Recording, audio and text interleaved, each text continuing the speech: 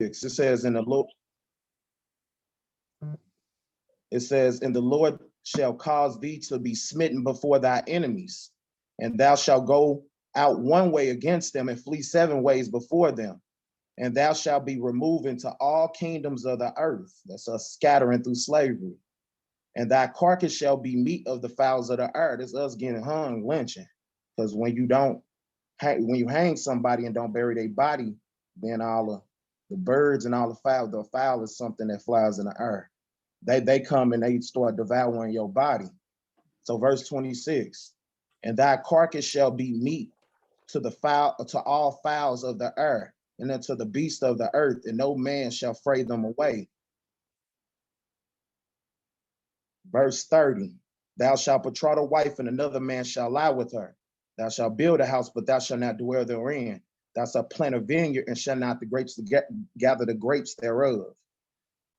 Right? That's clearly slavery. Verse 32, thy sons and thy daughters shall be given unto another people. Verse 32, thy sons and thy daughters shall be given unto another people. Thy eyes shall look and failing with longing for them all the day long, and there shall be no might in thy hands. And we're the only nation where our kids was taken from us. My phone had bummed me out, but I'm back in though. But we the only nations where our people was taken. Where our kids was taken from the parents. The family was divided, was sold into slavery. I'm gonna keep going. Verse 37. And thou shalt become an astonishment and proverb and a byword. A byword is what they call you that is not you. So calling you black or calling you African American, they will call you anything and everything but what you are, right? Nigga. So you shall become an astonishment. An astonishment is like when people are in wow. Like when other nations look at us, they in wow. They see niggas with they pants around their knees. They see girls. They see how they act. They in wow, because all the other nations, they got some kind of supposed dignity about them, right? But we destroyed as a people, right? So verse 37, thou shalt become an astonishment, a proverb, and a byword among all nations, whether the Lord thy God shall lead thee. Yeah, and I'll call y'all anything but what you really are. So keep y'all furthest away from the truth, So I won't call you Israel. I won't call you Israelite. I'm gonna call you nigga. I'm gonna call you black. I'm gonna call you all this to keep you away from knowing the truth. The word niggas in the Bible. The word niggas in the Bible, we finna get that. Verse 41. Thou shalt beget sons and daughters, but thou shalt not enjoy them. Thou shalt go into captivity. No, that's deep. If you know what captivity means, that's slavery. That's oppressed people. They taking us without our will. You know what I'm saying? So, what it says? Thou shalt beget sons and daughters, but thou shalt not enjoy them, for they shall go into captivity. Slavery, even when they were selling us as slaves, you know what I'm saying? That never happened to no other nations. Chinese people, their kids wasn't taken from them. African kids, Africans, their kids weren't taken from them. White people, their kids weren't taken from them. It's a deeper meaning. It's a deeper level. This is how you know that you're an Israelite when all these curses fit you, or you. Well, it's going to get more and more, and it's going to get more and more detailed, right? Right. So verse 44. Wow. Verse verse 43. Even jail is captivity. They taking us in captivity, even in jail. You know what I'm saying? They ain't really happening to all the other nations. We fill up the whole jail, the whole prison system. Our people. Exactly. Right. That's a good point. That's a very good point. Verse 43. Verse 43. Y'all can hear me? Yeah, I hear you. Okay. Verse 43. The stranger that is within you can read the stranger that is within thee shall get up above thee very high, and the stranger that is within thee shall get up above thee very high, and thou shalt come down very low. Right. So in this particular captivity, you got the other races, mainly the white man, way above us, and we at the bottom. He lend money to us. We don't lend money to him. He can help us, right? We can't really help them. We ain't in that position, but they are, right? So they should get up very high as a socioeconomic status, and we are very low on the socioeconomic status, right? Right. He shall then lend to thee, and thou shalt not lend to him. He shall be the head, and thou shalt be the tail. I understand, and that's self-explanatory, right? That we are currently right now under the hand and foot of this white man, which we just read in Luke chapter 1, verse 68. It said he gonna save us from our enemies and all the hand of those that hate us. So we are in their hands. They got control of us. And while they got control of us, they are high and we are low. Right. And we can't ignore that they got control of us, that we're in their possession. They already talking this, go back to Israel, go back to Africa, all this. If everybody leave America, America will not run. No nation will run if our people leave there. Because we in slavery everywhere. We oppressed everywhere. We were scattered everywhere. It said we in a McDonald's, we cutting all their grasses, building all their roofs. If the Israelites leave this country will crumble. But let's keep going, right? So it says, more and all these curses shall come upon thee. This verse 45.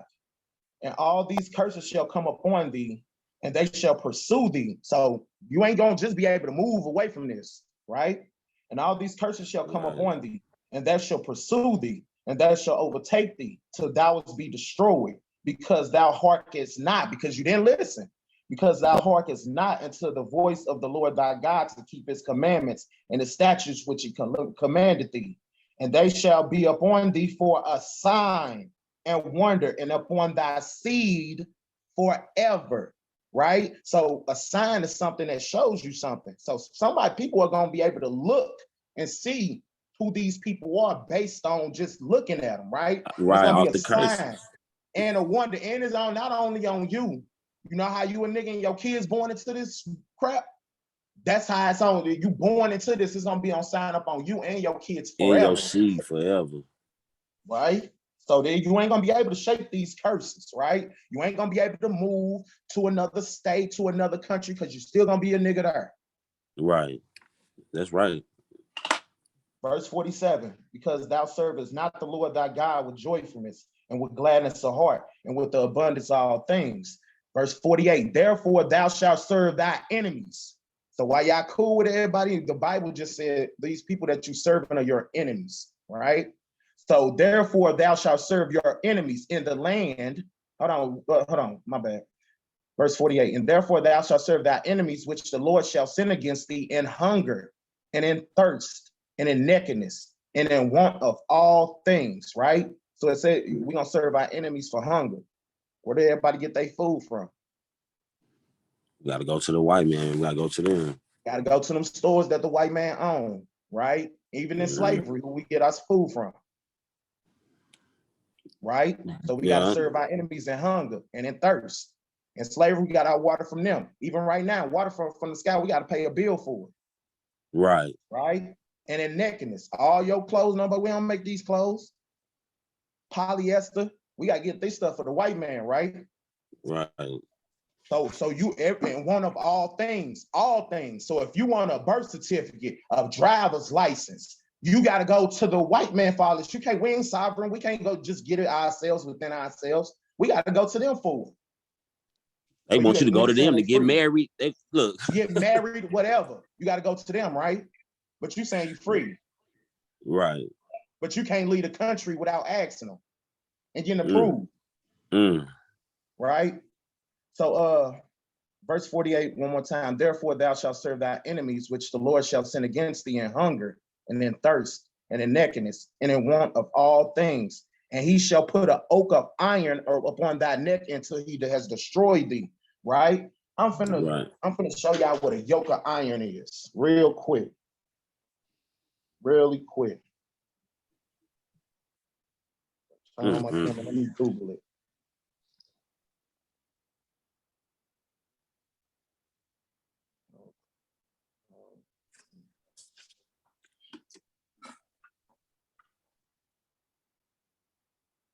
Okay, let me turn on my camera.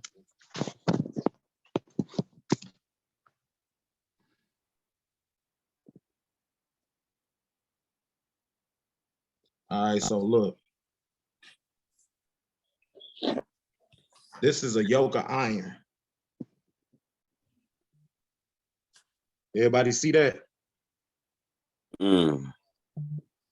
That is a yoke of iron around your neck. That's what they used to put on slaves. Y'all, everybody see that? Yeah. Can everybody see that? So when that verse say he shall put the verse says he shall put an yoke of iron around our neck until he has destroyed thee. This is a yoke of iron. Let me show y'all one more.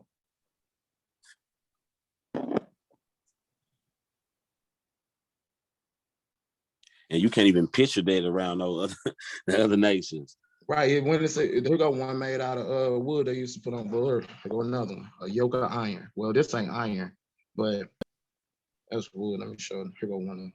But that looked like the one they put on cows and cattle too. But that's how they used to look at us. Yeah, and that's how they used to look at us as fucking field beasts.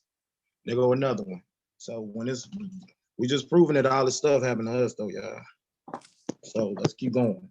Wow. Verse 49, and the Lord shall bring a nation against thee from far, from the end of the earth, as swift as an eagle flieth. What's on the back of a quarter? Eagle, right? As swift as an eagle flieth. And that eagle theme is connected to white people throughout the Bible, because what most people on this call don't know is the emblem on the back of a quarter for the eagle, or the bald eagle being a symbol for the nation, for the United States, is not new.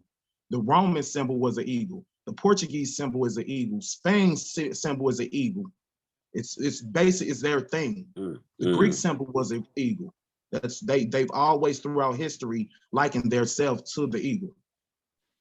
So verse 49 again, the Lord shall bring a nation against thee from far, from the end of the earth, from the end of the earth, as swift as an eagle flieth, a nation whose tongue thou shalt not understand. We ain't know English before we got off them slave ships. Right. We were speaking Hebrew. We didn't know no English, but most people don't know what we was doing before we got off the slave ships. You ask them what language we spoke, they don't know. You ask them what holidays we celebrated, they don't know. They don't know our traditions, culture, nothing. All we know is what we was taught here in slavery and since then, right? Verse 50. Pastor never said none of this.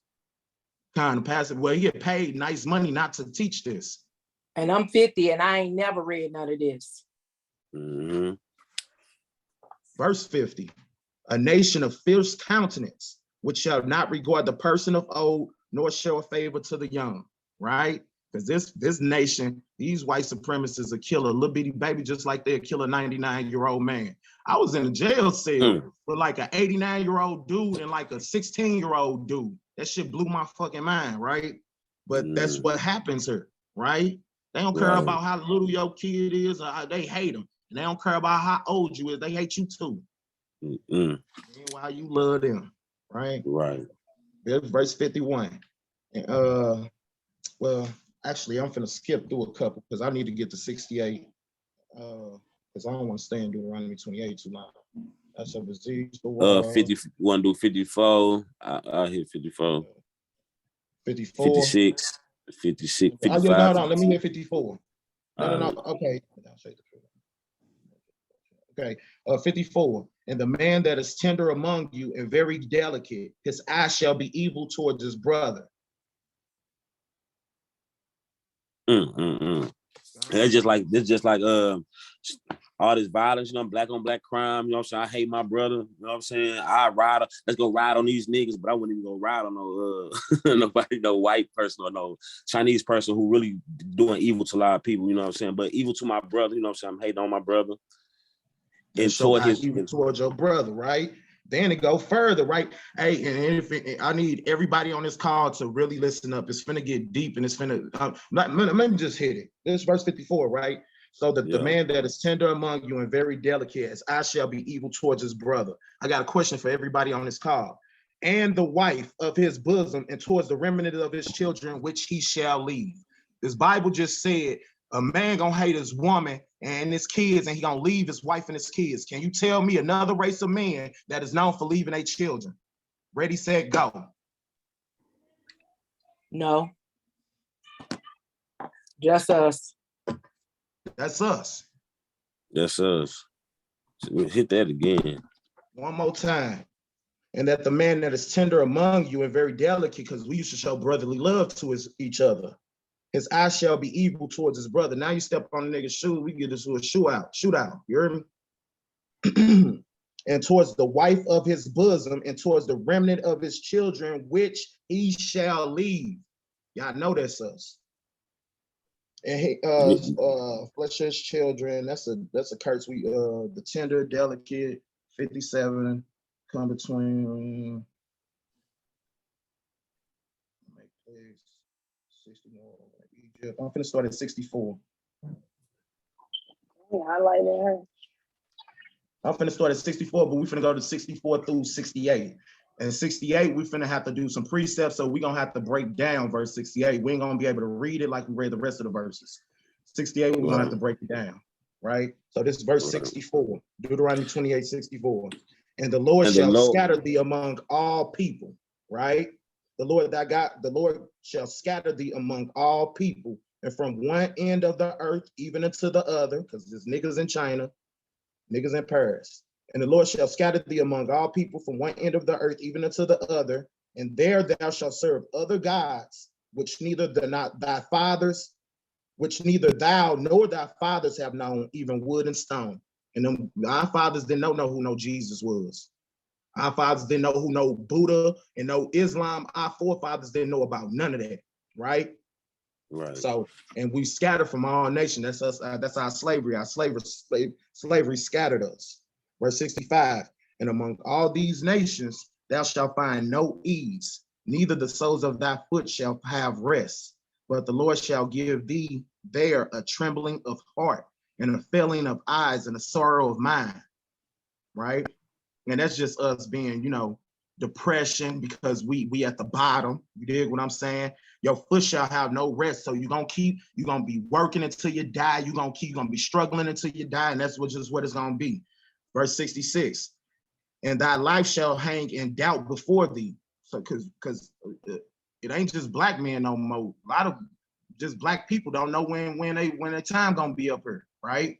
And that life shall hang in doubt before thee, and thou shalt fear day and night, and thou shalt have no assurance of life, right? And especially for the black man, like they used to have a saying, you're OG if you had 18, because we used to die young. Then they switched to 25. You dig what I'm saying? But you shall have no assurance of life. And 67, and in the morning thou shalt say, God, would God if it was evening. So in the daytime, you're gonna say, man, if I only make it to the night. You dig what I'm saying? And in the evening, thou shalt would say, would God it were in the morning. God, hopefully, God, I just make it to the morning, right? Right. For the fear of thy heart wherewith thou shalt fear, and for the sight of thy eyes which thou shalt see. So all the things that you're gonna go through and all the things you're gonna see gonna have you in that mind frame, right? Now, verse 68. Hey, Gio, grab. Okay, I need everybody. I'm finna hey Gio, read this and then switch to Exodus 20, because we're gonna have to go to the word Egypt in there. So read this to Egypt, then go to Exodus 20 and 2 and read that. Okay. And the Lord shall bring thee, this is Deuteronomy 28 and 68. And the Lord shall bring thee into Egypt again with ships. Hold on, we don't even need to get to the ships part yet. I need everybody to turn to the book of Exodus. Exodus is the second book of the Bible, right? Exodus, the second book right after Genesis. Everybody turn to Exodus chapter 20, verse 2. I got it. Exodus 20, verse 2. The second book of the Bible. I am the, do y'all have it? Yeah.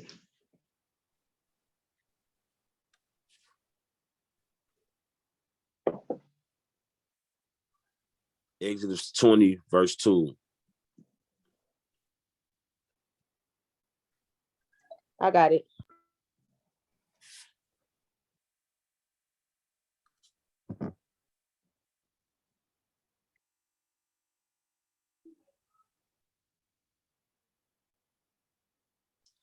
Exodus 20, verse 2. You got it, sis? We still in new, right? No, we yeah. No, yeah, we at the beginning of the Bible, the second Old the Testament. second book. Oh. Exodus 20, verse 2. All right, I got it. All right. I am the Lord, thy God, which have brought thee out of the land of Egypt, out of the house of bondage. Egypt. Egypt is synonymous with bondage in the Bible. A synonym I'm gonna of read it bondage is again. slavery and captivity, right? Because what were we doing in Egypt? We were slaves in Egypt. We built the pyramids. So Egypt is synonymous with slavery, right? One more time. I am the Lord thy God, which have brought thee out of the land of Egypt, Out of Egypt, out of the house of bondage. out of the house of bondage, or out of your house of slavery. Now let's go back to Deuteronomy 28 and read that last verse. Deuteronomy 28 and 68. We're Y'all going back right there? back to Deuteronomy 28, and we're finna read the last verse in Deuteronomy 28. Okay. All right, Deuteronomy 28 and 68. And the Lord shall bring thee into Egypt again with ships.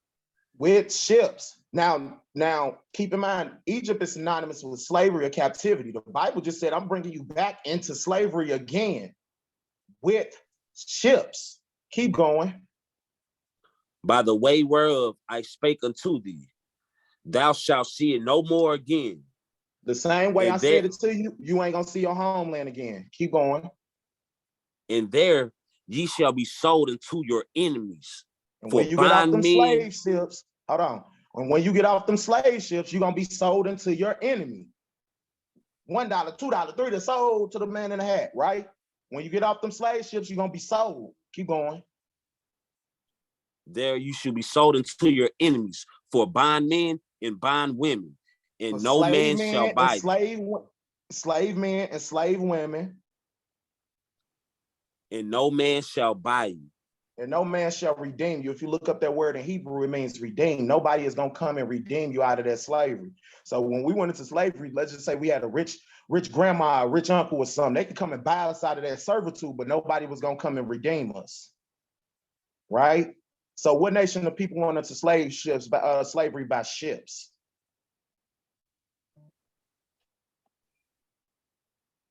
That's a question for the people on the call. Who went into slavery on slave ships and was sold? What nation of people went to? What nation of people went to It's the slavery same on nation, slave ships?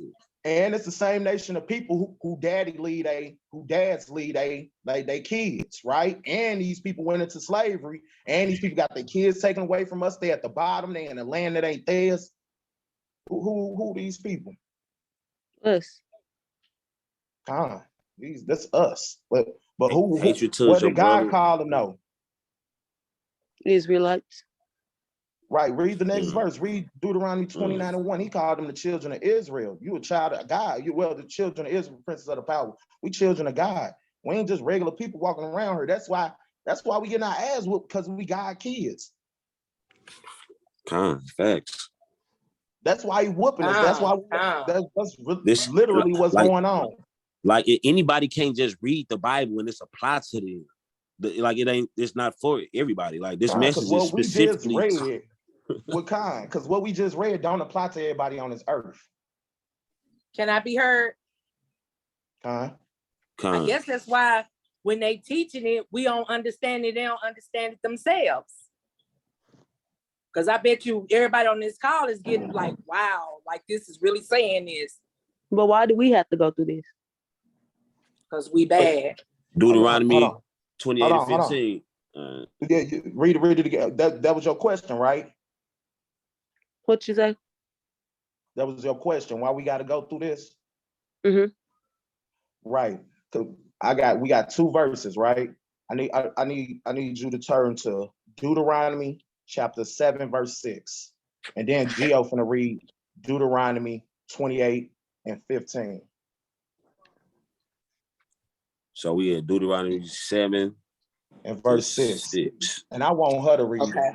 Deuteronomy 7, 6. 7, 6. And these two verses on top of the explanation form should answer your question. You said Deuteronomy 7? Chapter 7, correct, verse 6. For you are a holy people to the Lord your God. The Lord your God has chosen you to be a people for himself, a special treasure above all the peoples on the face of the earth. Above who? All people. Where? On earth. Exactly. Now, Gio, read Deuteronomy 28 and 15. Wow.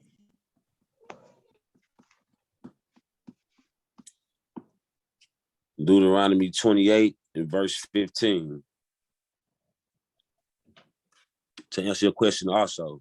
But it shall come to pass. Do everyone got it? Deuteronomy 28 and 15. This is why, this is another reason why. But it shall come to pass, if thou wilt not hearken unto the voice of the Lord thy God, to observe, to do all his commandments and his statutes, which I command thee this day, that all these curses shall come upon thee and overtake thee. That's written in blood. That's crazy. That's crazy. Like what we know about our history, that is in this Bible. When this Bible was written. Yeah, and these verses was written around. Well, this was before these things happened, y'all. This was before these things happened. Right. This verse in Deuteronomy 28, this was written around like 4,000 years ago. And it's prophesying about us going to slavery and slave ships. That's how we know this Bible for real, right? Because this Bible got prophecies in it. No other book God said this. He said, I'm gonna declare the end from the beginning. He tell you what's gonna happen before it happened. Right? That's how we know we ain't dealing with no fake God. Because all these other religions and all these other stuff, they ain't got no prophecies in a book. But this Bible tells you exactly what's gonna happen before it happens, right? To this day. That's why the whole Old Testament, New Testament concept is only for Christians, because it's stuff that is in the New Testament, right? That's gonna happen when who people call Christ come back, right? In Revelation. But you got stuff in the Old Testament that happens after that. Right? You got literally stuff that happens in the Old Testament that talks about the very, very, very, very end.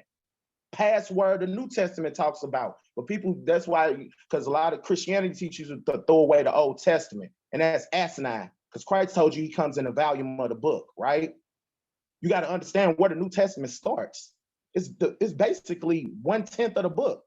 So it makes no sense to throw away 90% of the book and you think you're going to understand what's going on here. And that's the problem with Christianity. They done taught you to throw away 90% of the book, only read 10% of it, and you have no understanding about what's going on in this book at all. Y'all, y'all don't even know that this book lists all our slaveries. We in our 7th slavery right now. Our last we one. We thought it was our first. And we thinking it is our first. We in our 7th slavery. 7th.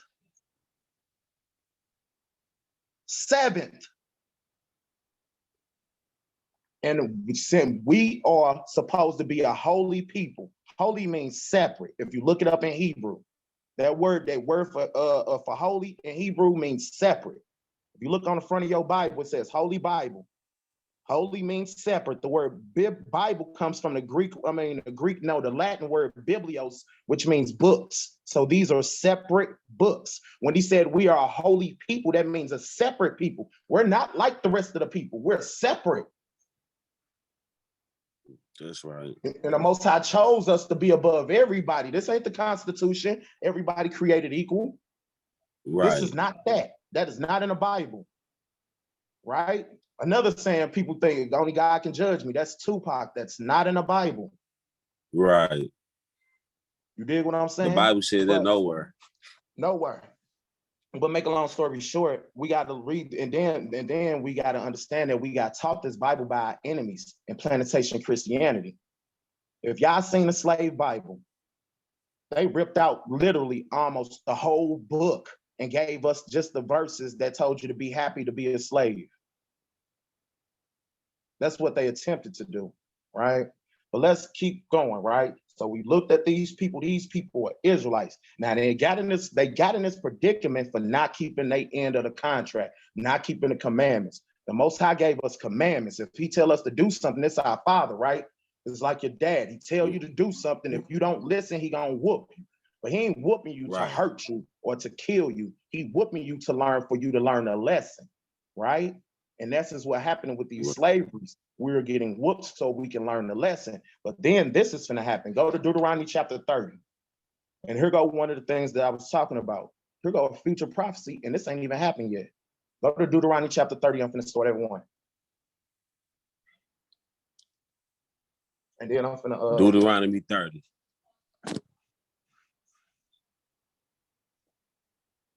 Jordan, come and give me some water. My bad. I'm finna read Deuteronomy 30. No, yeah, my bad.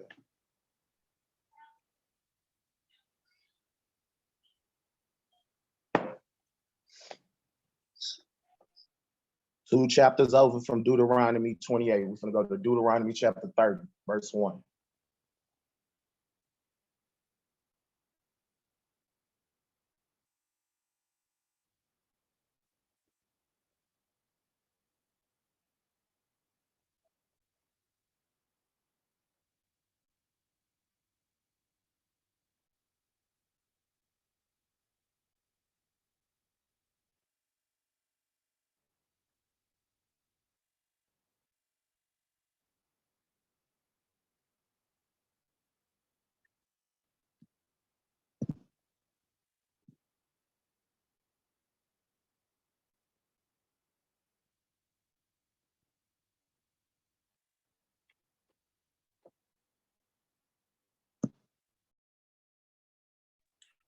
Deuteronomy 30 and 1.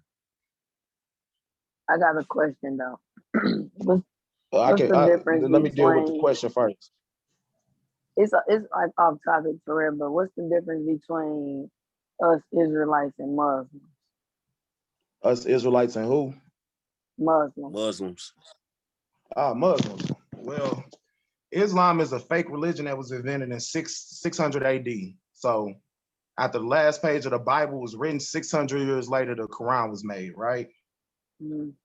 I don't know if you was on the call when I first started, when I was explaining polytheistic people and monotheistic people.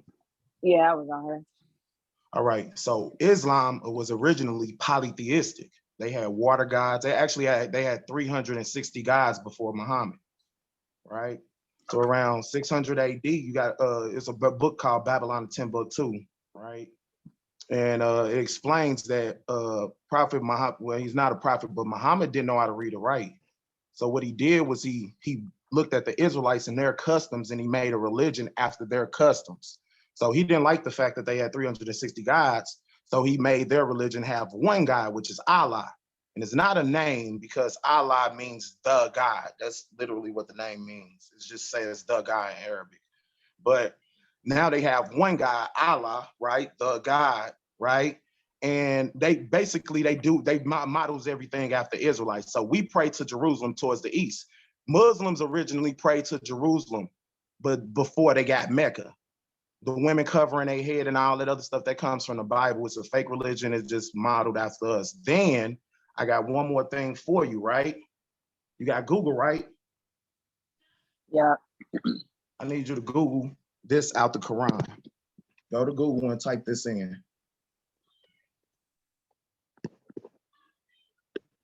Let me pull it up first. I need you to go to Surah. It's Surah. Go to Surah 2, verse 122.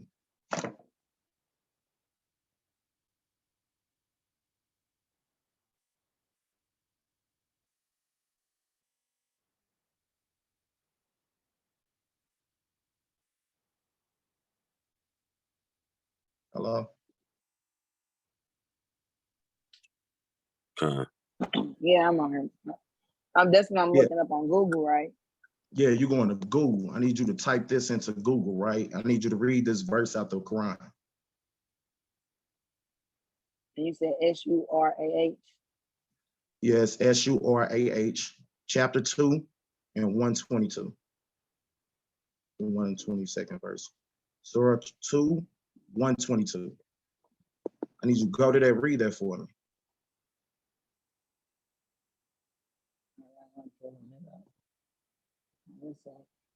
Is it 2, 122 to 1? All right, hold on. Let me see. And fully answer your question, that's an Arabic God. That's not our God. That's a fake Arabic God. It's not our God, right? So our God should be of our nationality, right?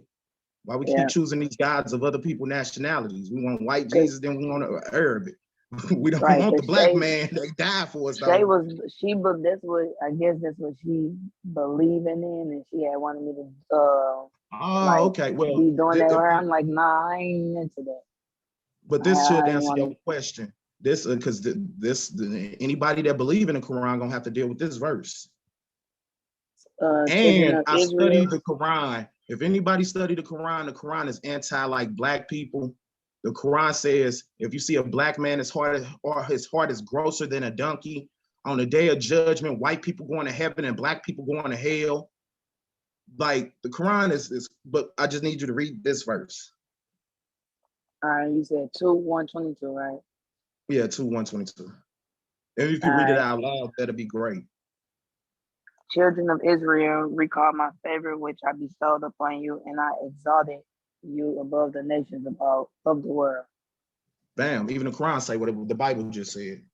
Wow. So you might want to say that. That's on Google. Well, I just had to Google a verse out the Quran because I ain't got a Quran. I don't know if she got a Quran, so we could just Google the verse. Wow. Wow. Right. That's crazy. So hopefully that got you where you need to, your understanding where you need to go with it. Right. Now we finna hit Deuteronomy 30, right? Sure, I was on mute. I was on mute. My bad.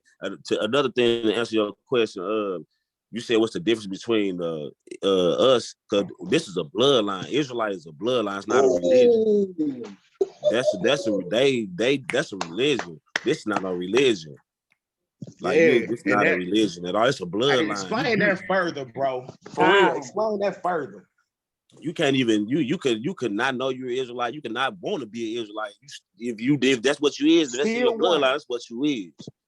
Right. So you can't convert to this. You can't convert. You can't say, you know what, I want to be an Israelite today. If you're not an Israelite already. Right. You born one. You're literally born. This is not a religion. A religion is something anybody can you can understand the ideology and then apply it to your life, and that's your religion. This is not that. So somebody can understand the ideology of Christianity or Islam and convert to it, Buddhism and Hinduism. You can convert to that. You can't convert to this. Either you born an Israelite, or either you born with us or you ain't. So all the people that's walking around outside, they Israelites, whether they want to believe it, understand it or not. You was born one. That's what I was you just walking around calling yourself something else. But this is not a religion at all. You born this, and if you ain't this, you can't get in. That's the prerequisite. So for all the stuff we're going to read about in the New Testament, the prerequisite is you have to be an Israelite first, then this stuff apply to you. Right. If you're not an Israelite first, this stuff don't even apply to you. So I'm an African American, so I can't call myself an African American. I'm an Israelite. Because if you call yourself an African American, you're saying you named after two white men. In two continents, and it just showed like it really don't even make sense when you break it down. And then two continents was named after two white men, and how can you be two places? That further shows you. We just read about the Bible. They call you bywords, proverbs. And then hold on. Let me just go to a verse to prove we was gonna lose our identity. Go to Jeremiah 17. Go to Jeremiah Old Testament, Jeremiah chapter 17. There we go. Bring it back to the Bible. Jeremiah 17. Jeremiah chapter 17, verse That's my grandbaby name. 4. That's your grandbaby name? Biblical. Jeremiah 17 and 4. That 17 and 4. It's 4. Read that. Yeah, it's 4. Read that for me, y'all. And thou, even thyself, shall discontinue from thine heritage that I gave thee, and I will cause thee to serve thine enemies in the land that thou knowest not. For ye have kindled a fire in mine anger. He mad, which shall burn forever. So thou even thyself shall discontinue from thy heritage. That's you losing your identity, right? That I gave thee, and I will cause thee to serve thy enemies. We just read about that in Deuteronomy 28. In the land thou knowest not. Bam. I mean, like this is us, right? That's really scary, right? Yeah. Right. So you got all this stuff happening. Like, and this when this is happening, we finna go into our third slavery. The Egyptian slavery already happened. The Northern Kingdom went into the Syrian slavery. We finna go into Babylon. This is finna be our third slavery when Jeremiah writing this. When he wrote that, yeah. When he wrote this, right? So it's just proof that, and we are these people of the book. Matter of fact, I got a verse. One more verse. Hold on, not one more verse, but on this same little topic, right? Losing our heritage. Check this out.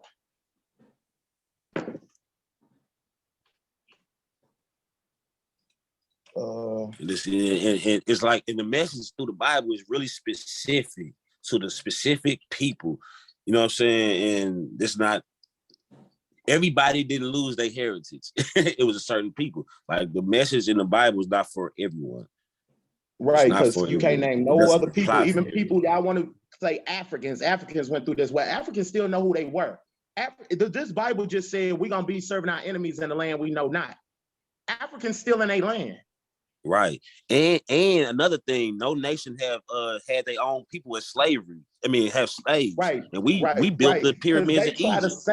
They try to say Africans sold Africans.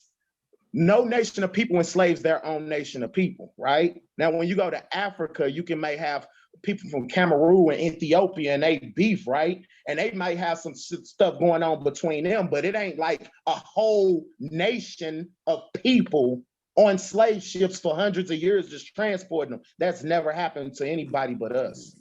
Discontinued from their heritage and all that. Then they lost their identity. They lost their land, lost their identity, got taken into slavery on slave ships, got sold, kids got sold. You dig what I'm saying? Husbands, right? And the dudes leaving their kids. You dig what I'm saying? We just can't keep adding to it, right? Now, hold on. Let me do this first though. Wow. Jeremiah 2:14. Stay in the book of Jeremiah. Go to chapter 2, verse 14. Y'all know if y'all swipe the page. Even in the New Testament, we were slaves. When Christ was walking around, we was in slavery. Mm-hmm. We was in our land. Now, it wasn't like chains in a field slavery, but we was in our land, but other people ran it. You said chapter 2, verse 17. Verse 14. 14. Jeremiah chapter 2, verse 14. Jeremiah 2:14, and it reads, Jeremiah 2:14, and it reads, is Israel a servant? Oh, you ain't there yet. No, you got it. I think that's it. Yeah, that's it. Is Israel a servant? Is he a homeborn slave? Right. Why is he spoiled?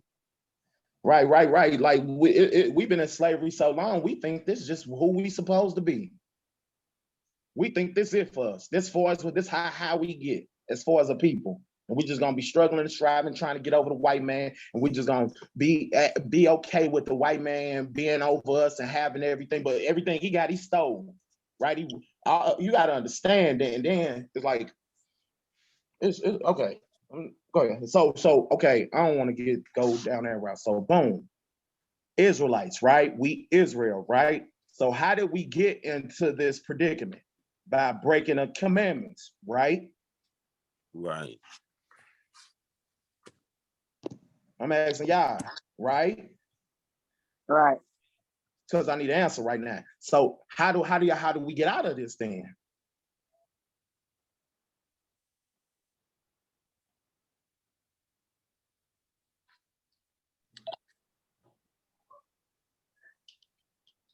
Can you repeat that? I ain't quite sure on that part. Repeat that for me. So we because we was on top above all people. Now we on the bottom under everybody, right? And if we got into this predicament by breaking God's commandments, by breaking God's rules, how do we get out of this predicament? What about fixing it? Keeping up our letter contract. Huh? Say it again. Read you and teach for it. Me? So, okay, Yeah. this is just my opinion of an answer. Just correct me if I'm wrong.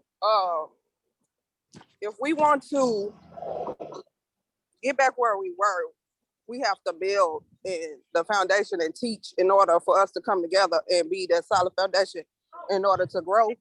Mm-hmm. Somebody else got another answer? You ain't necessarily wrong either. Okay. All right, so Deuteronomy 28 and 1.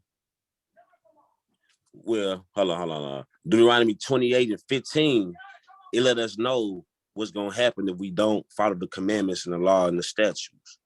You know what I'm saying? We didn't list all the curses. It lists all the curses. But when we at the beginning of Deuteronomy 28 and 1, it lists, if we follow his commandments, if we keep his statutes, it lists all the blessings that we will have. So to overcome this, we should come back to what he wants us to do. Come back to the commandments. Come back to the Most High. There you have it. Right. So y'all got to understand, like Christianity, not because like, okay, the Father is our God, right? Idolatry is going to another God, right? That's like cheating on God. Right? You cheating on your God, right? Now, if we got into this position by breaking his rules, we will be getting his good graces by keeping his rules, right? And that takes me to Deuteronomy 30, where we was at. I was going to go to a future prophecy. I want to read this, Deuteronomy chapter 30. So everybody turn to Deuteronomy chapter 30. We went into Jeremiah to further prove the point about us losing our heritage. But let me show y'all this. This Deuteronomy chapter 30. Then I'm finna make a couple more points, and then if anybody got some questions, like some real like Christian, I got a question for y'all after this verse. I got a question for everybody on the call after this verse. But Deuteronomy chapter 30 is what we finna read. Verse 1. We're starting at 1, correct?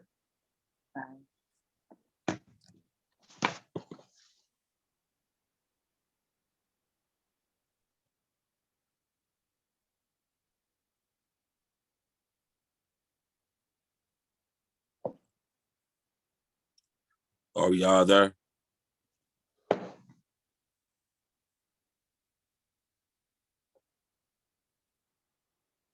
Deuteronomy 30 and 1.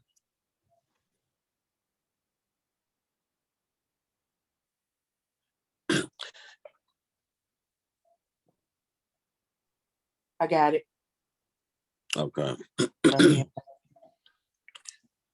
And it shall come to pass when all these things are, come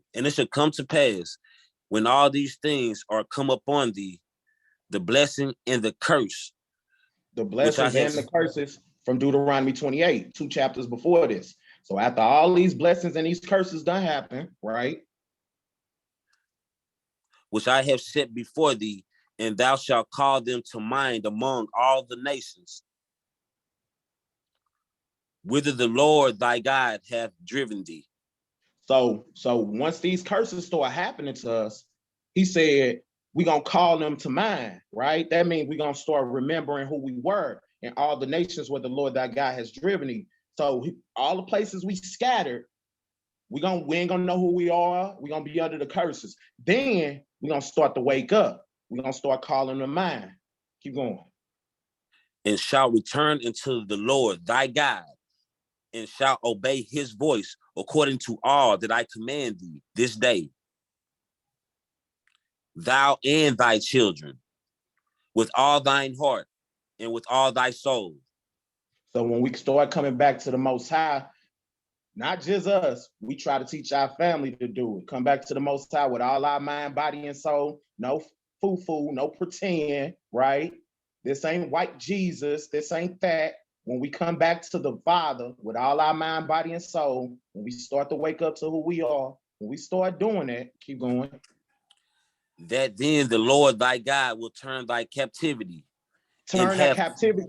Hold on. Turn that captivity means end it, right? If I go to the Hebrew and look up that phrase, it means to end the captivity. So when he say turn the captivity, he means end it. Start over verse 3 for me. That the Lord thy God will turn thy captivity and have compassion upon thee, and will return and gather thee from all the nations, whither the Lord thy God have scattered thee. So when we wake up, and a certain number of us wake up and come back to the Most High, he's going to start gathering us from all the places we scattered. If any of thine be driven out into the outmost parts of heaven, from thence will the Lord thy God gather thee, and from thence will he fetch thee. It don't matter if a nigga in the middle of a jungle, the Most High gonna get him.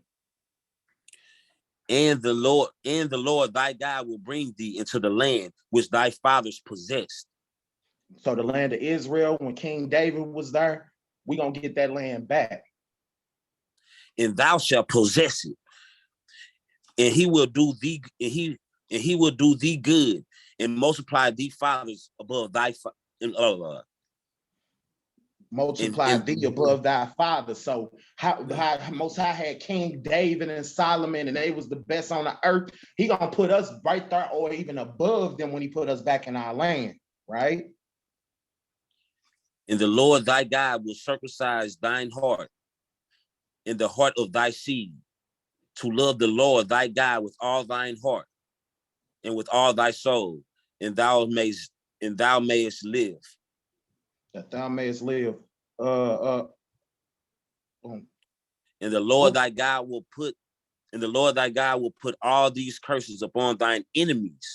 Hold on. I got a point in verse 6, right?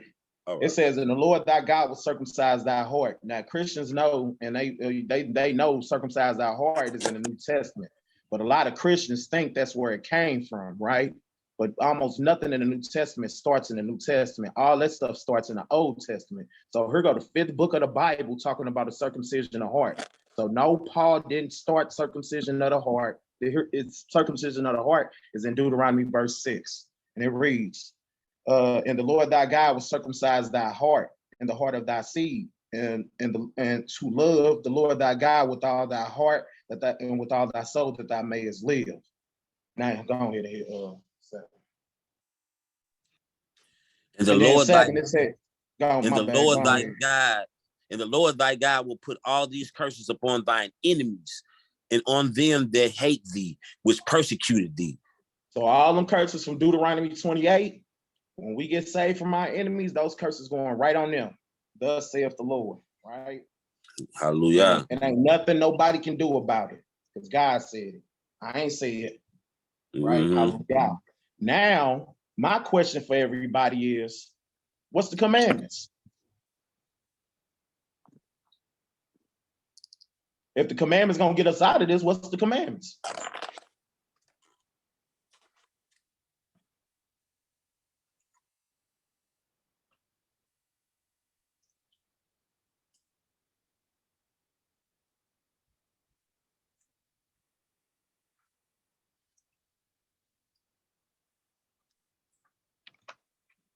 Hello? You talking about the 10 Commandments? Nah, that's way more than 10 Commandments. See, that's what Christianity teaches you. All right, so 10 Commandments, right? Mm-hmm. Where is not eating pork in the 10 Commandments? Hmm. What about homosexuality? Where's homosexuality in the 10 Commandments? It's way more than 10 Commandments. Way more than 10 Commandments. But that's what they teach you in church. Because y'all got to understand, right? Yeah. We just read Deuteronomy 30. Walk with me. Just walk with me with your mind. If we get out of this by keeping the commandments, if I was the white man, I'd just teach you to break the commandments and make you think that breaking the commandments is a good thing. And that way you would never get saved.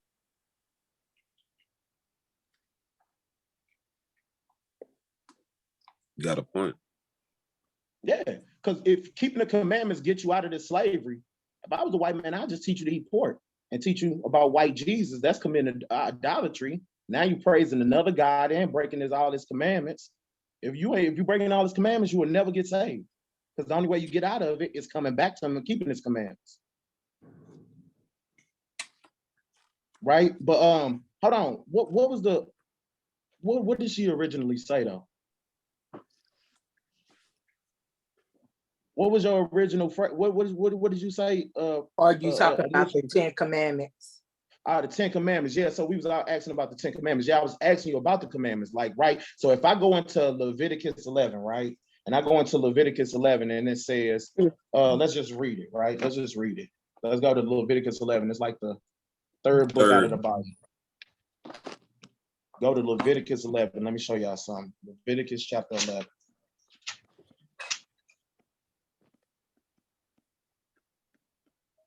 Leviticus chapter 11. What? Leviticus 11, and we finna start at verse 7. Leviticus chapter 11, verse 7.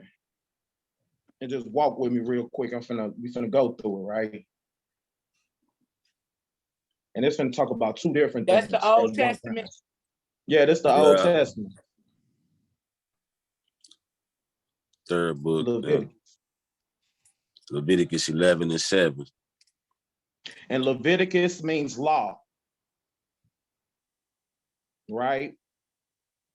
Leviticus means law, and Deuteronomy actually means second law. Like Deuteronomy, do means two, right? Like dual, but yeah, make a long story short, Deuteronomy means second law, Leviticus means law.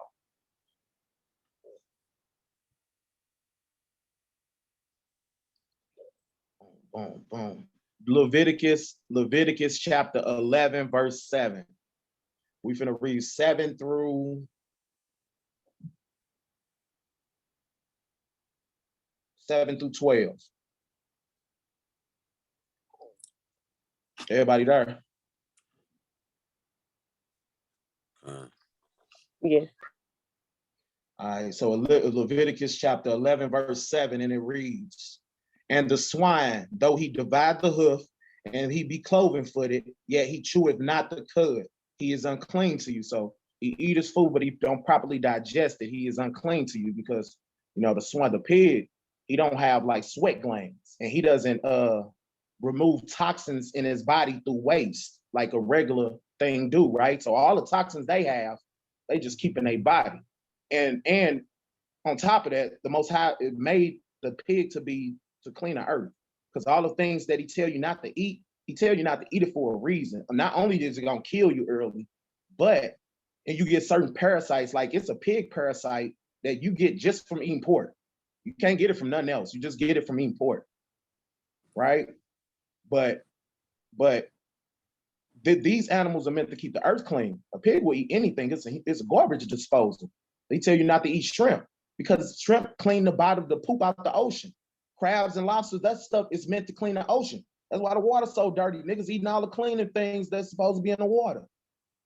But make a long story short, verse 7. And the swine, though he be divide the hoof and he be cloven-footed, yea, he cheweth not the cud, he is unclean to you. Of their flesh shall you not eat, and of their carcass shall you not touch. They are unclean to you. Verse 9.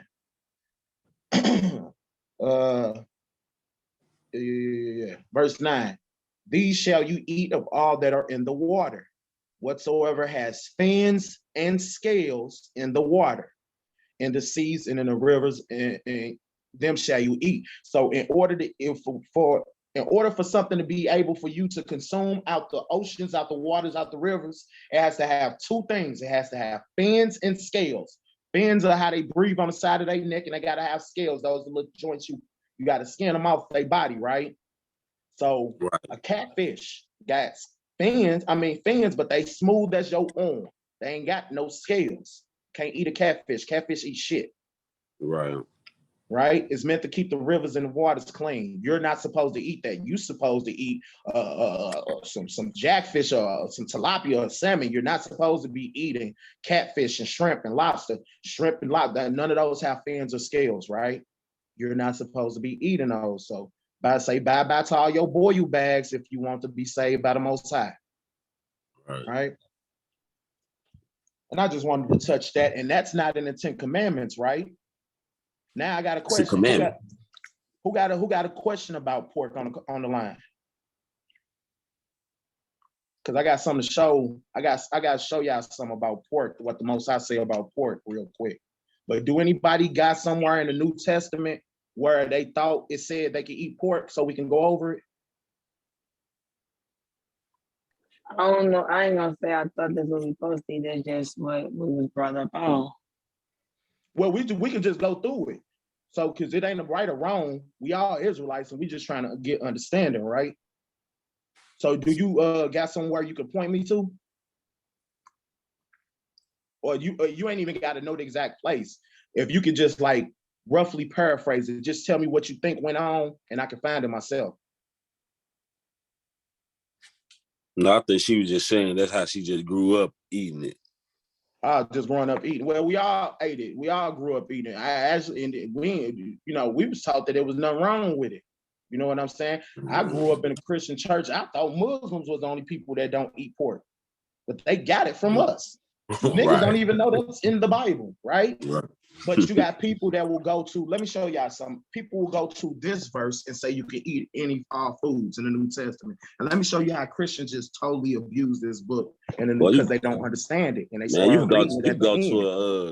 go to a Christian church when they have a get together, they serving all pork. And they ain't never showed you that hot verse. Dogs, pork, everything. But then I'm finna have everybody on this call because I ain't even finna read it. I want y'all to read it. We finna read a verse about what the Most High gonna do when he come back. And I want everybody to read this verse, but I want to go to the New Testament to show that the New Testament never said you could eat pork. It's just people don't know what the Bible's saying.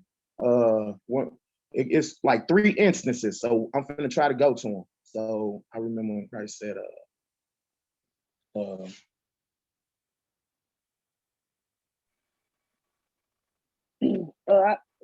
kind of missed what you said because somebody was knocking and stuff. I was trying to see who was just standing outside the house. All right, Matthew 15. I need everybody to turn to Matthew 15. Matthew 15 and 11.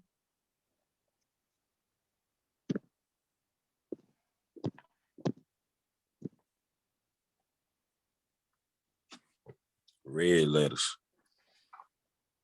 Yeah, these red letters, these Yahushua words, these Christ words. So we're gonna go to Matthew 15. So here go one account where people go here and say, the Bible says you eat anything, right? But we finna read it and see what it says.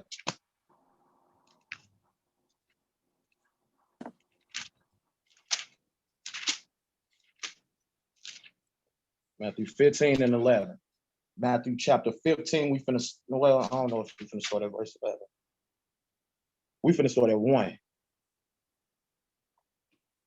Matthew 15 and 1.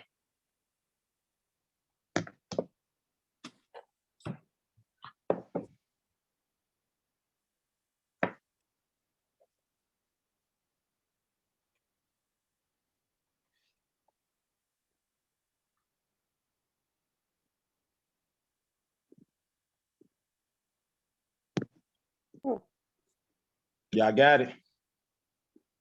Yeah. All right, Matthew 15 and 1. And it reads, then came Yahushua, y'all. So just for y'all the heads up, I'm not finna say the word Jesus, right? That ain't his name. The letter J was invented in 1532 when we was in slavery. The letter J didn't even exist when he lived and walked this earth. His name ain't Jesus, right? But to be safe, because y'all just started learning, I don't want to overwhelm y'all. I'm just calling Christ. Christ ain't a bad word, but Jesus is, right? Jesus is a fake God name. Christ just means anointed in Greek, right? So I'm just calling Christ. That's cool? All right, cool. All right. Yeah. So verse 15. I mean, it's 15 and 1. 15 and 1. Then came Christ. No, then came to Christ the scribes and the Pharisees, which were in Jerusalem, saying, why do the disciples transgress the tradition of the elders? For they wash not their hands when they eat bread. So they came up to Christ and they like, why your disciples ain't washed their hands before they ate? Verse 3. And he answered and said unto them, why do ye also transgress the commandments of God by your traditions? So Christ went back at him like, with y'all traditions, y'all transgress the laws of God, right? So he said, for the commandment saying, honor thy father, thy mother, and he that curses thy father and mother, let him die of death. But ye say, whoever shall say to his father or mother, it is a gift by whatsoever thou mightest be profited by me. Basically, it's saying in the law, it says you're supposed to do something a certain way, and if somebody break this law, they get killed. Well, you got the Sadducees and Pharisees taking payments to break these laws. So the Bible say you're supposed to get killed, but if you give me a rack, we can get around it, right? So that's what the Sadducees and the Pharisees doing, right? Ye hypocrite, verse 6, and honor thy mother. Okay, and honor not his father or his mother, he shall be set free. Thus ye have made the commandments of God to none effect by your traditions, right? Verse 7, ye hypocrites. Well did Elias prophesy unto you, these people draw near me with their mouth and honor me with their lips, but their heart is far from me, right? So the first Sadducees and the Pharisees are like the people in the church. If you want to liken them to somebody right now, that's the Christian church, right? So you got the Sadducees and the Pharisees. They ain't doing what they supposed to do. Why they the people that's supposed to upheld these laws, and they the ones perverting them, right? Verse 9. But in vain do they worship me, teaching the doctrines and the commandments of men. So you got all these people that believe stuff that was taught by men, but God ain't say it, right? And he called it, we're supposed to be about pork, but look, I just wanted to get to the point. And he called the multitude and said unto them, hear and understand, not that which goes into the mouth not that which goes into the mouth defileth the man, but that which cometh out his mouth defileth. So verse 11 is the point for everybody on the call.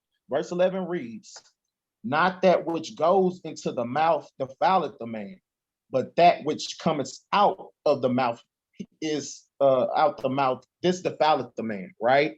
So you got people that go to this verse and say, see, you can eat anything. That ain't what defiles you. It's what comes out of your mouth that defiles you. Let's keep reading. Then came his disciples and said unto him, knowest thou that the Pharisees were offended that when they heard this saying?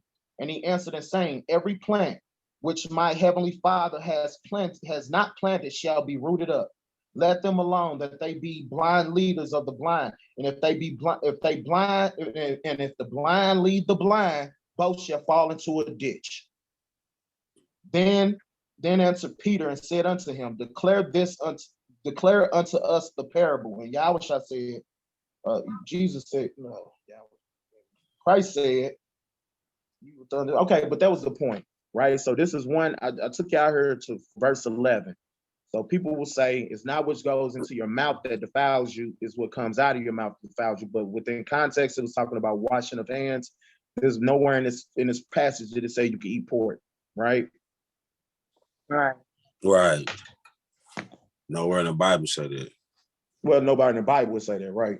So, but right, I need everybody. I want to go to a future prophecy, right? So, do everybody understand? It's a commandment for Israelites not to eat pork. Everybody understand that, right? Mm-hmm. Do y'all understand that? I say yeah. Yeah. Hold on. So so now y'all just unmuted and said all y'all understand. I want all y'all to go read this verse. It's a future prophecy about what the Most High gonna do to everybody eating pork when he come back. Now y'all gonna stand on this because you can't say I said it. So I need everybody to turn to Isaiah 66. Book of Isaiah, chapter 66.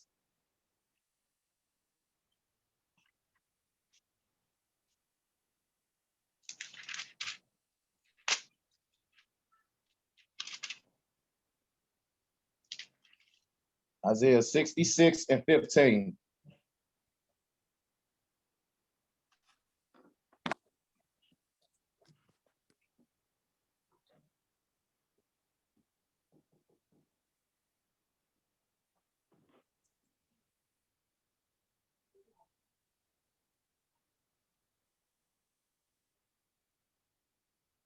You got it.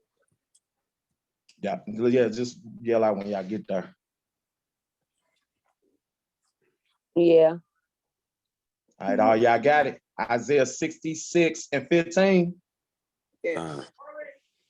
All right, so boom. It says, for behold, the Lord will come with fire and with his chariots like a whirlwind to render his anger with fury and his rebuke with flames. He's talking about burning because he ain't ending this world with water. He ending this one fire. So verse 15 again, for behold, the Lord will come with fire and with his chariots like a whirlwind to render his anger with fury and rebuke with flames of fire. Verse 16, for by fire and by the sword will the Lord plead with all flesh, and the slain of the Lord shall be many. My question to everybody on the call, has this happened yet? No. Oh. This ain't happened yet, right? No. Now, stay on mute. I need y'all to read verse 17. I need y'all to read 17. They that sanctify themselves and purify themselves in the gardens behind one tree in the midst, eating swine's flesh, and abomination and the mouse shall be consumed together, saith Lord. Saith who? Oh, I'm sorry. Saith the Lord. So you eating mouses and the unthinkables along with that pig, God gonna kill you and your whole house when you come back. Octopus and shark. Octopus and shark liver. Like, you know what I'm saying? So what we supposed to eat? You ain't supposed to eat none of that. You got clean foods and you got unclean foods, right? We here supposed for to be a above minute. all nations on the face of the earth. So people supposed to look at us and when they see us, we supposed to be the standard of living for every other body to follow, right? So what we eat, they say, okay, them people eat this, they live long, so we gonna model our nation of people after them. That's what's supposed to happen, but we want to go eat pork with the motherfucking heathens. But we're not supposed to eat pork. And if you eating pork or mouses or whatever, all this unclean stuff the Most High told you not to eat, don't kill you. And it's simple as that. And that's why you're supposed to keep the commandments, right? The Most High didn't give the commandments to the whole world. I need everybody to go to Psalms chapter 149.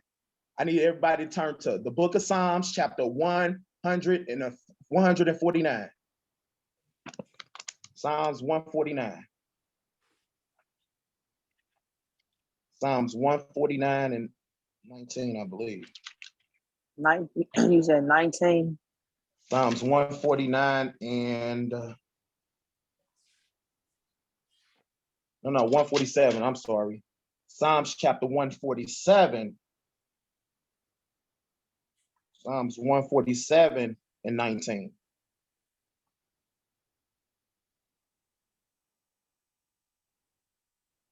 All right. Psalms chapter 147, verse 19.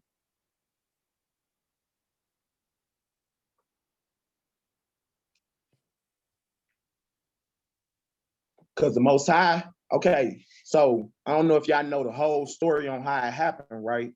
But when we left out of Egypt, Moses split the Red Sea. He came and got us out of slavery, right? We was over there in slavery building the pyramids, right? Split the Red Sea. Then we went into the wilderness, right? and we wandered around for 40 years. We wouldn't have wandered around for 40 years if niggas wouldn't then start going into idolatry. Moses at the top of the mountain writing the commandments. Niggas built a cow. A golden cow. A golden cow, and said the golden cow saved us from Egypt.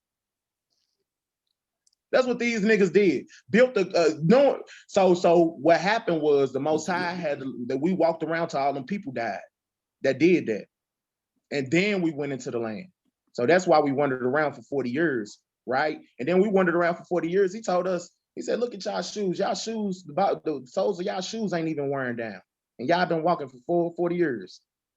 So, but make a long story short, that's what happened. But we got into the land, right? But while we was in the wilderness and Moses was writing them commandments, he only gave them commandments to Israel. He only told Israelites not to eat pork. He ain't tell the Chinese man not to eat pork. Chinese man can eat pork, right. He can live to 99. White man can eat pork, he live to 100. You eat pork, your ass gonna live to 65. Right? But let's go, this Psalms chapter 147, verse 19, right? Psalms 147, 19 reads, "He showeth his word unto Jacob." Jacob is us, that's Israel. Let me just show y'all real quick. Y'all can't flip like me, right? But it's cool. I just want to show y'all that Jacob name was changed to Israel. So y'all know, well, I just take my word for it right now. Jacob, which name was changed to Israel, he had 12 sons. Each son became a tribe. And that's where the 12 tribes of the children of Israel come from, or the children of Israel, right? So when y'all hear Jacob, that's talking about us. When you hear Zion, that's talking about Israelites. When you hear Israel, that's talking about Israel. All these are words that means us, right? It ain't just one way, just like the Father. He could be the creator, the almighty. He got a bunch of titles, right? Right. But make a long story short. Quick question. Where would I find that where he changed Jacob name to Israel? 1 second. That is in Genesis. Genesis.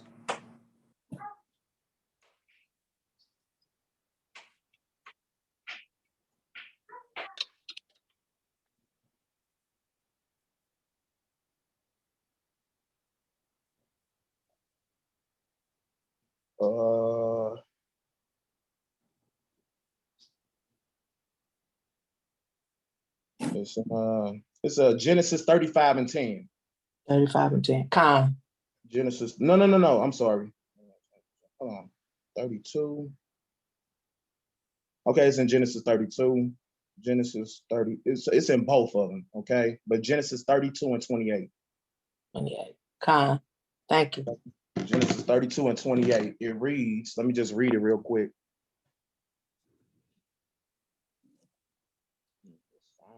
And he said, that's Genesis 32 and 28. And he said, "Thy name shall call no more Jacob, but Israel. For as a prince has thou power with God and with men, and has prevailed." So again, thy name shall be called no more Jacob, but Israel. So that's when Jacob's name was changed to Israel, right? In Genesis 32 and 28. So now we finna read Psalms 147 and 19, and it says, "He showeth his word unto Jacob, his statutes and his judgments unto Israel. He have not dealt so with any nation. And as for his judgments, they have not known them. Praise ye the Lord." So the Most High gave these laws, statutes, and commandments to us. He didn't give them. See, this is not an all-inclusive book, right? This ain't like America, a melting pot that everybody can come in. This is not that. Right? This is not all inclusive. One more time, verse 19. "He showeth his word unto Jacob, his statutes and his judgments unto Israel. He have not dealt so with any nation. And as for his judgments, they have not known them." Praise ye the Lord. Praise the Most High. He only dealt with us, right? Now we're going to get into some real stuff, callers, right? I need y'all tonight. Keep in mind, the first verse we read was Luke 1 and 68 that said, "Blessed be the Lord God of Israel," right? Right. Now I'm finna prove he only our God. Everybody, I need y'all to turn to, where I'm gonna go with this. Then I'm gonna prove Christ only died for us. Then I'm gonna keep it at that for right now. But let's just go to Joel. Go to Joel chapter 2. The book of, it's in the Old Testament, Joel chapter 2. It's spelled Joel, Joel chapter 2. Joel chapter 2, verse 27. And if anybody got some questions about like John 3:16 or anything, right, we can deal with that.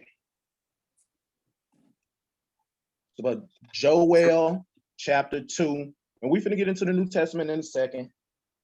Joel chapter 2, verse 27.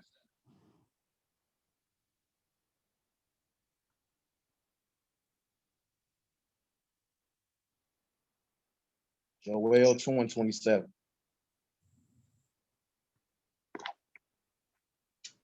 Now we just read in Psalms 147 and 19, he showeth his word unto Jacob, his statutes and his judgments unto Israel. He have not dealt so with any other nation, and as for his judgments, they have not known them, right? Now we finna hear him say it again, right? But it's finna get a little bit more detail, right? Yeah, at Joel 2 and 27? Yeah. Joel chapter 2, verse 27. And ye shall know that I am in the midst of Israel, and that I am the Lord your God, and none else. And my people shall never be ashamed. Right? One more time. Yeah, I ain't never heard this verse. Hey, y'all. Possessive. Joel chapter 2, verse 27. And ye shall know that I'm in the midst of Israel, and I'm the Lord your God, and none else. And my people shall never be ashamed.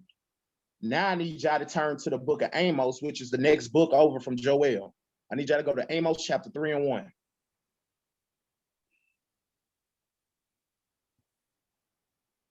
Amos chapter 3, verse 1. We finna read the verse 1 and 2. Amos 3 and 1. It's right after Joel.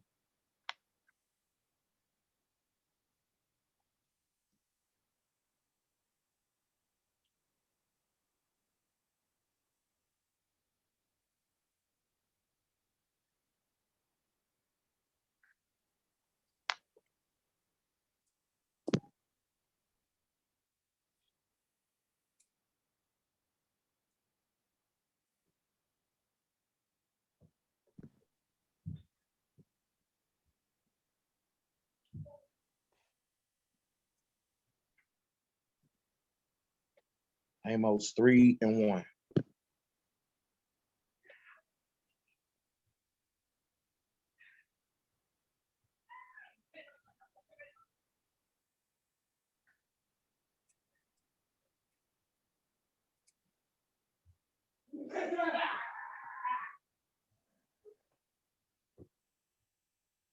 Y'all there? Yeah. All right. Amos 3 and 1. It reads, hear these words that the Lord hath spoken against you, O children of Israel, against the whole family, which I brought up out of the land of Egypt, saying, you only have I known of all the families of the earth. Therefore, I will punish you for all your iniquities. Right? So he said, so one more time, this Amos 3 and 1. Hear this word that the Lord hath spoken against you, O children of Israel, against the whole family, which I brought out of the land of Egypt, saying, because only Israelites got saved out of Egypt. He ain't say the Egyptians, he killed them, right? Right. He say the Israelites, right? So this is what he's saying to us, only to the Israelites. Verse 2, you only have I known of all the families of the earth. So he don't know them other nations. Therefore, I will punish you for your iniquities. So if your kids, if you got a kid, and all the kids on the block down the street and they throwing rocks at a house and busting windows in it, right? And you go down the street, you ain't finna start whooping everybody kids that ain't your kid, right? You finna take your child and discipline your child. The mother kids that ain't your, you gonna be overstepping your boundary because those ain't your kids, right? But you gonna discipline your child. That's why we getting our butt whooped by the Most High. The other nations are bastards. He's only our God. He's their creator, but he created everything. He created flies. He created cows. Right? But he chose Israel. Right? That's right. But make a long story short, That's why he whooping us. We don't want to listen. He whooping his child, right? The other nations, wait till y'all hear the other nations' judgment. They would have wished they went into 7 slaveries. Right. Right? But verse 2, one more time. You only have I known of all the families of the earth. Therefore, I will punish you for your iniquities. Now, I got a question for everybody on the call, right? Everybody on the call, unmute. How many gates in the kingdom of heaven? How many you think? Just based off your knowledge up to this point. I don't know. Think it's 1? Everybody come through the 1? What was the question? I ain't heard. How many gates in the kingdom of heaven? Is it one set? One way in? One way in? Well, let's see. Go to Revelation chapter 21. Everybody, go to Revelation 21. Let's see the kingdom of heaven, how many gates it is. Hey, Trinae. Say that again. I was trying, can you send DeAndre the link? He just called me, but Okay, I will. Revelation 21. Revelations 21. We finna start at 1, then drop down to verse 12. But we finna start at Revelation 21 and 1.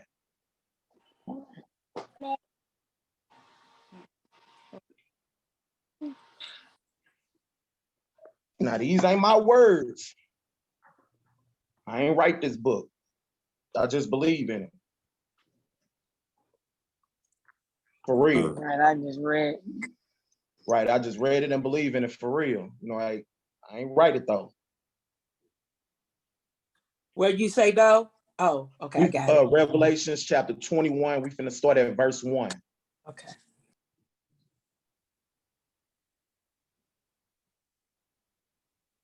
So we finna talk about the kingdom of heaven and how many gates. Let's just see if everybody finna go through this one big old gate. Yeah, everybody at Revelation 21? Yeah. All right, so Revelations 21, and it reads, and I saw a new heaven and a new earth, for the first heaven and the first earth were passed away, and there was no more sea. I read that verse just to get out the way. We're talking about the kingdom of heaven. It is a parable. It's not talking about the earth it's gonna be a whole new earth and a whole new moon, and there's no more sea. Well, which I have to understand is, like, according to the Bible has like its own language or way of speaking, right? So right now, all of us that's on this call is in hell, and white people are in their heaven. And when who people call Christ come back, he gonna put them in their hell, and we're gonna go in our heaven, right? And when we right, go back this ain't no fairy tale. It's not no fairy tale. This ain't no fairy tale. This is gonna happen on earth. It's in the Lord's Prayer, right? Y'all remember, our Father who art in heaven, hallowed be thy name. Thy kingdom come, thy will be done on earth as it is in heaven. So the same thing that's on heaven gonna come down to the earth. That's gonna be our kingdom of heaven, right? When we get into that kingdom of heaven, is what it's gonna look like, right? So when they say a new heaven, that just means somebody else is on top, right? And a new earth, the earth ain't gonna be ran the same way, right? And seas are considered like governments and shit. So it ain't gonna be no more governments when Christ come back. It ain't gonna be no more government of China and the UK and Queens over there and shit. All that's coming to an end, right? But now I want y'all to drop down, since we all got past this. Verse 1, 21 and 1 is the kingdom of heaven, right? And verse 2 says, and I, John, saw a holy city, the new Jerusalem, coming down from God out of heaven, prepared as a bride adorned for her husband. See, it's coming down out of heaven onto the earth, right? So this is heaven on earth, right? Now jump down to verse 11. So this is Revelations 21 and 11. Boom, having the glory of God, and her light was like unto a stone, the most precious, even a jasper stone, clear as a crystal, and had a wall, verse 12, and had a wall great and high, and had 12 gates, and at the gates 12 angels. And the names written thereon, which are the names of the 12 tribes of the children of Israel. And on the east with 3 gates, on the north with 3 gates, on the south with 3 gates, and on the west 3 gates. This is the kingdom of heaven. Kingdom of heaven got 12 gates for the 12 tribes of the children of Israel. So where everybody else come in at? I can't even fit in. It seemed like. How does Christian make this make sense?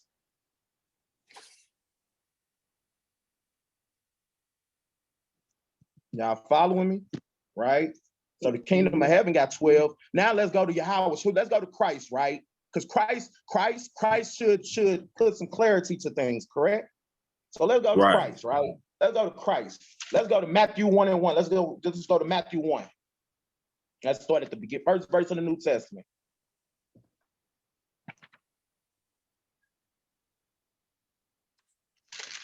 Let's go to the first verse of the New Testament. I'm going to go to Matthew 1:21.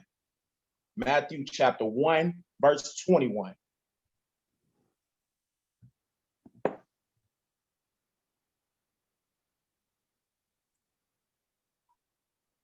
Do everybody on this call believe in or like the Messiah?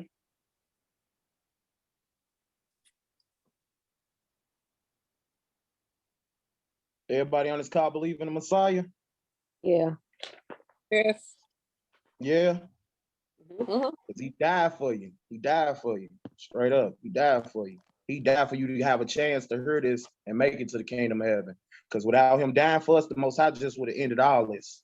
And we would have been done. He died for all our sins. Because we did so much wickedness that we like had a jail sentence of 1,000 years. We couldn't even pay the bill, right? And he came and paid the bill for us so we can come back to the Most High and try to do it again. That's the whole reason for him. He ain't come and die for everybody on earth, but we finna get that. So I'm finna go through these couple verses and then we finna deal with John 3:16 because I'm pretty sure everybody on this call know John 3:16 by heart. So Matthew 1:21. It's Matthew 1:21 and it reads, you got it out. Yeah. Read it for me. And she shall bring forth a son, and thou shalt call his name Christ, for he shall save his people from their sins. He shall save who? His people. From their sins. Now let's find out who is Christ's people, right? Let's find out who the Messiah people is. Go to the next chapter. Go to Matthew 2 and verse 6.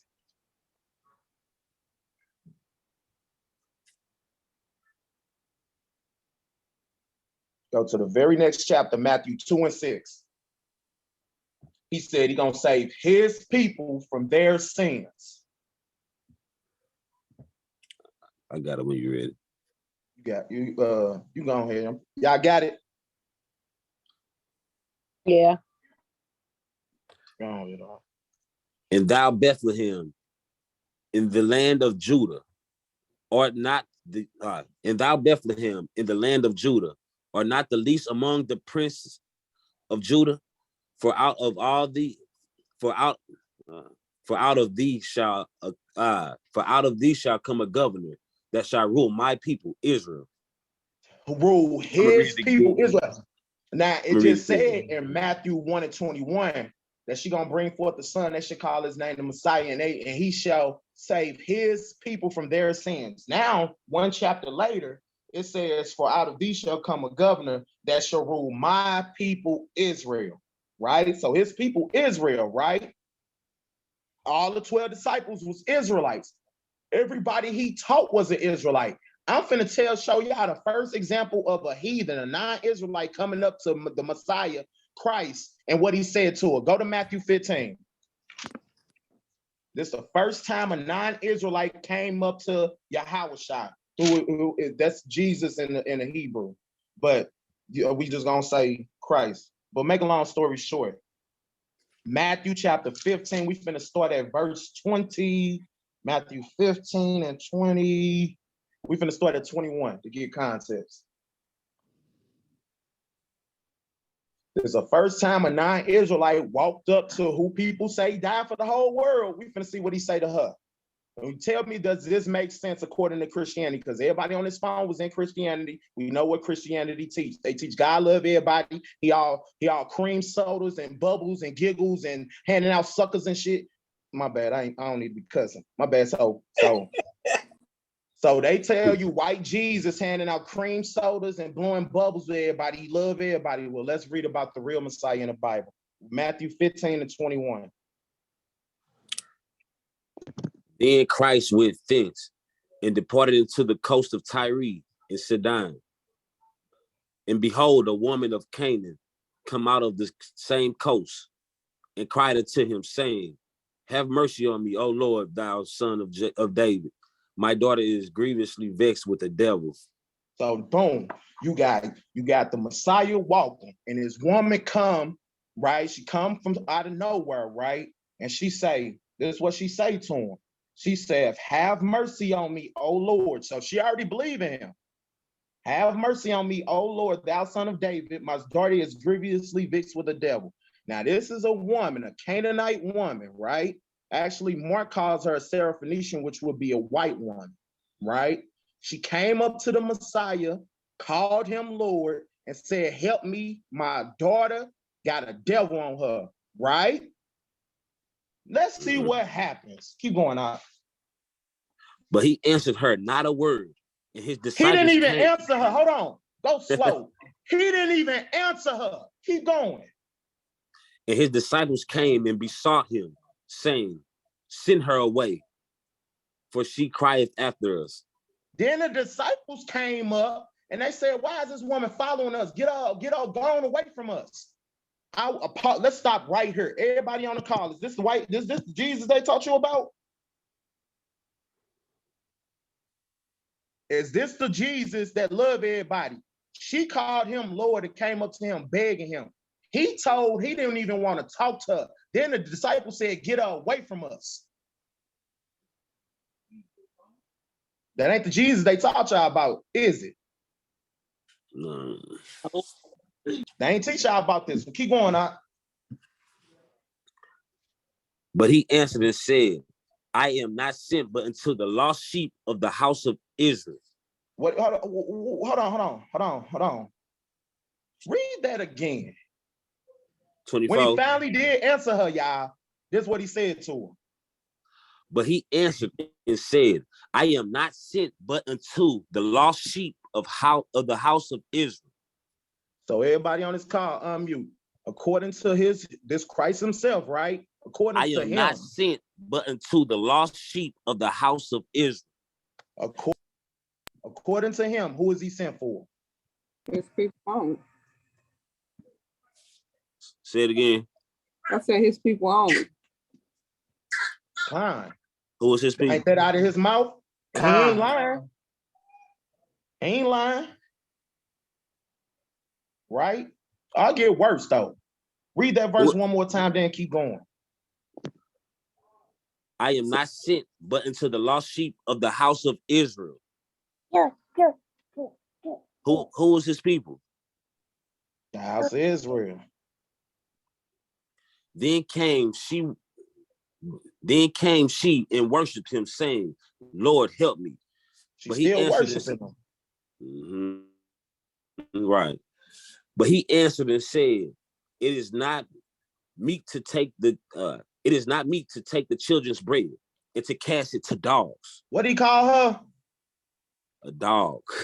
It is not meet to take the children's bread and to cast it to dogs. So the children are the children of Israel, right? Everybody?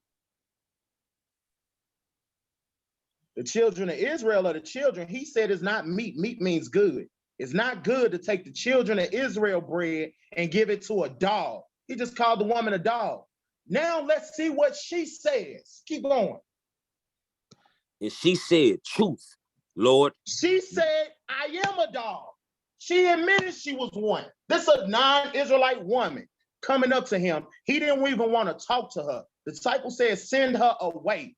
Then when he finally did talk to her, he said, I ain't even come for you. I only came for Israelites. Then she said, please, Lord, please help me. He said, it ain't good to take the children of Israel bread and give it to a dog. Is this the Jesus y'all was taught about? What chapter we in? Matthew 15. Okay, I'm on that. I'm just making sure. You reading this with us? Yeah, I just was making sure I didn't know if we moved to a different one. Yeah, we had started at 24. Now we started at 21, and yeah, we started at 21. I mean, sure. So, sis, what you think about this?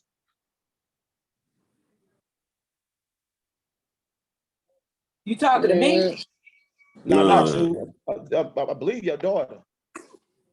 No, that's Crystal, I think. That's Crystal. I'm talking to all y'all. What y'all think about this? All the babies. I mean, we got more to go. If you got questions, we can do those. But I just want to. I'm just learning though, because I don't know nothing about it. So it's just, I mean, it's cool. I like it though. What I'm learning is just gotta know more to know how it really feels. My bad for cutting you off. What you say? No, you good. I just was saying I got to learn more to know to get more of an understanding, even though y'all explaining it as we going. But since this new to us, right. I don't know what to really say yet. Right, that's cool. But if you got a question, I'm ready to answer it. As soon as a question pop up, I answer it. If I can't answer it, I'll tell you I can't answer it. Can I be heard? I think it's it's mind-blowing because we learned that JC was for everybody and he was going around and healing everybody, and that's the way the church made it seem like. And just to read it this way and find out, if you're gonna be honest, yeah. And well, I don't want to be dishonest with the text, because after the woman admitted she was a dog, she ain't get the bread, but he gave her a crumb. So I want to read that. So I want to keep everything in context. This verse, my bad. Finish your statement. My bad. Yeah, but we were never taught to in church. We don't like when he'll give us a passage. He'll start screaming. We won't even get the rest of the food. Like we won't get the rest of the scriptures. So we never. Right. And then when we go home, we didn't pick up the Bible. We just took his word for it because we was trusting him. So so all of us learning all over again. That's kind of what we are. Different. The truth. The truth. No, I'm using it. You can use this. Okay, I'm gonna read so verse, this is Matthew 15:27. And she said, "Truth, Lord, yet the dogs eat of crumbs which falleth from the master's table." So she said, yeah, I'm a dog, but dogs eat crumbs that fall from the table, the master's table. Now the children of Israel and Christ, they at the table. All the crumbs that fall from it, the heathens can get. So verse 28, and Jesus answered and said unto her, "O woman, great is thy faith, be unto thee even as wilt thou wilt." And her daughter was made whole that very hour. But you have to understand within context what happened. A heathen woman had to walk up and get called a dog and get told of her salvation and he finna die for only Israelites. And she had to admit to all that just to get a crumb, because she still didn't get a bread. You have to admit. He said that it's not good to take the children's bread and give it to the dogs. She said, cool, you can eat the bread. I just want a crumb. And he gave her a crumb, which is a blessing. Ain't nobody get eternal salvation. Ain't nobody get saved to go to the kingdom of heaven through the 12 gates. That's not what happened. She got a blessing. And he can give anybody a blessing, right? In Genesis, every nation got a blessing. Every nation, right? But that doesn't mean that they're the Israelites, they're the chosen race, and they get the kingdom of heaven, right? And it's not like for the simpleton. It's not for like you gotta, we gotta like stop selling ourselves short. We are geniuses. We just need to tap into it, right? Like if you able to wrap your mind around the concept that's being explained through the Bible, it slowly will teach you, and it will basically, that's how you be born again. Like you keep hearing these words and these words change you. That's why what has to happen, right? But make a long story short, so we're gonna keep going, right? Now let's go to New Testament. Let's go to John chapter 4, I believe. John chapter, not the woman at the well. I need the woman at the well, John chapter 4. Now we finna look at what happens when an Israelite woman walk up to Christ. So we finna go to John chapter 4. So y'all Israelite women. So we just seen what happens when a white woman supposedly walk up to him. Now we finna read what happens when one of y'all walk up to him. And this conversation is gonna be totally different. And look what he finna offer her. He ain't finna offer her no crumb. So John chapter 4, and we're finna start at I'm gonna start at 1.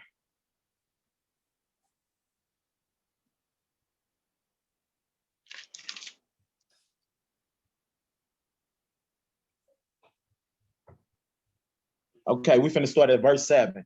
John 4:7. John chapter 4, verse 7.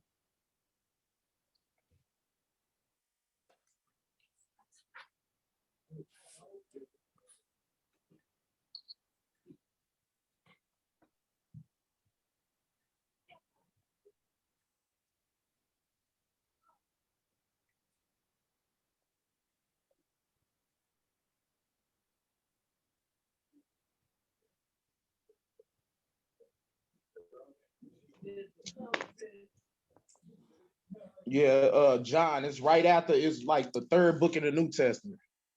Not 1st, 2nd, and 3rd John at the end of the very end by Revelations. Not that one. Not those Johns. St. John. It's like right after Luke, Mark, and Matthew. John, I don't even think it's, well, John chapter 4, verse 7.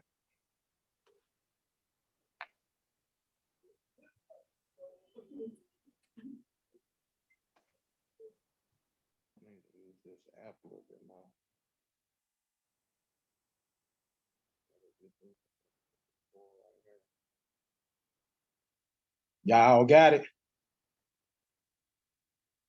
Yeah. All right. This is John chapter 4, verse 7. There cometh a woman of Samaria to draw water. Samaria, the 12 tribes is broken up into, 12 tribes. We started beefing and we broke up into 2 tribes, into 2 different, like the northern kingdom and the southern kingdom. We had 2 different kingdoms, right? Who people call Christ, he from the southern kingdom. He will basically be like a nigga, what you would think today, a nigga like in America, Detroit, or St. Louis. He just a black man, right?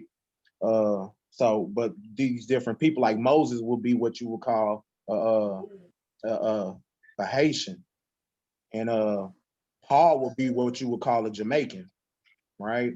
But that was today's names that was put on them. But it's 12 different tribes. So this woman was from Samaria. So she from the northern kingdom, right? Let me just start back over. I don't want to confuse y'all. So verse 7. And there cometh the woman out of Samaria to draw water. I just wanted to tell y'all she's an Israelite, right? But she finna say it. And Yahweh and Christ said unto her, give me drink. So he asked this woman. Now keep in mind, the first woman, he didn't even want to talk to her. When he walked up to this woman, he said something to her first, right? So he told her, and he said unto her, give me drink. Verse 8, for the disciples had gone away into the city to buy meat. So disciples gone. Verse 9. Then said the woman of Samaria unto him, how is it that you, being a Jew, he from the southern kingdom, asketh me, which am a woman of Samaria, for the Jews have no dealings with the Samaritans, because I told y'all the northern kingdom and the southern kingdom was beefing. So she like, how you from the southern kingdom, y'all know we don't get along, how you asking me to give you something to drink, right? Verse 10, Yahushua answered and said unto her, if thou knewest the gift of God, and now listen what he finna offer her, right? He ain't offering her a calm, he finna offer her eternal life. Verse 10, and Yahushua said unto her, if thou knewest the gift of God, and who it is that saith to thee, give me drink, thou wouldest ask of him, and I would have given thee living water. So he said, if you knew who you was talking to, you would have asked me for some water, and I would have gave you the living water, right? Now the woman finna admit she's an Israelite, right? So the woman said unto him, sir, thou hast nothing to draw with, and the well is deep, and from whence then hast thou have the living water? She said, you ain't got nothing to get the water with, and the well deep. So where you gonna get this living water you talking about, right? Verse 12, art thou greater than our father Jacob? This woman just admitted that her forefather is Jacob. Jacob is Israel. So this is an Israelite woman. Right. Why you think the whole conversation is different, right? So boom, one more time. Verse 12. Art thou greater than our father Jacob, which gave us the well and drank thereof himself and his children and his cattle? So boom, right? So he just offered this woman living water. That's eternal life, which is him, right? The first woman, he said, it ain't, I only came for the lost sheep of the house of Israel. This woman, he's telling, I'm here for you, right? Verse 13, how Christ answered and said unto her, whosoever drinketh of this water shall thirst again. So he told her, the water out this well, you drink it, you're going to be thirsty again. Verse 14, but whosoever drinketh of the water that I shall give him shall never thirst, but the water that I shall give him shall be in the well of the water springing up into everlasting life. See, told y'all, he offering this woman everlasting life, but this woman just admitted that her forefather is Jacob. This is not a heathen woman. This is an Israelite woman being offered salvation from the Messiah, right? This is totally different from the first conversation we just read in Matthew 15. Hallelujah. Woman, right?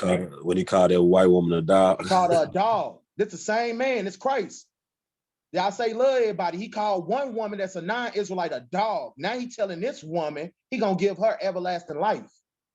Right? This difference between you and a white woman, or you and a East Indian woman, or you and a Arab woman. Christ offer you eternal life. They walk up to him. They gotta admit they a dog to get a crumb. There's a big difference.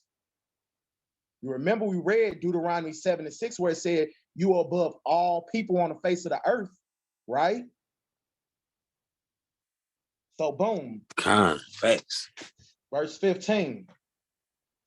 And the woman said unto him, Sir, give me this water that I drink, that I thirst not, neither come hither to draw. So she said, give me the water that I ain't gonna be thirsty again. I want that water, right? Verse 16. Christ said unto her, Go call thy husband and come hither. So it's customary in the Israelite thing to not talk to a woman if she got a man. So we'll talk to the man instead of talking to the woman. Verse 17, and the woman answered and said, I have no husband.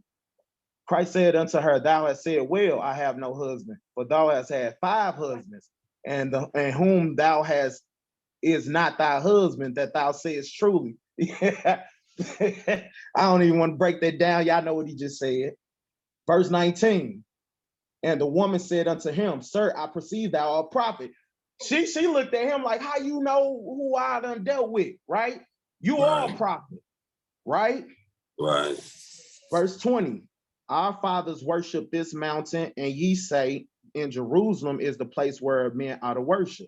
Verse 21, Christ said unto her, Woman, believest me, the hour is cometh when ye neither in this mountain nor in Jerusalem shall worship the Father. Y'all don't know what that's talking about, but our temple, when Christ was walking this earth, we had a temple in Israel that we used to go into and do animal sacrifices and all that other stuff, praise God and all that other stuff in the temple.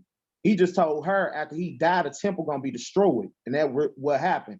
In around 32 AD, that's when Christ was killed, right? In 70 AD, this real history, in 70 AD was the sack of Jerusalem. Titus Vespasian is a Roman ruler. His dad built the Colosseum, that big ass place where everybody was fighting with the swords and stuff, and they was killing to death or whatever. His son is Titus. He invaded Jerusalem. Well, that's where we from. They blockaded the city, wouldn't let nothing come in or out. And it was like a 7 where it's called the Roman Jewish Wars. If you ever want to look it up in history, it's the Roman Jewish Wars. It happened from 67 AD to 72 AD. It was a 7-8 year war. But make a long story short, he just I got way off topic. I don't want to go deep. All right, so boom. What verse was I at? My point is the next verse, verse 22. This is my point, y'all, for even going here. Verse 22, ye worship, ye know not what. We know what we worship, for salvation is of the Jews, right? He just told this woman salvation is only for Israelites. That's red letter. So if y'all see this in y'all Apple and y'all Bible, that's red letter, right? Right. That's red letter. Y'all got to understand. In Matthew 15:24, he said, I'm only come for the house of the lost sheep of the Israel. Here go in John 4:22, he's saying, you your worship, ye know not what. We know what we worship. Don't nobody else need to be saved anyway. Yeah, what they gonna be saved from? We the people that need to get saved. And then keep in mind the first verse we read: you shall be saved from your enemies and all that hate you, in the hand of all that hate you. Right? Salvation. So that's what saved. That's saved. You see how all this coming together and makes sense? All this comes together perfectly, right? If anybody got a question, just stop me at any time and ask your question. Can I be heard? Con. Okay, what helped me is when you finally broke down, because at the end of 422, it say is of the Jews. When you told me that word Jews came from Judah. And I was like, what? Con. So it's 12 tribes in the children of Israel. The word Jew derives from the word Judah, from the tribe of Judah. So Jew just means you descend from the man Judah. But the southern kingdom as a whole is also called Jews also. But yeah, that's where the word comes from, Judah. He's basically saying salvation is only for Israelites. So now we finna keep going though. We finna keep going. So now we just finna keep going. Just stop me when y'all. So boom. That's John 5. Okay, let's go to after he died, right? Let's not we seen why he was alive, right? So let's see if something changed. I want to get this verse before we go anywhere. So we just read all these verses out the Old Testament, all these verses out the New Testament. I want to establish something very, very, very quickly. I need everybody to turn to Malachi 3 and 6. Malachi 3 and 6. It's the last book out the Old Testament, supposedly, but it's the last book out the Old Testament. Malachi chapter 3, verse 6. I need to make this point before I move any further. Malachi chapter 3, verse 6.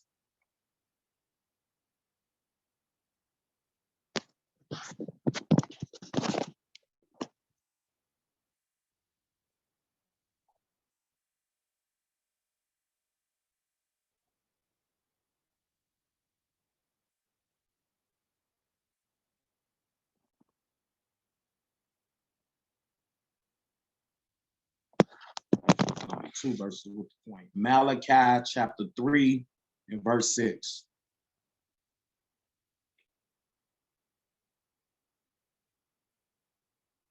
Because some people might say, well, that was at that time, and now this is some for this time, right? Well, let's see what the Bible say about that, right? So this is Malachi 3 and 6. Hopefully y'all got it. Y'all got it?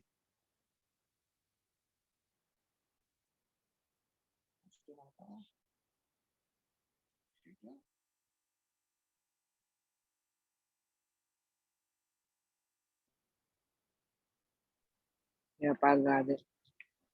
My bad. My bad. Malachi 3 and 6, and it reads, For I am the Lord, I change not. Therefore, ye sons of Jacob are not consumed. So the Most High don't change, right?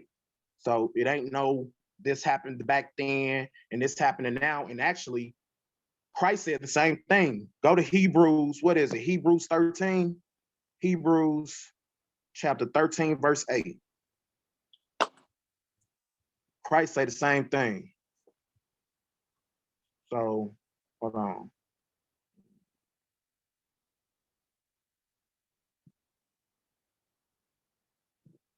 This Hebrews 13 and 8. Y'all ain't really got to turn to it. I'm just gonna read it to say it says the same thing. It says, Christ is the same yesterday, today, and forevermore. So Malachi 3 and 6 and Hebrews 3 and 8. The Most High ain't changing, Christ ain't changing. So this ain't something that just was then for then now, right? This whatever they say is law, right? It is what it is. So boom. Go to after he died. Go to Acts chapter 13, verse 20. No, go to Acts chapter 5. Acts chapter 5, verse 29. Acts chapter 5, verse 29.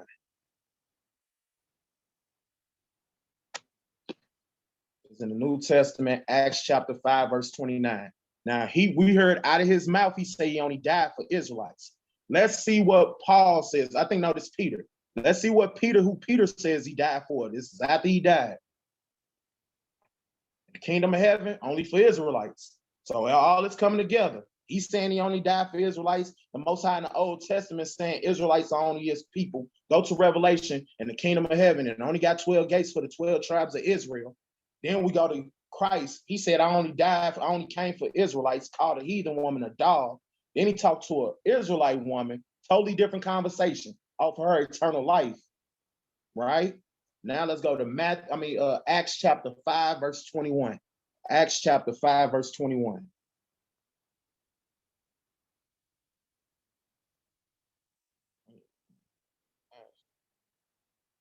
Acts chapter 5, verse 21, and it reads, and Peter and the other apostles answered and said, we ought to obey God rather than men, right? So we ought to obey the Father rather than what somebody say. And that's the whole reason why I want to go to the verses, because I could say anything. Anybody could say anything for what the Bible say.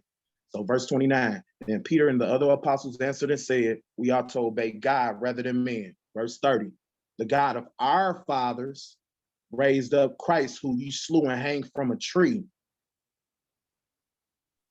Verse 31, him have God exalted with his right hand to be a prince and a savior, for to give repentance to Israel and forgiveness of sins.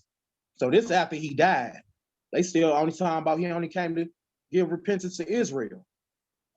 Hey, y'all tripped out how he hung from a tree though? Like a lynching. Yep.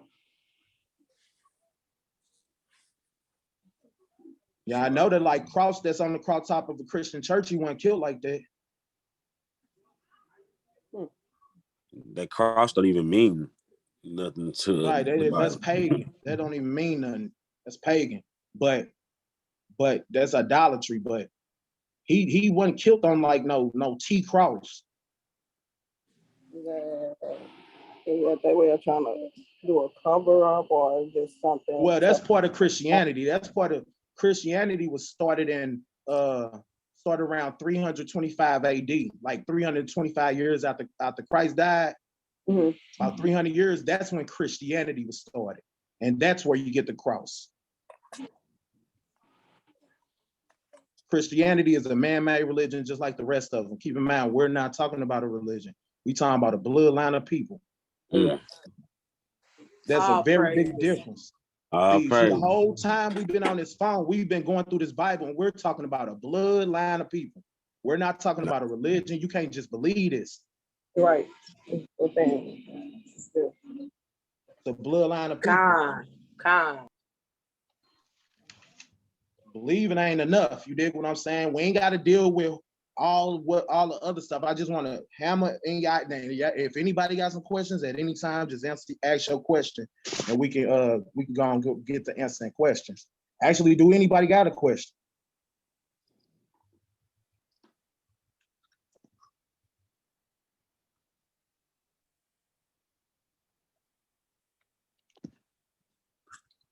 Take that as a no. All right, so boom. We went through there. All right, so anybody here ever heard of the New Covenant?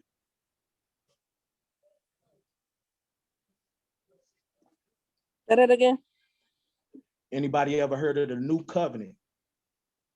No, not that I reckon. All right, go to Hebrews 8 and 8. Hebrews 8 and 8 in the New Testament. Hebrews 8 and 8. Chapter 8, verse 8. All right.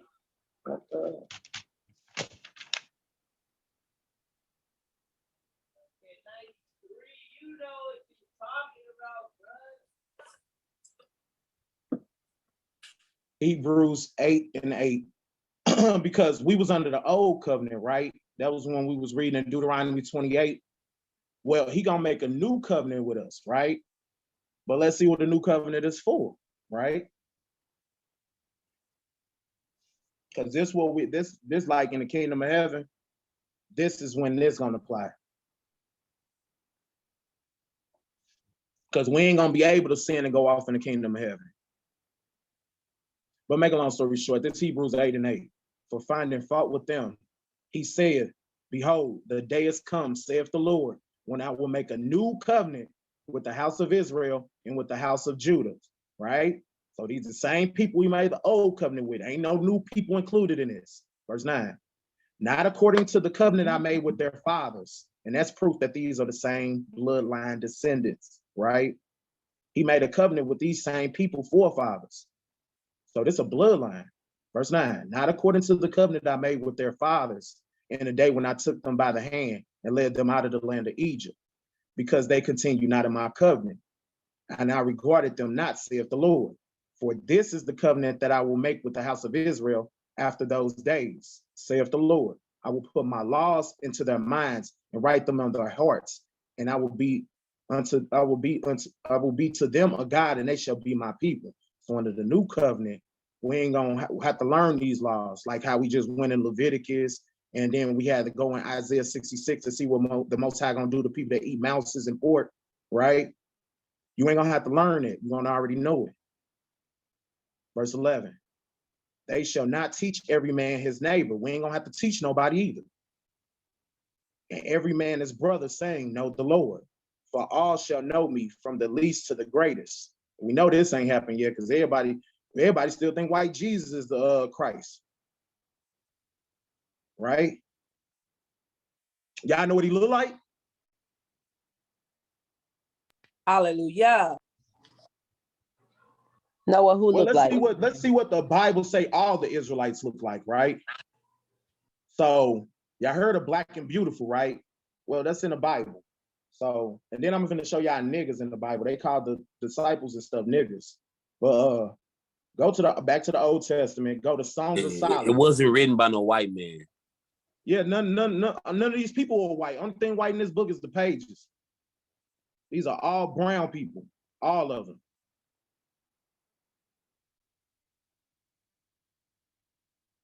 Songs of Solomon. The Songs of Solomon, is it? No, it's 1 and 5. Songs of Solomon, chapter 1, verse 5.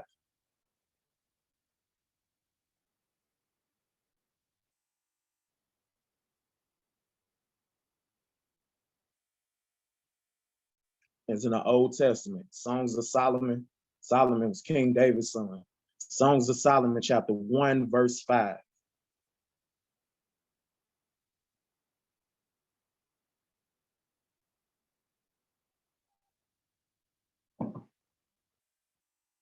All right, it reads, I am black but comely, O ye daughters of Jerusalem, as the tents of Kedar and as the curtains of Solomon. If you look up that word comely in Hebrew, it means beautiful. O ye daughters of Jerusalem. Those are the girls of Israel, right? I am black and beautiful, daughters of Jerusalem. So that's for the women of Israel. That's y'all. Black and beautiful. Then I go to Job. My skin is black up on me. Y'all already know Christ got hair like wool, feet like burnt grass, as if it burnt in a furnace, right? Y'all know that? No, kinda. Sorta. Well, let's see what the Bible say about the Son and the Father. Let's see what the Bible say the Son and the Father. Now, we established that we think we Israelites and the Israelites. All right, let's see what they look like. Let's start at let's go to the first one. Let's go to Revelation, the one everybody know about. Revelations 1 and 13. And then we finna go deep, the verses people don't go to or don't know about. So Revelation chapter 1, verse 13, we finna deal with how Christ looked, right? Then we finna go in the Old Testament and show you what Christ looked like. Then I'm finna show you the Father in the Old Testament. So Revelations 1 and 13, it reads, and in the midst of the 7 candlesticks, one like the Son of Man is Christ, clothed with a garment down to the foot and cursed about the paps with the golden girdle. The paps is your midsection. A golden girdle, like when they went to war, you couldn't stab to nobody in their stomach, right? So that's what they wore during war. A metal like golden or metal girdle around a midsection to protect them from being stabbed. But that's what it's saying. And girded about the paps with the golden girdle. Verse 14. His head and his hairs were white like wool. So the hair on top of his head and the hairs on his face were white like wool, as white as snow. and his eyes were the flame of fire. So his eyes were red. Verse 15, and his feet like unto color of fine brass. And everybody know brass is the color of a penny. And his feet like unto fine brass, as if they burned in a furnace. But he wasn't that brown.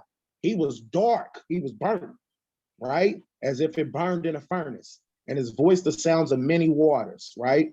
So that is who people call Christ in the Old Testament. But this same account is in the New Testament. So everybody go to Daniel chapter 10 now. Daniel chapter 10, verse 5. Right. In the Old Testament. Yeah. Daniel chapter 10, verse 5. Now we're finna read about the Son in the Old Testament. The same thing where it said eyes red, right? But in Daniel, it ain't finna just talk about his feet, it's finna talk about his arms too. So Daniel 10 and 5. 10 and 5.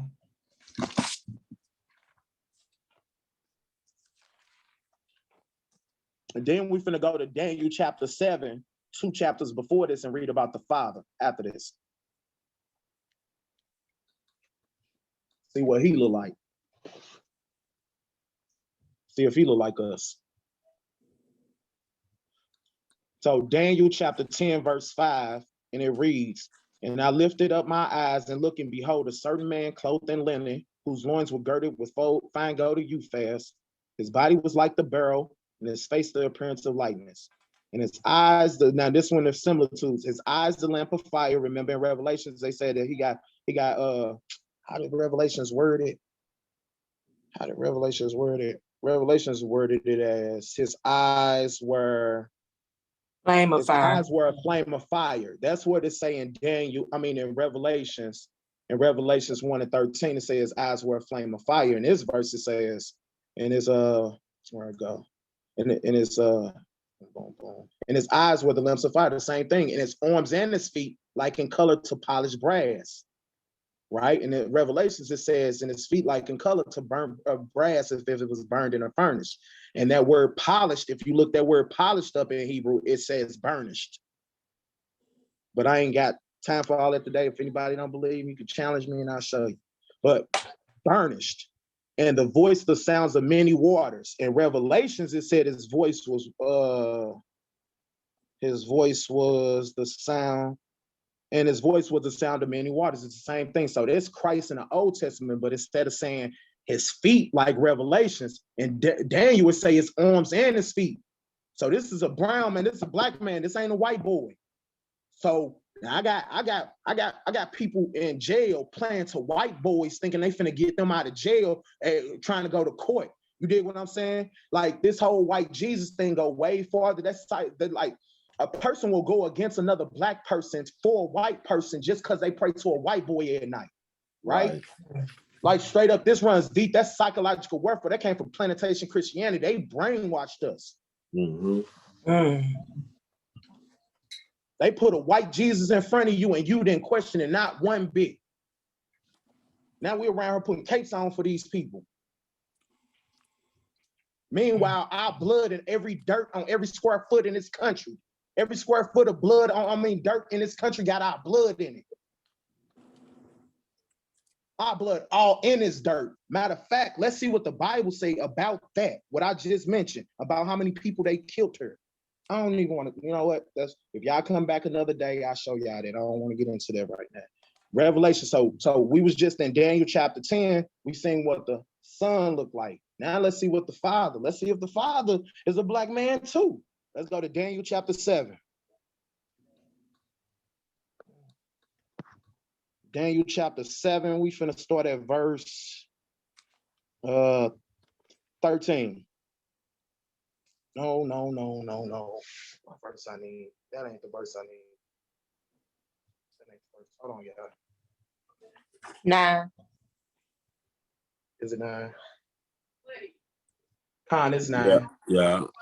Right on. Give my notes, y'all. I'm learning. Yeah, verse 9. Appreciate that.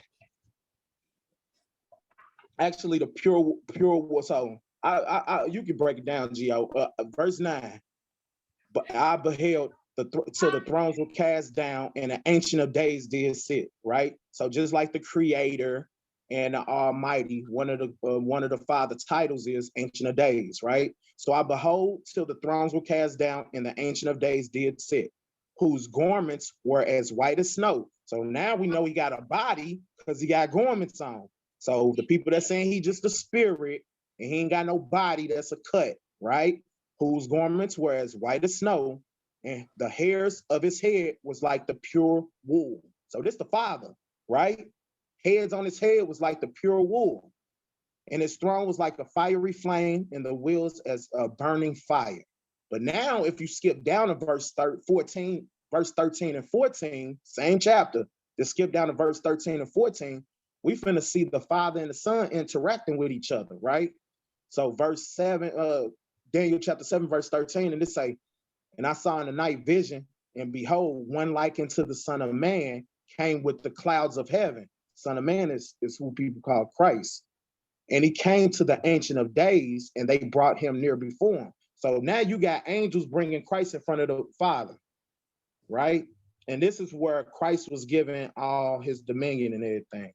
And that was given to him dominion, glory, a kingdom that all people, nations, and tongues should serve him. And his dominion is an everlasting dominion, which shall not pass away, and his kingdom that shall not be destroyed. Because when he come and become king on this earth, when we get to the kingdom of heaven, our king gonna be Christ. We going through them 12 gates. When in that land, the king is gonna be Christ, but he ain't gonna just be Christ over us. He's gonna be Christ, king over the whole world. But this is when he got his authority in the Old Testament. Nobody ain't got no questions, right?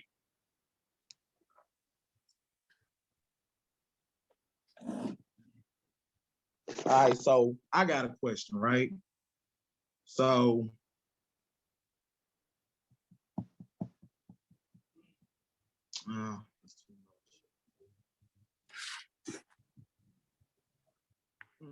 Did we look at I Am Black but Comely?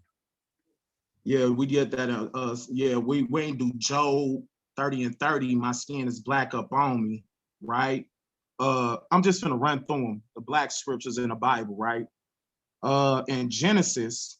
Because the only time we talk about the other nations is when we in captivity to them. This is our history. Exactly. Because yes, it talks about all our slaveries, right? And we can get through the timeline. That's why I'm trying to see if somebody got some questions so I can clarify some things. Yeah, can we see what the Father looked like in Revelations 2? It was Revelations 4, I believe. I think we didn't. I don't think we did that one. Nah, we didn't do this one. Yeah, so Con. See, she keeping me on point. This one slipped my mind. This one straight slipped my mind. Revelations chapter 4, verses 1 through 3, right? So Revelations chapter 4, verse 1 through 3. Let's talk about the Father too. So if the last one good enough, it said he had the robe, he had the garments, or his garments was white as snow, and his hair like the pure wool, right? That's what we just read in Daniel. But this one is a little bit better. So I commend you for bringing this one out. All right, this Revelation chapter 4, verse 1. And after this, I looked and beheld, the door was open in heaven. And the first verse which I heard was as it was a trumpet talking to me, which said, cometh up hither, and I will shew thee things which must come hereafter. And I immediately was in the spirit, and behold, a throne was set in heaven, and one sat up on the throne. So he get a vision, he see a throne in heaven, he see one person on this throne, right? This ain't a Trinity where you see three people in one. This ain't none of that. The Father is on the throne, right?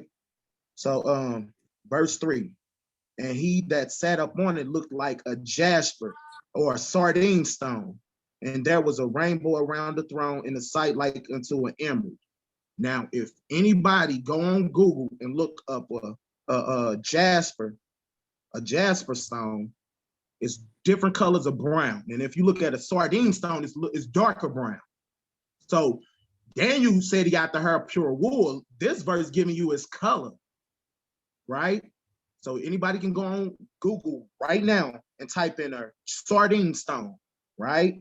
It's spelled right here, S-A-R-D-I-N-E, sardine stone. Go type that in Google and you finna get a dark brown stone. I put it in our chat. It's on the chat. It's on the chat. That's what the Father looked like. We already seen what the Son looked like, seen what the Father looked like, Old and New Testament, right? It's not a white boy.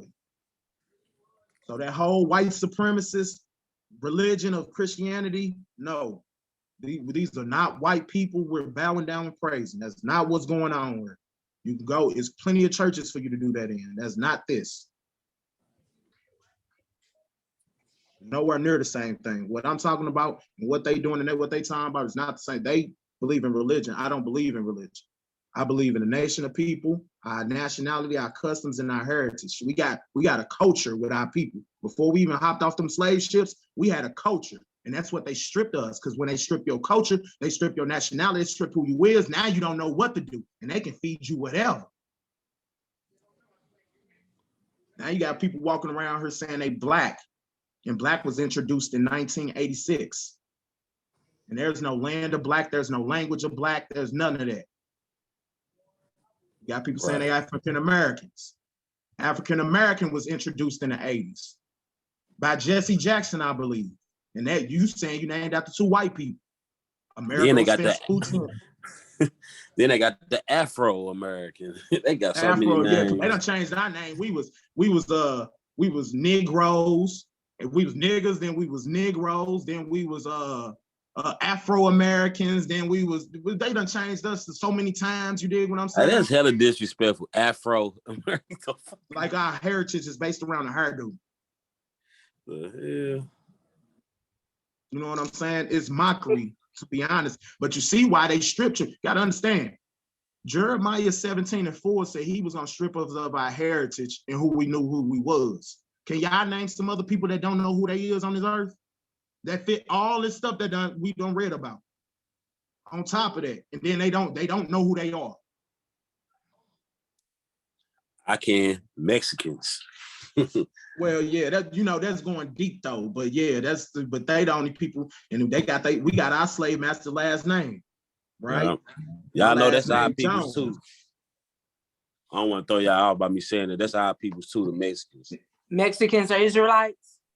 Yeah, yes. Puerto Ricans, Native Americans, Jamaicans, Haitians, anybody from the Caribbean islands. Half of the slave ships went to Brazil.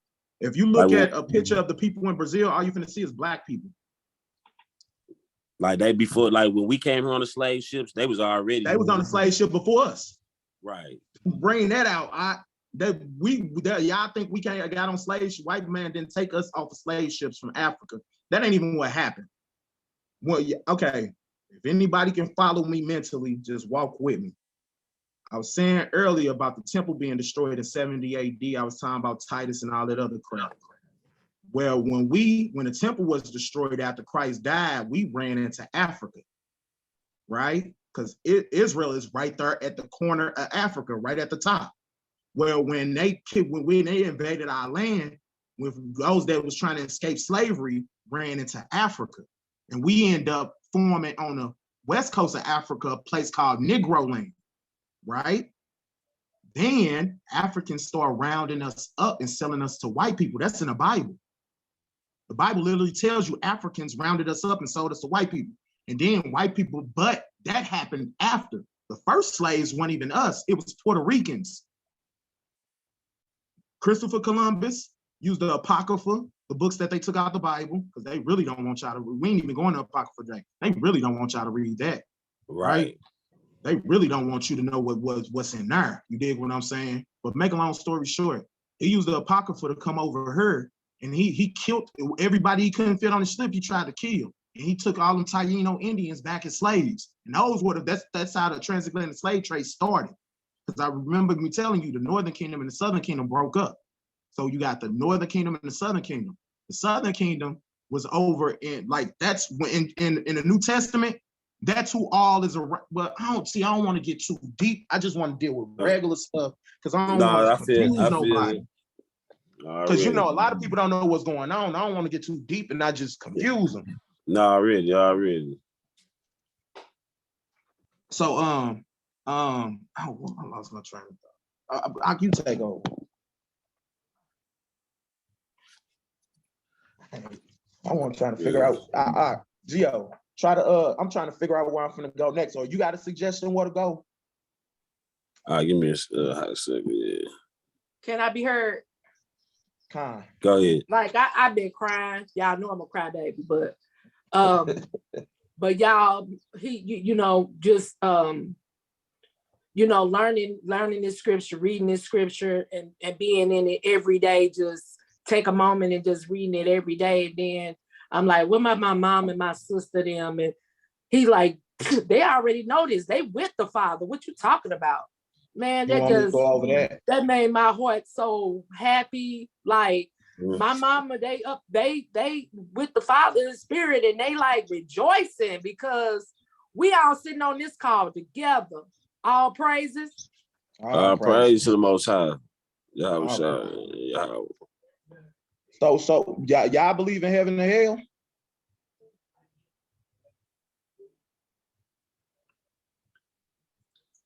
Do y'all believe in heaven and hell?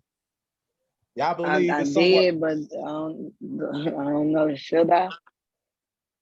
Because I'm gonna show you a person being in hell in the Bible when they was alive. Okay. All right.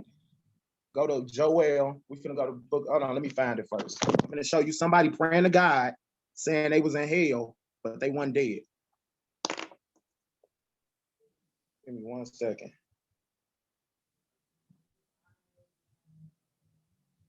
Because I know we grew up thinking about the devil with the horns on the head, the pitchfork, the fire, and all that. And just think, they gonna tell us we're gonna be on the bottom all our life, and then we're gonna go to hell too. Meanwhile, white people, they living it up and they gonna go to heaven. Like the psychological warfare they did on us is crazy. Like even in thought, we protect these people and get like a black person won't care. Because listen, we Israelites, everybody know we teach because that's what the Bible say. White people can't be saved. But look, if the Bible said Chinese people can't be saved, niggas wouldn't care. Niggas would not care. Because they don't pray to a Chinese dude when they close their eyes at night. Right. It's like this straight psychological warfare. Like Christianity is straight psychological warfare. It's like a government operation down there. Like that shit crazy. Damn, I need to stop cussing. All right. And cussing is not a sin, y'all. It ain't good to do, especially while operating in this capacity, talking about the Most High God. But cussing is not a sin, contrary to what a Christian said. There's no verse in the Bible that says thou shalt not cuss. But lovelies, that don't mean you cuss in front of me. Kind of. Okay. I'm sorry. I apologize. No, I'm talking about my kids and my nieces. She wasn't talking about you. Look, here go Brianna finna. I'm just being on the safe side. I'm just apologizing. Look. And Brianna finna text me right now. See, mama?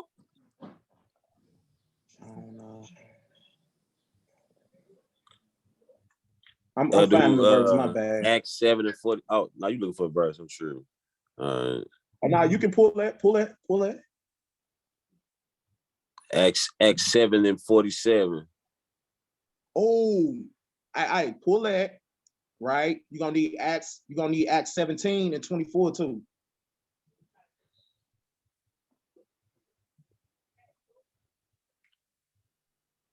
All right, y'all finna break out Acts 7 and 47. Hold on, let me read this verse for her, and then you can take over for that. I got it in the camera. Don't go to Joel. No, go to where you saying. This was Jonah. My bad. Okay. Jonah chapter 2. So if y'all want the verse for where somebody was praying to God, saying they was in hell, but they wasn't dead. This is Jonah chapter 2, verse 2. Where Jonah at? It's in the Old Testament, and it is Jonah is what's the best way to describe it? It's right before the New Testament start. Okay. The books are and short. Said chapter 2. Yeah, Jonah chapter 2, and we can start at verse 1. Hold on, y'all. Oh, people in the house. Okay. 2. Okay. Jonah 2. Okay. Jonah chapter 2, verse 1, and it reads, Then Jonah prayed to the Lord, his God, out of the fish's belly. And he said, I cried by reason of my affliction unto the Lord, and he heard me. And out of the belly of hell I cried, and he heard my voice. Now, right after this, he got threw up by the fish and went to go preach basically do what I'm doing now. Because the Most High told him to go somewhere and preach. And he didn't want to do it. He wanted to do his own thing. So the Most High had a fish swallow him.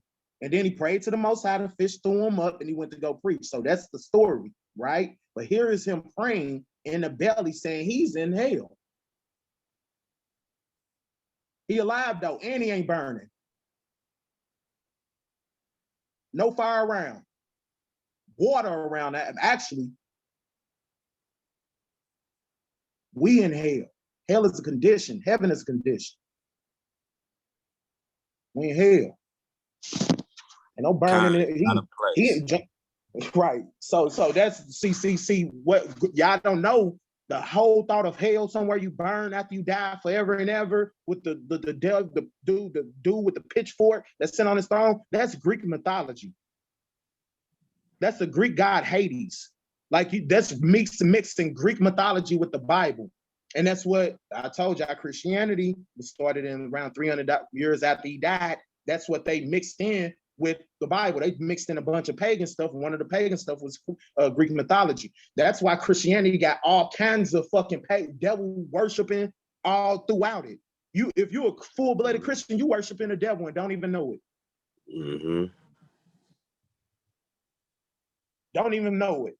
Wow. You doing the whole little cross, the Sunday worship, all that up. You straight worship, calling on Jesus, which you learned out to see this. You doing whole Greek mythology, Greek worship, believing in heaven. That's all you doing. Rituals, all kind of stuff in them churches, which you're not supposed to be in them churches, which Geo finna touch on. You got it, flow, my brother. Where I was at X. What we need to turn to? I just lost my page. Acts 7 and where I was at. Acts 7 and 47. Yeah, Acts 7 and 47. That's where I was at. All right. I need y'all to turn to Acts 7 and 47. Acts 7 and 47.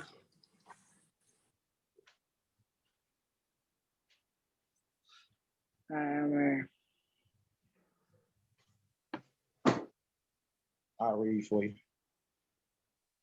But Solomon built him a house. Howbeit, the Most High dwelleth not in temples made with hands, as saith the prophet. All right, so Solomon built the Most High house. Solomon, he was high ranking Israel. You know what I'm saying? Respected amongst a lot of the men. You know what I'm saying? But he built the Most High house, and the Most High was basically saying, "How can you build me a house?" I'm going to.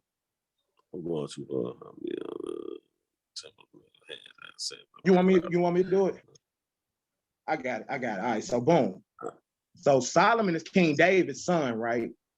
King David wanted to build the Most High temple, but King David went to war, killed some people. The Most High says you got blood on your hands, you can't do it. So the Most High had Solomon build the temple in the land, right?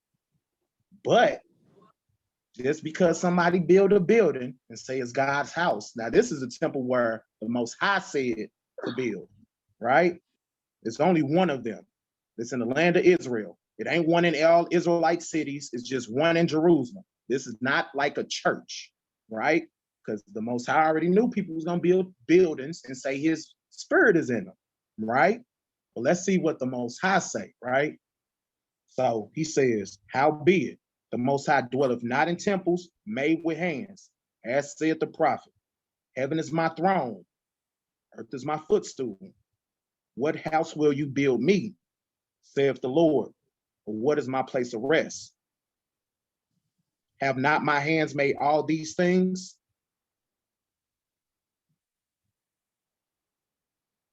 The Most High made everything. He made everything. You can't just build something and say, oh, this is where his spirit dwells. You know what I'm saying? And basically, that's just, that lets you know, like, pastor never read that, because that also lets you know that, oh, okay, the Most High don't dwell in the church where the pastor is speaking, asking for this money. I don't have to go to this place right here to get in touch with the Most High. You know what I'm saying? And Pastor never read that to you. You don't even have to go to church. You don't have to. Why Pastor broke that out to you? Hold on. Let me read. Nobody ain't even got to go to this verse. I just want to read it. We at so-called church, if you really want to be technical, according to the Bible, because the Bible say when 2 or 3 are gathered in my name, he is also there. This is church. This is what you call church. This is where he at. This is where he at, right? This is where he at. Just because you build a building on a corner and say it's a church don't mean the Most High Spirit is in there, but the Most High don't say this one time. He said multiple times. So Acts chapter 17, verse 4. Go to Acts 17 and 4. Stay in Acts, but go with chapter 17, verse 24.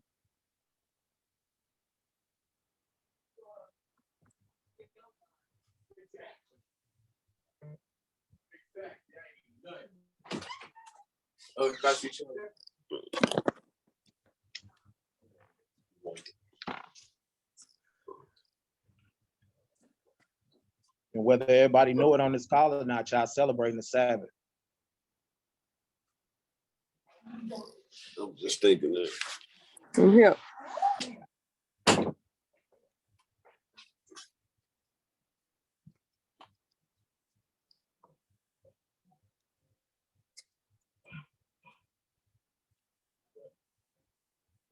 All right, I'm finna read it for you, bro. You can break it down. Acts 17 and 24.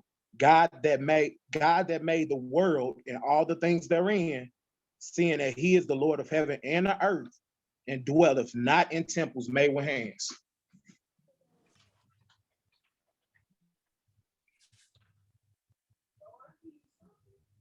Yeah, so like we said again for the last verse, because I gotta repeat it. It's a precept. Like the Bible gonna speak. It can't like when it says something, it's gonna say it multiple times. That's how you gonna know it's for real. That's how you know it's real, And the Most High made everything, like we just said. And right now we on this call. This call ain't made with hands. This, you know what I'm saying? We right here in the spirit of the Most High. The Most High right here with us. We don't have to go to church. We don't have to go to TJ's, Pastor Mike Jones. We don't gotta, you know what I'm saying? That's a lot of this. Pastor Mike Jones, yeah. Right there on Martin Luther King, he built the little. I debated him before. Nah, that was what was that pastor I debated, bro? Whatever, don't matter. But yeah, he don't dwell with in temples made with hands. You don't have to go to church. So that's basically what I'm bringing out too. You don't have to go to church for this. And if you think you wrong for not going to church, the Bible just told you you're not. You actually, what you're doing right now is what God told you to do. He didn't tell you to go into Ebenezer's upper room, Baptist, preliminary, seminal, commissionary, and Baptist, all this church. He didn't tell you to go there, right? Right. But how we gonna pay our tithes?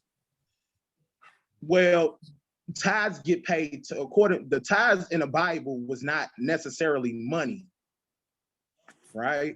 So you can give tithes 10% of your food, because we agricultural people. We used to have acres and acres of land and farm animals, and we used to be rich in that way, right? So we didn't necessarily pay that, but you see the hypocrisy with Christianity. They say the laws are done away with and you can eat pork, but the only law they keep out the Old Testament is paying tithes. That's an Old Testament concept. Right. That's in the Old Testament, but you can come with a box full of peaches. You can have a box full of oranges and watermelons and stuff. That's tithing in the Bible. You could give or just helping for you. But Christianity say you can do whatever you want to, right? You can be whatever you want to, do whatever you want to, just give us our money. Right? Mm-hmm. Meanwhile, Israelites teaching and they ain't asking you for nothing. They just want you to know who you is. And after that, it's up to you. You got to work out your own salvation. We gotta plant the seed. We gotta do the Most High work. You gotta tell another person, even though it ain't popular and people gonna look down upon you for it, but that's how we gonna get up out of here. Because if any Israelite love it here, I feel sorry for you. There's no way you can see all this happening to us and all us dying and all us in this position. And you can't care about your people and love, because that's the whole thing. Do you really love your people? You dig what I'm saying? I know people love themselves, but do you love your people? But this you dig what I'm saying? Because our people going through with her. And I'm getting tired of saying my people died her. I'm tired of it. Like a lot of people don't even know our history of what they did to us. They don't know about gay debate. They don't know about how white people wore shoes made out of black people's skin into the 50s and the 60s. They don't know it was black people in Mississippi that didn't get out of slavery into the 60s. Right. It was black people in Mississippi in slavery into the 60s. They did not know they was free from slavery until Martin Luther King got killed. That's how they found out. That's true. I had it on my Instagram page. Wow. That's you true. Did what I'm saying? People don't know exactly what they did to us. They killed 100 million black people just on a trip. They killed 77 million Native Americans and Seminole Indians. 77 million stole their land, killed us. You dig what I'm saying? Brought us over here in slavery, stole somebody's land. You dig what I'm saying? Gave you a white Jesus, beat your whole heritage out of you. And then after all that happened, we still got to find a way to come back to the Most High, right? And if any other nation of people went through this, they would have been destroyed. But we are the chosen race. So Most High ain't gonna put us in nothing we can't get ourselves out of. And everybody don't even get this chance to even hear about the Most High. Like this is like a gift from the Most High, right?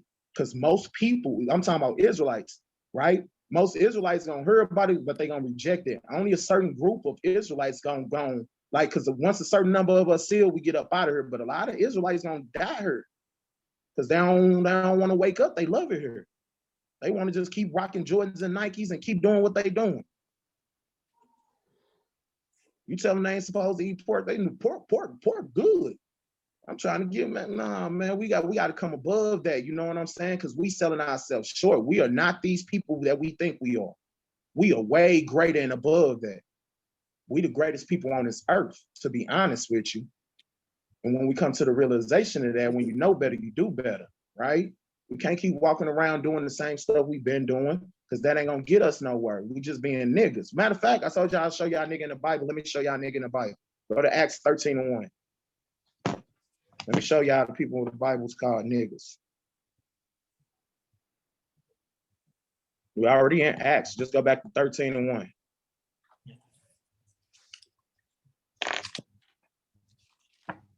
Now I got to look up a word.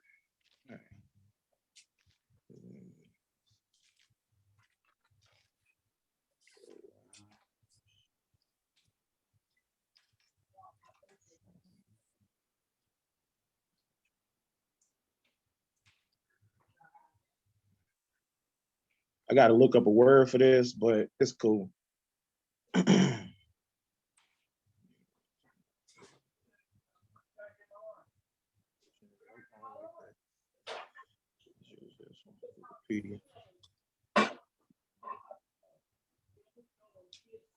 All right. So where we at?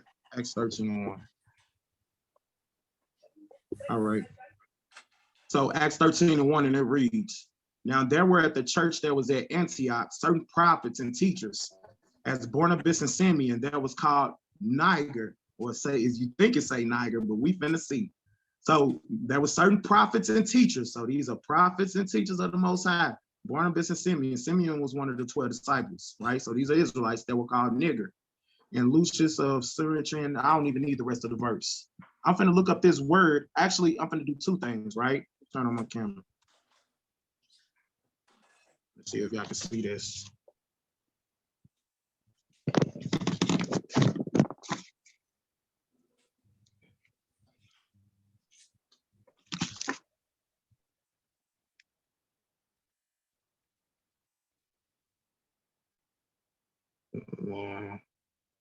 I'm just gonna read it. All right. It says the English word nigger typically is an ethnic slur used towards Black people, especially African Americans. So the word nigger is a derogatory term used for Black people. All right. To go to the point. The word originated in the 18th century as an adaptive to the Spanish word negro, and a descendant of the Latin adjective niger, which means Black. The word nigger comes from the Latin word niger, which means black. The word nigger. So white man told you that nigger means ignorant, and that's a lie. The white man ain't invented nothing. He ain't even invented a cell phone that we own now, or the internet. And if that blows your mind, I can show you and prove it to you.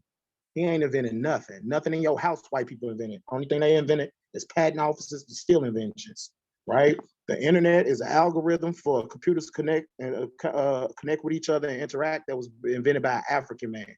And a cell phone was invented by a black man, and a GPS was invented by a black woman. But make a long story short, the word black doesn't mean ignorant. I mean, the word nigger doesn't mean ignorant. It means black. Now I'm finna look up this word in this verse in the Bible dictionary.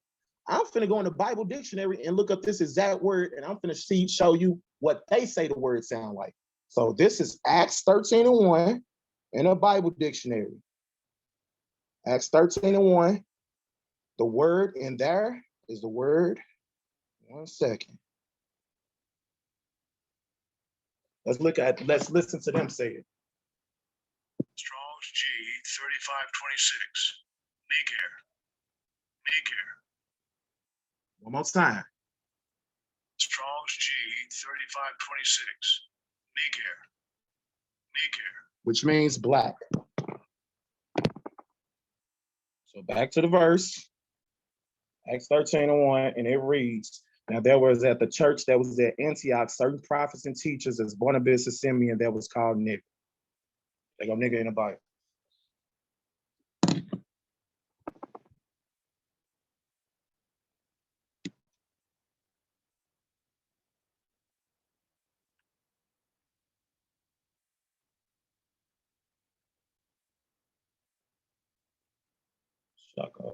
What else I got? Obadiah, I don't want to deal with them. Mark 12:29. The first commandment of all commandments. The first of all the commandments.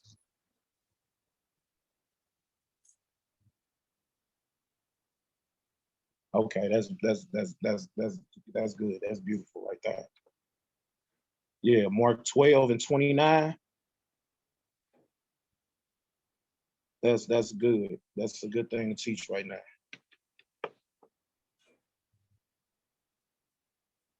So Mark 12:29, if y'all turn there. And it's a red letter, so these Christ words.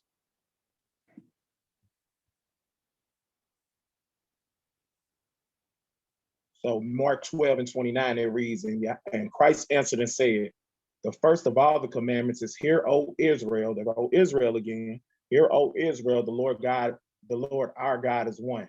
And thou shalt love the Lord thy God with all thy heart and with all thy soul and with all thy mind and with all thy strength. And this is the first commandment, right?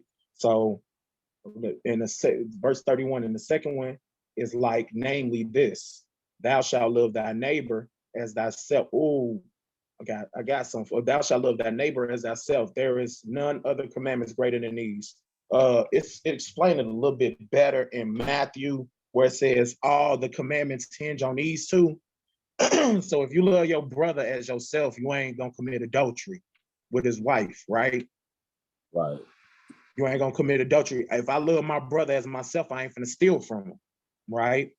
Right. If I love the God with all my mind, body, and soul, I will listen to him when he said, don't eat pork, but don't eat crab, shrimp. See, that's how all the commandments hang on those two. But I'm finna we wind it down, but love your brother as yourself, right? Love your neighbor as yourself. So who y'all neighbor? Is y'all neighbor the Chinese man? No. Is y'all neighbor? Let's see what. Huh? See, I got two answers, but I want you to correct me though. So when you say love thy neighbors, and you said we only supposed to love our people as our neighbor, our brother, or the same of our kind, or are you saying Mexicans, or are they excluded from that? No. Well, this 12 tribes of Israel, they just one of the tribes. Puerto Ricans, they just one of the tribes. But what I'm saying, actually, I'm gonna let the Bible answer your question. That's a very good question, and it's first gonna answer it exactly. So is it Leviticus 17? Leviticus 17 and 19.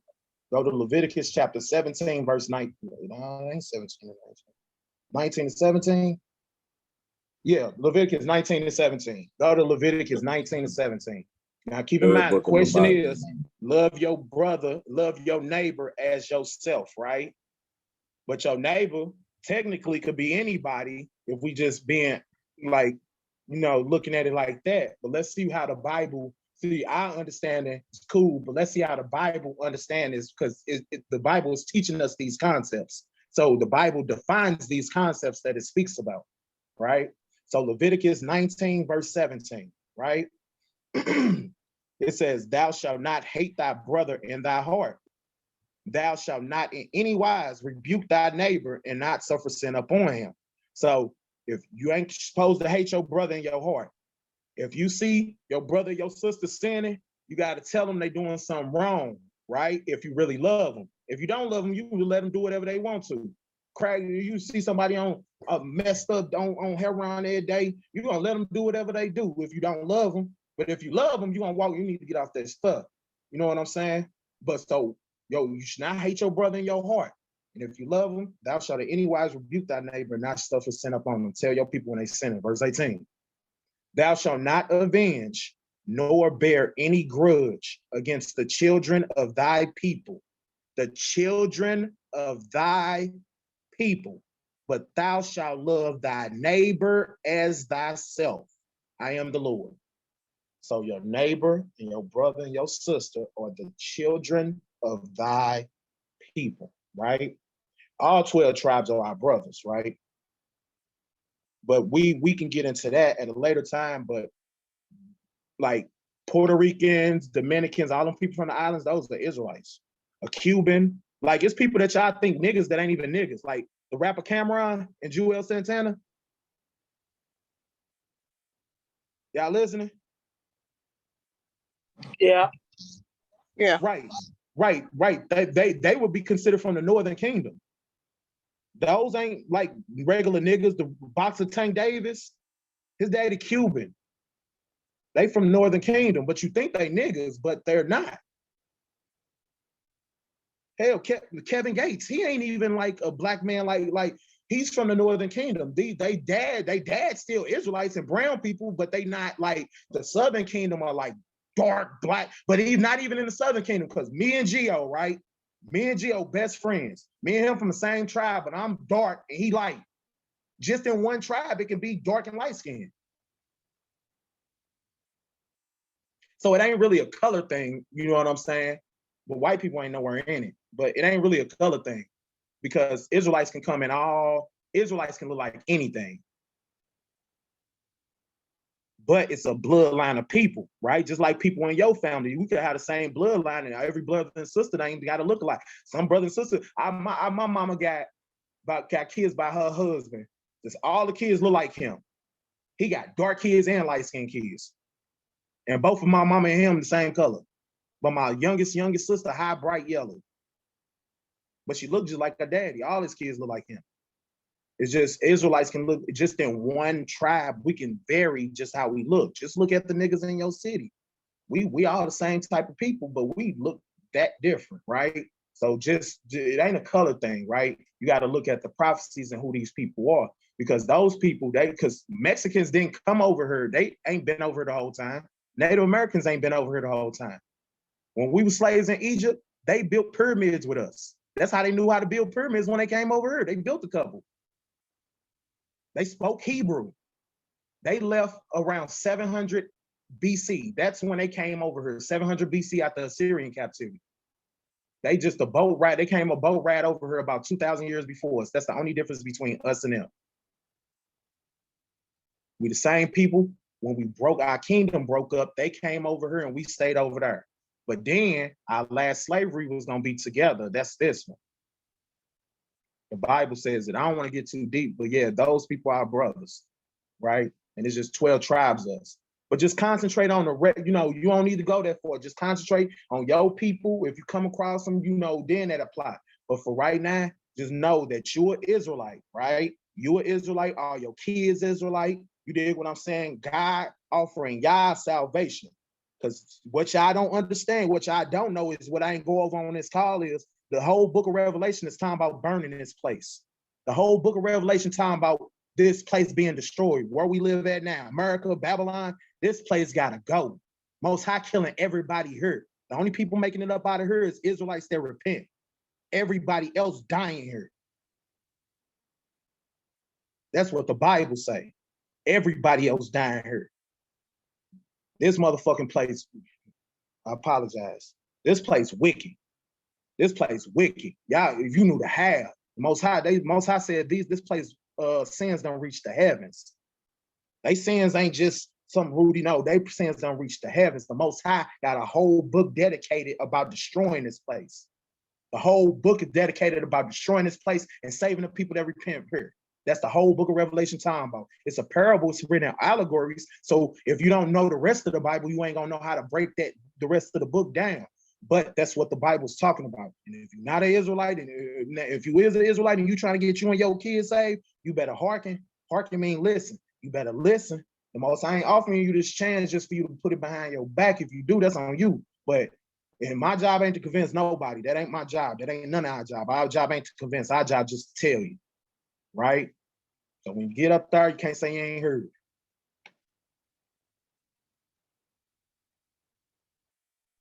That's right.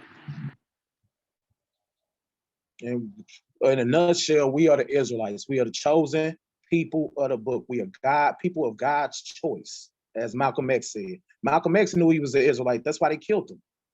You ain't gonna never hear that history, but listen to one of Malcolm X's last speeches called The Valley of Dry Bones. Go look it up. It's on YouTube. Malcolm X, Valley of Dry Bones. One of his last speeches. He told the whole crowd of people they was Israelites. And we the chosen people out the Bible. We the children of the book. And he got killed right after that.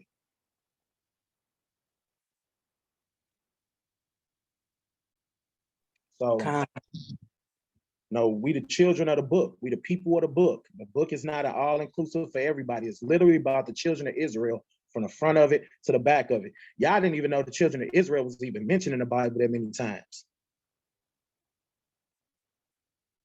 Y'all ain't seen, y'all thought Christ loved you. They tell you, in the Christian church, they tell you Christ never got mad, right? They tell you he never got angry, he never got mad, right? But they don't understand the Messiah in the Bible. I want to show y'all what he said and tell me if this is the Christ they taught y'all about at church. Go to Luke chapter 19, verse 27. Luke chapter 19, verse 27. It's one verse, it's Christ's words. Let me know if this is the Christ that they taught y'all about in the Bible.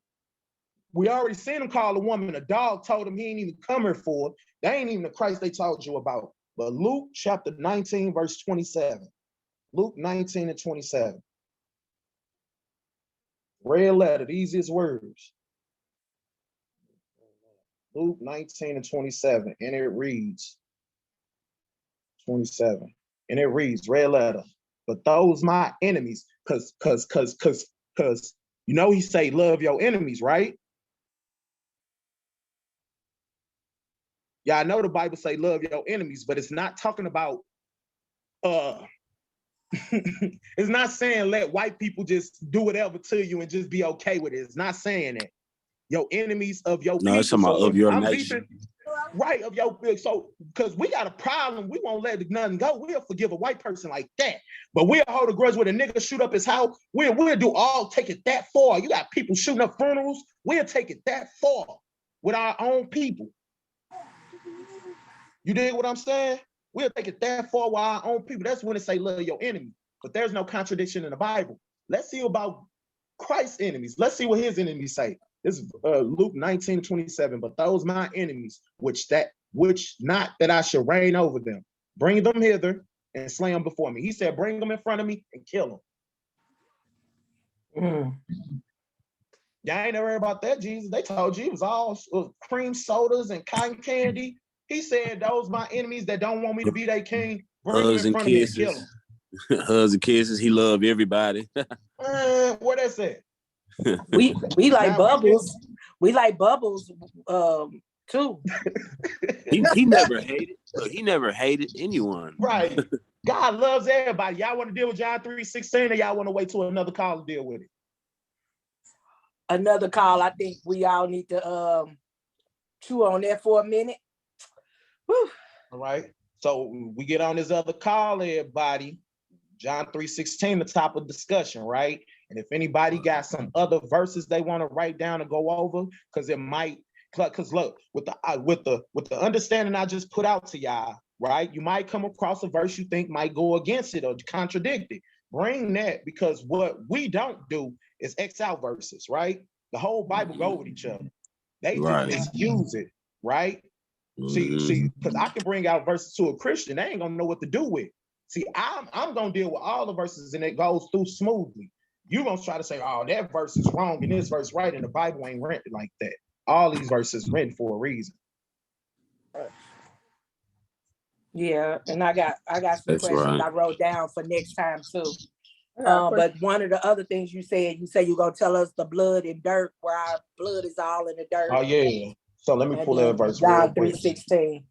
So you want to deal with that next time. So yeah, I just wrote down some stuff, marriage, about how we get married, so we understand that. Drinking wine.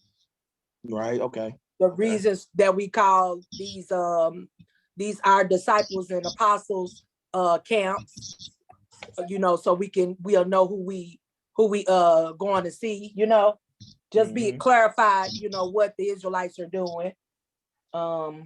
And the link tree, I got the laws of the dietary law and the link tree. So when you and Geo get off, y'all try to go through that and see if everything is, right. So I'm not, so that way. Thank you for putting this together.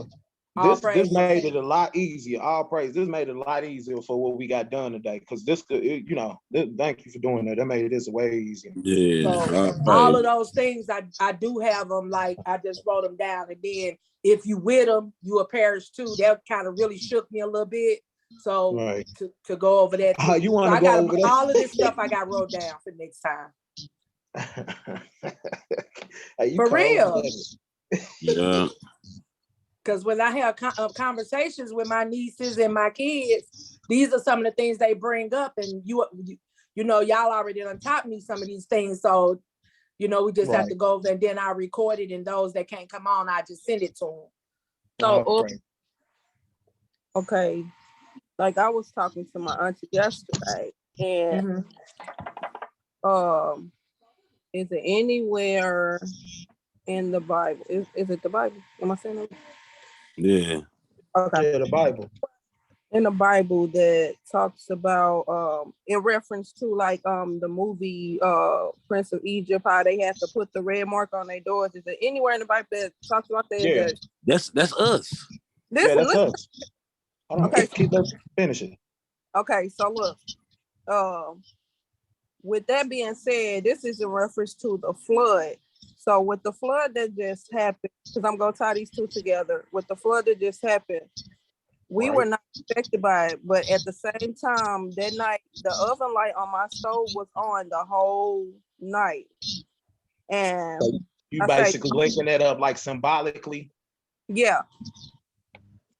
And I just felt like that was a protecting of us, because the light never it don't do that. It'll do it every now and then, but for it to stay on as long as it did, and for the flood to bypass us, but further down the street it flooded those areas, and I was just like trying to put that with that. And that I ain't gonna hold you. I ain't gonna take this from you, because the Most High works how he work, and I can't limit praises. You know what I'm saying? So I ain't gonna hold it, but you gotta understand, the Most High probably made you get through that just so you can make this call. Boom. Here it is. That's how the Most High work. You know what I'm saying? Because people at the end of the block probably weren't gonna listen. Even if somebody walked up to him, somebody in their family gave them the link, they weren't gonna listen. Yeah, because it flooded before in our parking lot. It flooded before, but it didn't happen this time. It didn't even come. He held the water back for Israel. He'll hold the water back for you. That's right. That's right. Okay. I like that. I like how y'all just did that. Okay. I see what you just did there. Yeah. All praises. With the water being held back, you know what I'm saying? I didn't get the full thought of the process of that. That's kind of dope. But yeah, I mean, I ain't never finna put a cap on what the Most High. So, because you got to understand, you know what an Israelite is. You know what's going on here too. You dig what I'm saying? So if you took it like that, that's most likely how you supposed to took it. All praises. And the Prince of Egypt, that movie is about us. It is. That movie is about us. They even made it yesterday too. Didn't they make them? They put it. It was kind of. They was kind of little brown people, wasn't they? A little bit. Yeah, they made them brown. They weren't gonna tell you they was us because you got to. It's kind of hard to lie about these people being, but that's a cut to the white people being them. But they even made the Egyptians kind of like though. You know what I'm saying? They be playing games because white man trying to be the Egyptians and the Hebrews. Mm-hmm. He trying to steal everybody's heritage. He trying to whitewash everything. You hear me? Nigga, you let this white man rule for another 1,000 years, Tupac gonna be white. Right. Hey, niece, for real, I was just telling him, I said, boy, that'd be wonderful since everybody waking up. We just put together a movie where we acting as ourselves, as our ancestors. And Sparkle like to make all these costumes and stuff. Hey, you don't know how we might be in the storm room. All praises. Well, nah, I mean, you're in the kingdom of heaven. Y'all gonna have slaves to sew for y'all, you mean? No, I'm talking about if we make the movie like now. Okay, that's what you're saying. She could teach me how to use the sewing machine. She know how to use I need to teach my wife how to use that. I've done bought a sewing machine. This girl ain't even used it. Sparkle could make a whole pen, a set of pins, a whole outfit. And these sewing machines ain't cheap. These people be having you, girls be having you buy stuff and then they don't even use.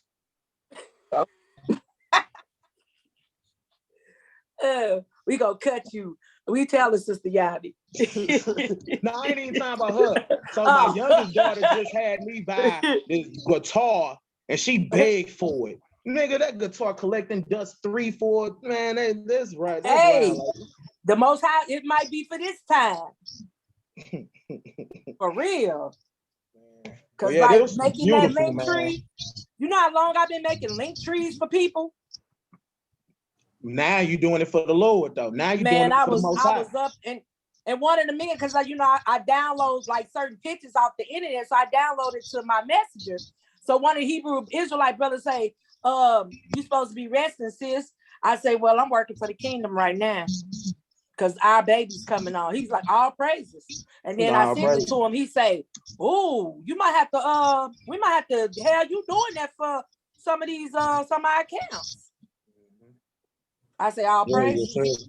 Yeah, because we always need, because this is our world, right? Israel is a world. I ain't gonna get into that till we get to John 3:16, till we break down John 3:16 and bust Christianity over the head again, right? But yeah, we our own world, right? And within our world, you know what I'm saying, man. But yeah, it's a beautiful thing going on right now. I remember when I first got into this, it wasn't boy, you go long, Israelites everywhere now, everywhere. We everywhere. You dig what I'm saying? It's millions of us now. Everybody waking up, but the Bible said this was gonna happen. He said in the last days, knowledge gonna increase. We're gonna wake up. That's how you know we finna get up out of here. This place is crumbling. So my advice to everybody on this call, sincerely, like I love all my people, no cap. I love all my people. Don't act like this is something. This is one of a kind. It ain't nothing else like this, and it's just for you. So I sincerely implore you to take heed. You dig what I'm saying? Listen, it's a process. You can't start at the top. You can't, you know what I'm saying? You can't do everything in one day. That ain't how this works. But you got to start somewhere. So find your little place where you're gonna start. Praying and pork. Man, this is crazy, but you know what I'm saying? And we've been sitting on this call for hours. I don't know how long it's been, but it's been hours, right? And we've been sitting here just talking. Usually, Black people don't get on the phone and drop knowledge like this and it be fruitful. You know what I'm saying? We sat here and talked a long time about the Most High. We ain't talked about no fake God that you got to believe in. Oh, no, we talking about us. Yeah, no whole hour jumping around and we ain't learned nothing yet. Yeah, because Christianity gay.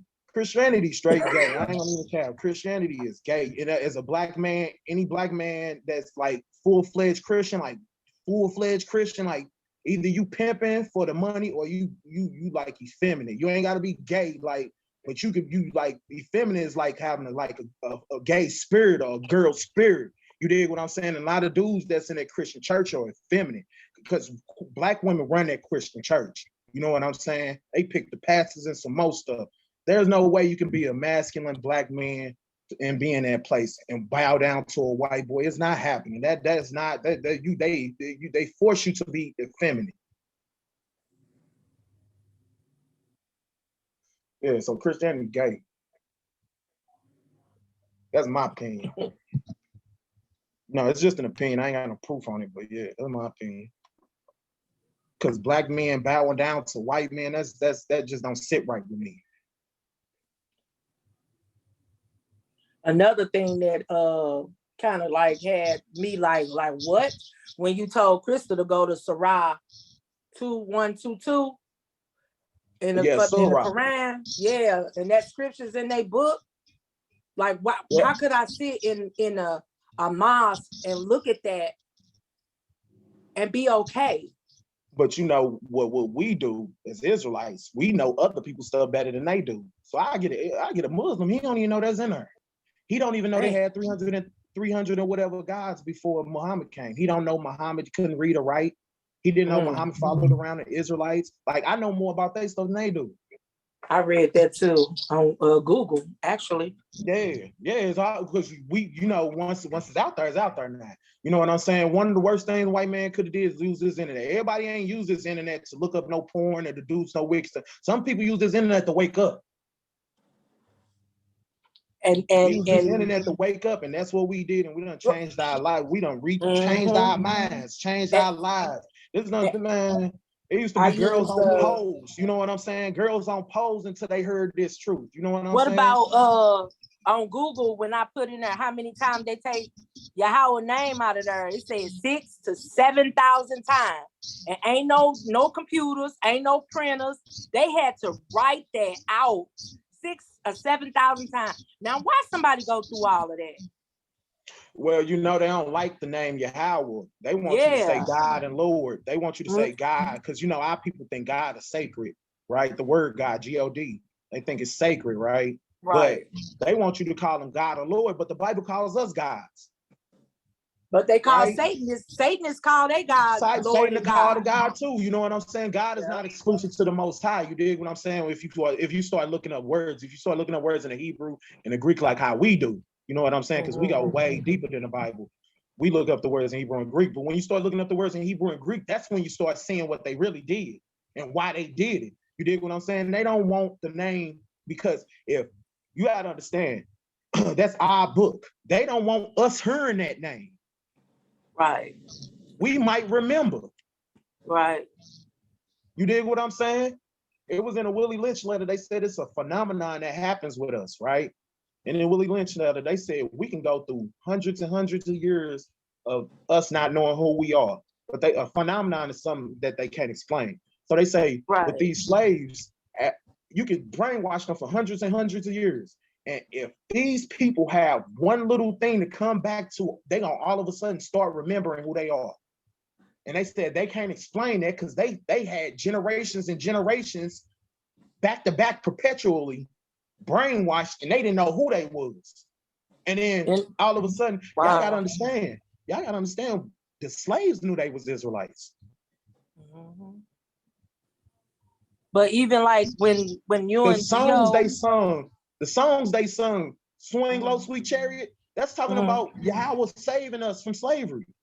Kumbaya. That's what it say. It's the Most High name, because you know the Most High name. I'm gonna look it up. They were singing songs to the Most High in slavery. It's still going on. Like when y'all say Yahweh and all of that, it just kind of like it bothered me a long time. Like I couldn't get it out of my spirit. It bothered me for a long time. Yeah. Then I just had to pray about it.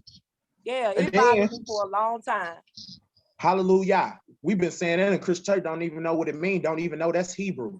Right. Hallelujah in Hebrew is praise. That's Lu is you. Yah is the beginning of the Most High name. Y-A-H, Yah. I mean, praise you, Yah in Hebrew. Hallelujah. Hallelujah. That's praise you, Yah in Hebrew. That's our God. Yep. He's the God of Israel. We are Israelites. Even though we've been told he's the God of everybody, he ain't the God of everybody. Now, it ain't like everybody just got it like bad. Like, I mean, yeah, all the other nations got to go into slavery, but after they slavery, they can go back to their land and they just got to follow the laws of the Bible. They can't eat right. The Chinese after his, because everybody had us in slavery. So when we go to the kingdom of heaven, they got to be in slavery for 1,000 years. But after they slavery, the Chinese man can go back to China, but he can't eat rats. He got to follow the laws of the Bible because the laws of the Bible gonna rule the whole earth at that time. It ain't gonna be like this earth we doing now, where anybody can do whatever they feel like. You know what I'm saying? They out here. This place so wicked. They telling women they ain't women. They saying they trying to redefine what a woman is. Now a woman ain't a woman, and they telling women ain't. This place wicked, man. This place straight wicked. Then what about my people be called by my name? Tell my Israel, but you got Jeremiah, Obadiah.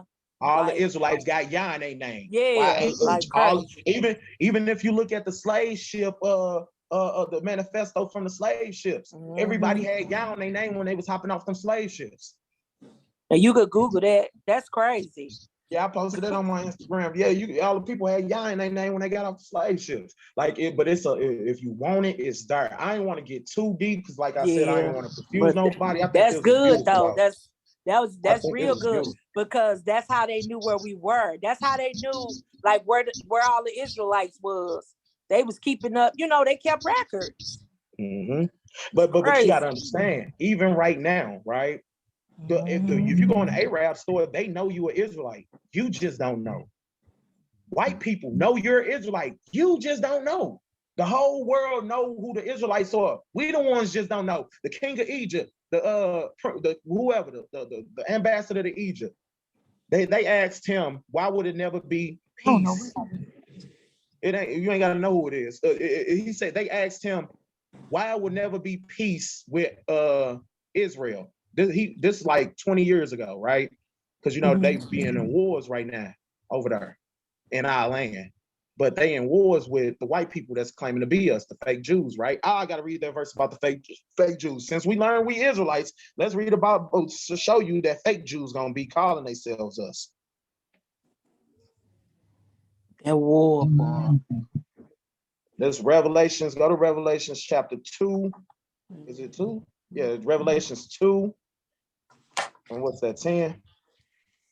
No, 9. Revelations 2 and 9. So we are Israelites, right? But we lost our heritage, right? So it's a time in the earth where we are not calling ourselves Israelites because we don't know who he is. Now, then you have these devils come up and they say, we the Israelites, right? So boom. Let's read what the Bible say about this, right? And I call them devils, but let's see what God called them. This Revelations 2 and 7. 2 and 9. I know thy works and thy tribulation and poverty. So the real Jews or the real Israelites are in poverty. That means poor. The fake Jews that's calling themselves us, they own the diamonds, all the diamonds in the world. They own every TV station. They own every Fortune 500 business, right? They own all the governments. They print all the paper money. That's what the fake Jews do. So they're not poor, right? But this verse, Revelations 2 and 9, I know thy works. He's talking to us. I know thy works. I know thy tribulation and thy poverty. He told us, but thou art rich. He's telling us we rich. Why? Because the kingdom of heaven is for us. And the Most High is our God. You dig what I'm saying? And if we come to the realization of that, then we are rich. So he said, he know we poor, but we rich. And I know the blasphemy. Blasphemy is a wicked lie, right? I know the blasphemy of them which say they are Jews and are not, but of the synagogues of Satan. The synagogue is a chief house. The Most High just said these people that's calling themselves Jews and they ain't us, or the chief house of Satan. They devils. Wow. And the word devil just means deceiver, right? So that's them. So yeah, as soon as we lost who we are and lost our heritage, could keep in mind, because everybody on the earth knows the Israelites are the chosen race by God. That's why everybody hate us. Now, like, why you think everybody happy we on the bottom and everybody take turns kicking us? Because when we was on the top, they hated us. That's why they so happy we at the bottom. You think it's just white people that hate you? Nope. Chinese people pop up hating you, beating the crap out of black girls in the chink wing shots. You dig what I'm saying? You selling you, giving you rats and cats at the Chinamas. You dig what I'm saying? So it ain't just them. You dig what I'm saying? It's all nations. All nations despise you. All nations hate you. That's why they so glad you at the bottom. Meanwhile, they want to be like you. They kids want to be like you, want to dress like you, want to act like you, but they hate you. Yeah. That's the Bible say the Bible says we are the salt of the earth. Israel, we the salt of the earth. We season everything. Everybody get their flavor from us. We the salt of the earth. And we the chosen race, chosen by God. I'm gonna end it on this. That's the last verse I'm finna pull. I gotta find it though. While you looking at I was looking at one of these lives on YouTube. I be listening to the Hebrew Israelites.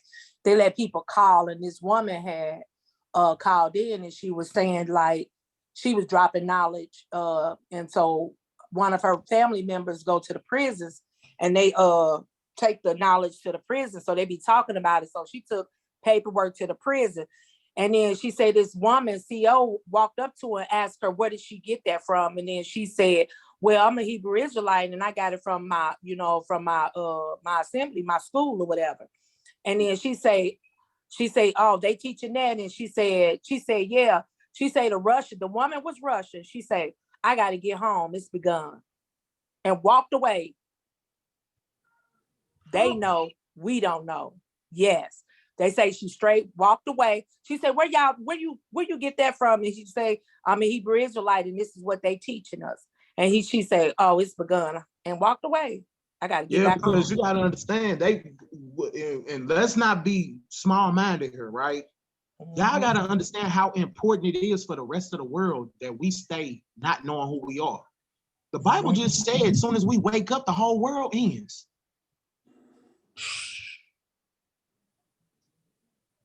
Soon as we wake up, and he said enough of these people woke up, all these governments, all these world powers, it's over.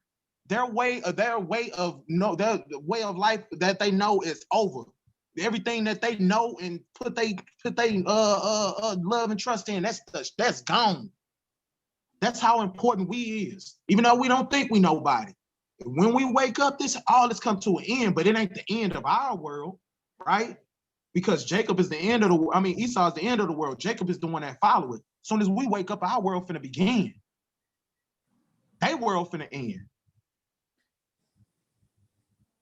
That's how important we is, us waking up. That's why they want us on the bottom. That's why everybody got an invested interest in Black people. If you watch how the world powers work, not just the United States, everybody, even Africans, join in on oppressing us.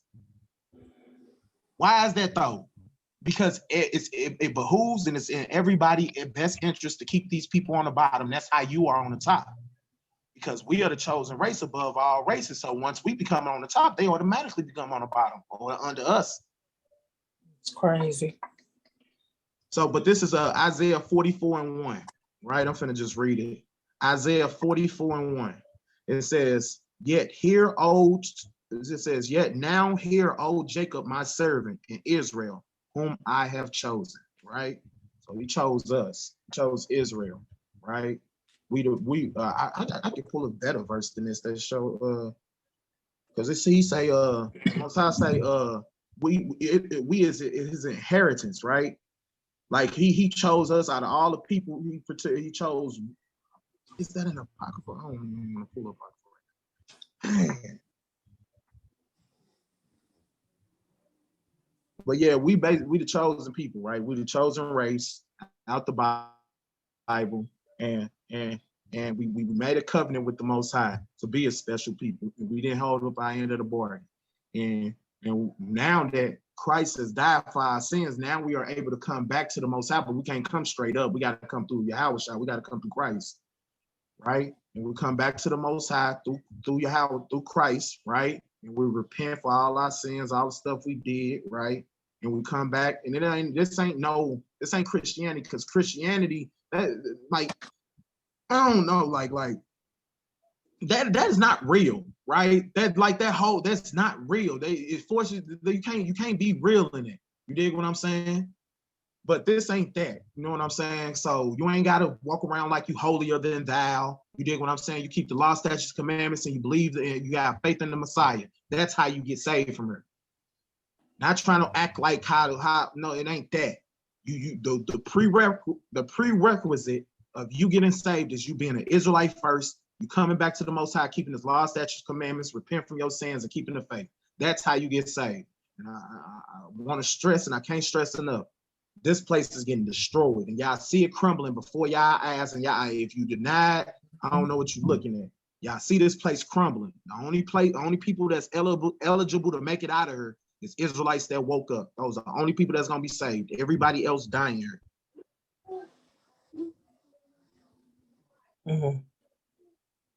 Yeah, but next time we go up John 3:16, for God so loved the whole world, and you know what, everybody know that verse, and we know how we think what it say, right? But we gonna go over there and we're gonna find out what the Bible what it's really saying there. Because everybody know John 3:16, but if I ask anybody what John 3:14 say, 2 verses before it, nobody knows.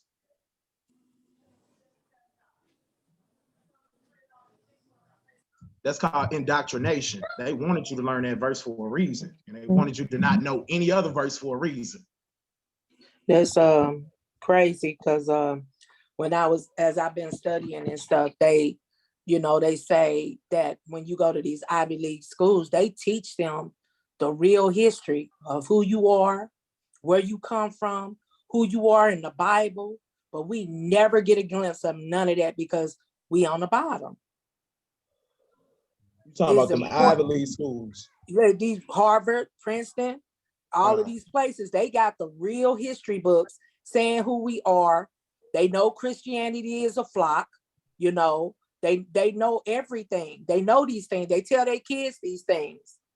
But here we are, we still in the Christian church, still hooping and hollering, paying for that $1 million stuff. Hey, catching the Holy Ghost. Robbed. Yeah. Catching the fake Holy Ghost. They ain't nowhere in the Bible. I know I was jumping up and down. But honestly, I'm more excited now. Yeah, because it is real. And I ain't even gonna tell you that when I muted my phone, I was just gonna say, "Whoa, you see that, Mama? You see that, Walter? You see that, Belinda? Joshua, Yahweh? You know, I was in here happy, but it was for a reason. Somebody just didn't say you going to heaven or pay your tithes and you gonna be free of sin. But I'm like, if I could do everything I want to do, I ain't finna be paying you, man. Man, Christianity don't add up. Once you start, once you put your glasses on and you know, put your feet in the ground and okay, I'm finna look into this. It don't add up. But I got a question for you, right? Because next week I don't want to cut into Kwame time. So how we gonna do this? Well, remember, I did leave him a message. We gonna go forward. If the Most High tell us to be here, we gotta be where we supposed to be. No, I'm saying you don't try to do it Friday night. Yeah, we can. Yeah, I mean, it's up to them. It's up to them. I don't know nobody's schedule, but what I don't want to do is, you know, step on nobody else's toes. Because it's a Bible verse about it. I explain it. We could rap about it on our own time. But yeah. Okay, I'll check in with all of them. If we can't, it is what it is. But I want to see if we can. I mean, I know we don't want to honor Sunday, but I don't see nothing wrong. What I want to do is try to get it on the Sabbaths, because the Sabbath. Or you want to do it early Saturday? I think I'll check in with everybody, and and then just like what I did before. Like we do it this early. We'll just move it up earlier, and we do the same thing. Cause we on a group chat, and we and you know, we on a group chat, so I just say is what time Saturday mornings on the Sabbath is good for y'all, and then they'll just all rounded up these people. You know what I'm saying? That's what I'm saying. I'm gonna do the same thing.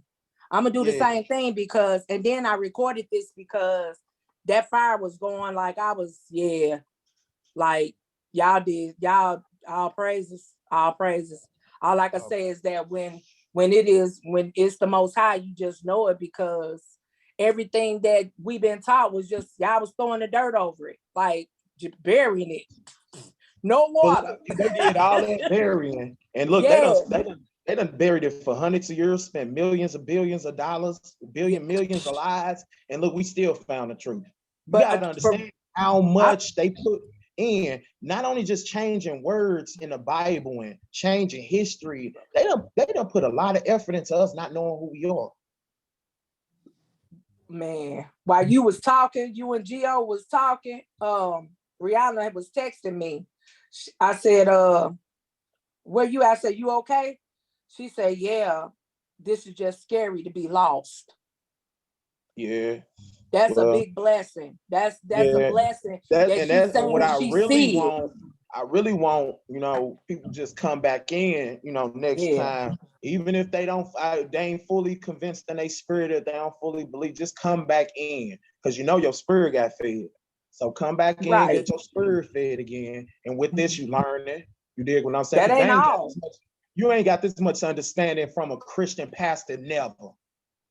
And I ain't tooting my own horn because I pray for the Most High. Most High told me this. I ain't nothing without the Most High. I ain't nothing. So this Most High taught you. You dig what I'm saying? So, but you ain't never heard this understanding because it wasn't of the Most High. Yeah. You got to understand what they doing in the Christian churches. White man gave them a certificate, told them you can go to this building and you can start getting money. Yeah. Nigga, it's like selling dope, but you selling white Jesus. You dig what I'm saying? You taking advantage of these people being brainwashed from slavery.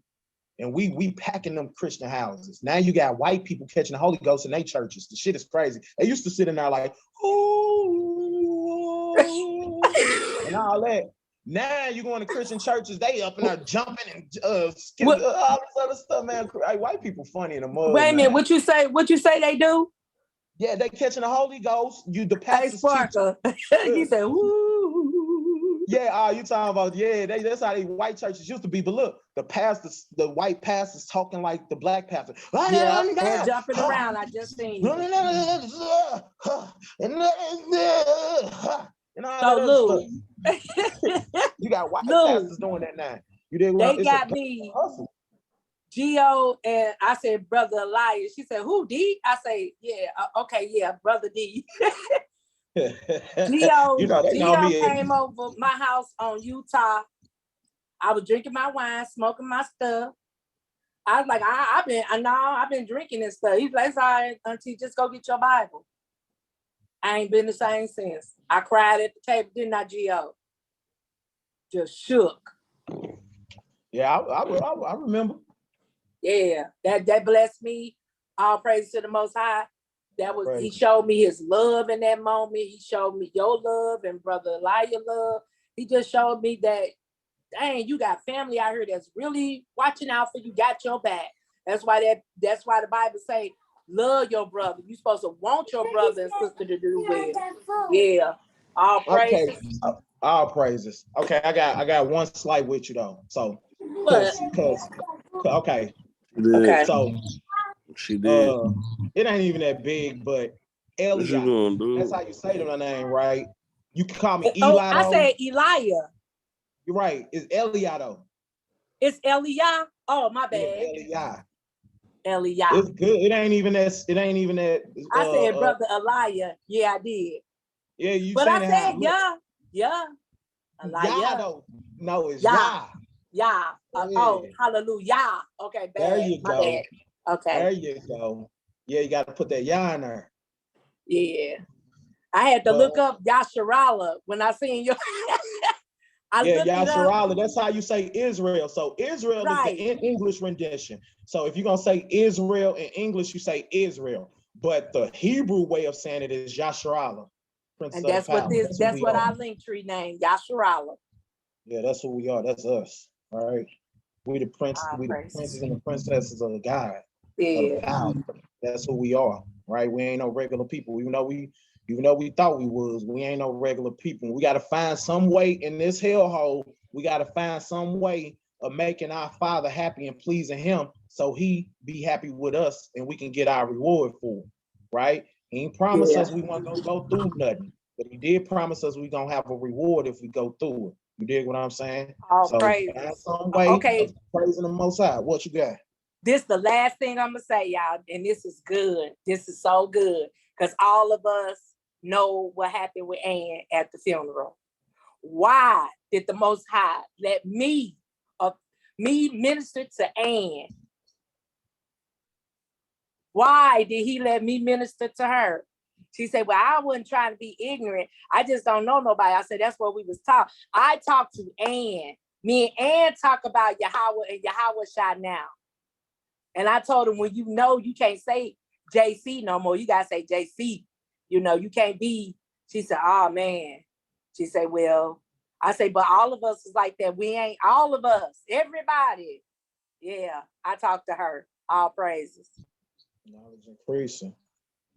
And see, and that's the Most High working. He waking up his people like this ain't even of us. We ain't even get ourselves on this call. We just didn't. Yeah, right. We supposed to did, and we ain't want to disobey. Because you knew in your spirit, you knew you had to do this. Right? Yeah. Even if you didn't think you in your spirit, I need to go on ahead and get on this. You know what I'm saying? Do this. You know what I'm saying? So yeah, that's just, but that's we everybody done celebrated, observe the Sabbath. Y'all don't understand the Sabbath is a covenant between us and the Most High forever. That's who the Most High know who his kids is. When you observe the Sabbath, that's how you know who his kids is. It's like a light shining to him, like a flashlight. Here I am. Well, like the street lights done came on. Come in, y'all, it's time. Yeah. So we just us doing our job, because y'all gotta understand this our job. I'm talking to you and Geo. This our job. Y'all know that. Right. You don't know that. You know that too. Yep. It's our job. And remember, he told me. And when the time pop up next time, carve out your little time and do what you're supposed to do, because it ain't gonna do nothing but help. What I do? I called you and G. I was like, y'all don't want to teach like on a Zoom or nothing. You organized that beautifully. I didn't even know you had our head. But remember, we talked earlier? What was the end of last year sometime? When me and you, G, because I was saying y'all need to do something, because I done been everywhere. I ain't even gonna lie. I done sat in all kind of meetings, all assemblies, listen to everybody. And nobody would touch on none of the scriptures. And when I asked them, they'd run me up out of there. Straight up. That's, the Israelites, we ain't got hat on answering people questions. Going to Christian church, you do all that, they can't answer your question, right? Or they're gonna pork chop and hot wing around it. You dig what I'm saying? But Israelites, we ain't got hat on it. And all praise to the Most High, because the Bible say that. He say you will not be ashamed nor confounded. Confounded mean made to look stupid. And that everybody with this truth low key become like little geniuses. You dig what I'm saying? I done seen miracles, like straight miracles. Like another person wasn't classified as a miracle, but a nigga that couldn't read none of his life. And now he can read and break down all the stuff I broke down. You dig what I'm saying? Somebody, my Most High done did that in front of my face at least 10 times. I think that's a miracle. You might not think it's a miracle, or somebody, the sky gotta open up and all this other stuff gotta be for it's a miracle, but that's what I think a miracle, right? Wow.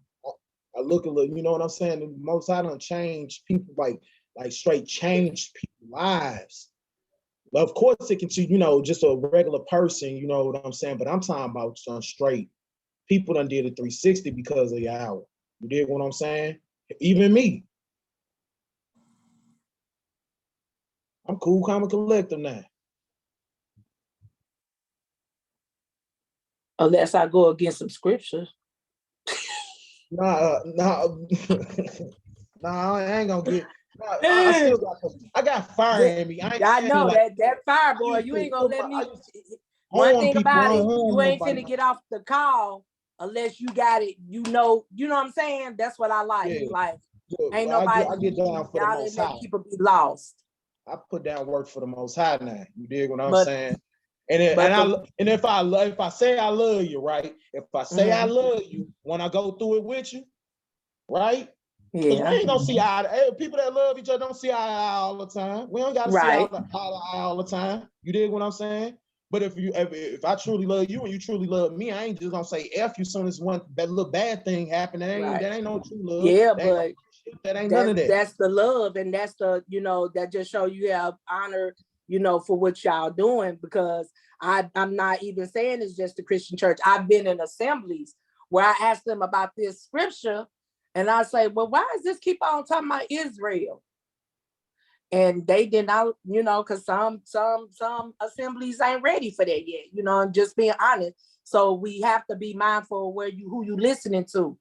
So, but this the foundation. That's why I want you and Gio to check that out, because I don't want to be doing something wrong. And then, y'all hear something, y'all say, no, you need to take that one off. You know what I mean? Off that link tree. Hey, Gio, you going to have time next weekend? Next week, next Sabbath? You're going to have to make time, right? Okay. Just look over it and make sure I ain't putting nothing on there wrong. You know what I'm saying? Yeah, so you said you on the link tree you put the commandments. Yeah, I basically watched it, and with what you and Gio have and the Most High and the Holy Spirit, open up to us now, that's our foundation. So no matter if I hear anything from any other on TV, the news, a pastor just having to come on the TV, it don't take me off my square, because like I seen it and I read it for myself. You got your foundation in the truth. Yeah, you can't throw no dirt on it, because it's like the precepts. It's like, what? It's a parable. Christ talked about a parable about the plants and how some plants was planted on rocks, some plants was planted on like unfertile ground, and some plants was planted on good soil. So you rooted. That's what that parable was about. You rooted in the truth. So when the bad weather come by, you ain't just gonna be uprooted and tossed to and fro. So the bad weather or tribulation, when somebody try to come with something that try to go contrary to what you think, you ain't just gonna fall off your square and then be right back where you started. You dig what I'm saying? Because you won't know every verse when you first start. And somebody can come with some verse and you think you might got it wrong, but that's why you got to be rooted in the truth. So you trust in your studies and go back and then study, and then the Most High gonna show you what it really means. Because the whole Bible go cohesively flow together. It ain't no contradictions in this. Right. Well, I'd have had a person, try to teach me, and then I say, you don't have no precept today. He told me, no, that's some Hebrew Israelite stuff. I say, yeah, but that's also scripture too. Line upon line. Yeah, like I say, that's a and that's in the Bible too. You have to have precepts, so I know that you. So do you know where we can find it? I say, if you can say the words, I could Google it. I say, but I have a blue. Please stop talking to me. I have a Blue Bible app.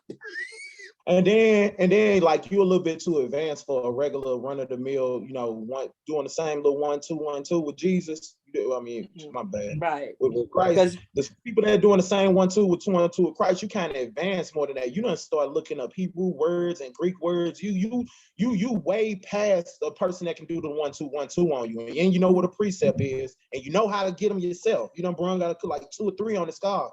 So, but just for a regular person that say they believe in the Bible, you operating on a higher frequency level of vibration, so to speak. You dig what I'm saying? Because they like low level. You dig what I'm saying? They playing with it. You dig what I'm saying? I guess it's just shocking that, now what I'm posting now, they come in my inbox and try to get me to go to different camps and stuff. And like I told you, there was one of them camps you say you ain't never heard of it before. So now they'll kind of come to my camp to tell me to go to different camps, and they got this in Houston and this and that. And I try to stay where on the videos that y'all, send me to. Because remember, I was going to that other one and they was talking about a higher, I am, the I am, So and I try to stay. We going on like what, this 4 hours, 4.5 hours. That was beautiful. Okay, I'm sorry, y'all. I love y'all. No, but I wanted to make a point that, most people ain't went this hard listening about the word of God. See, it's a different feeling than what you get in the Christian church. You dig what I'm saying? Because you don't see yourself in that. You don't identify with it. So you got to be on a religious tip. You got to religionize it. And it got to be like a spiritual thing, right? Instead of you got to manufacture an artificial spirit, right? Rather than this real spirit of the Most High that get in you. You dig what I'm saying? And you start loving this thing. You dig what I'm saying? So, but I just wanted to make that parallel. I be talking a lot about it. I just be talking sometimes. Me too. Praises. Yeah, we finna wrap this up. Just hopefully y'all will, and we do this same exact thing next Sabbath. Yeah, I don't care how long it can last. 1 hour, it can last 10 hours. I don't care. I just want it to happen again. That's what I want. DeAndre said, "What's the Zoom code?" We wrapping up, but I'm gonna send them the recording. Oh, praise! I'm glad you recorded that too. I don't know how long it took you to start recording. I think we were like 10, 15 minutes in. I'm sorry. I got to start. What time we y'all start getting on? So y'all still on right now? Yeah, we on here right now with Gio, brother Elijah, and Lula Bell Sparkle. He said, you got any questions? They can hear you. I don't got no questions as of now, but everything my cousin been sending me, I've been looking into it, and everything you send me, I look at it and read. So I'm really just getting the feel and the grasp of it more. Can you hear me? Yeah, they can hear you. He can hear you. I don't have no questions now. I can hear you. You somebody went through Deuteronomy 28 with you? No. You want to go through it real quick? I mean, everybody else ain't got to stay for it, but if you got time, I'll go through it with you. I do got time, but I don't got time. But I always got time. I can make time. So your homeboy told you. So your homeboy told you was an Israelite, right?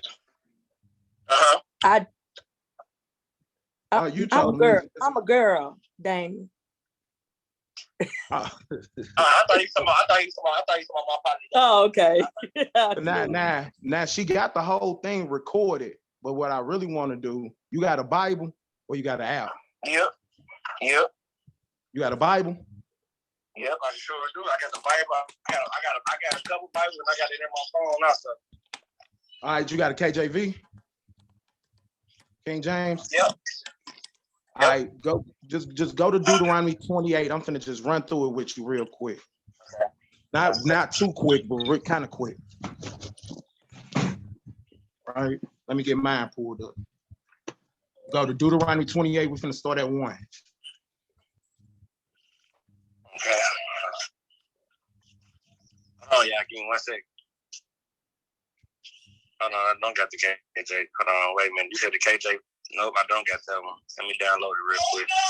Well, no. You basically use whatever you wanted to. So what you got? Just say the Holy Bible. What is like a Gideon's, a ESV, a NIV? NIV. All right, that should be fine. Go to Deuteronomy 28 and 1. Okay. Now, I know they be removing verses out them Bibles, but I don't think we ain't got to worry about that. You said 28:1? Yeah, we're finna start at 28 verse 1. Okay. If you fully obey the Lord. Okay. All right. So it says, and it shall come to pass if thou shalt hearken diligently unto the voice of the Lord thy God, and observe to do all his commandments, which I command thee this day, that the Lord thy God will set thee on high above all nations on the earth, right? So the Most High talking to these group of people, they making a covenant or a contract, right?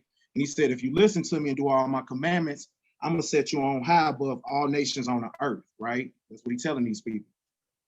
Verse 2, and all these blessings shall come upon thee and overtake thee.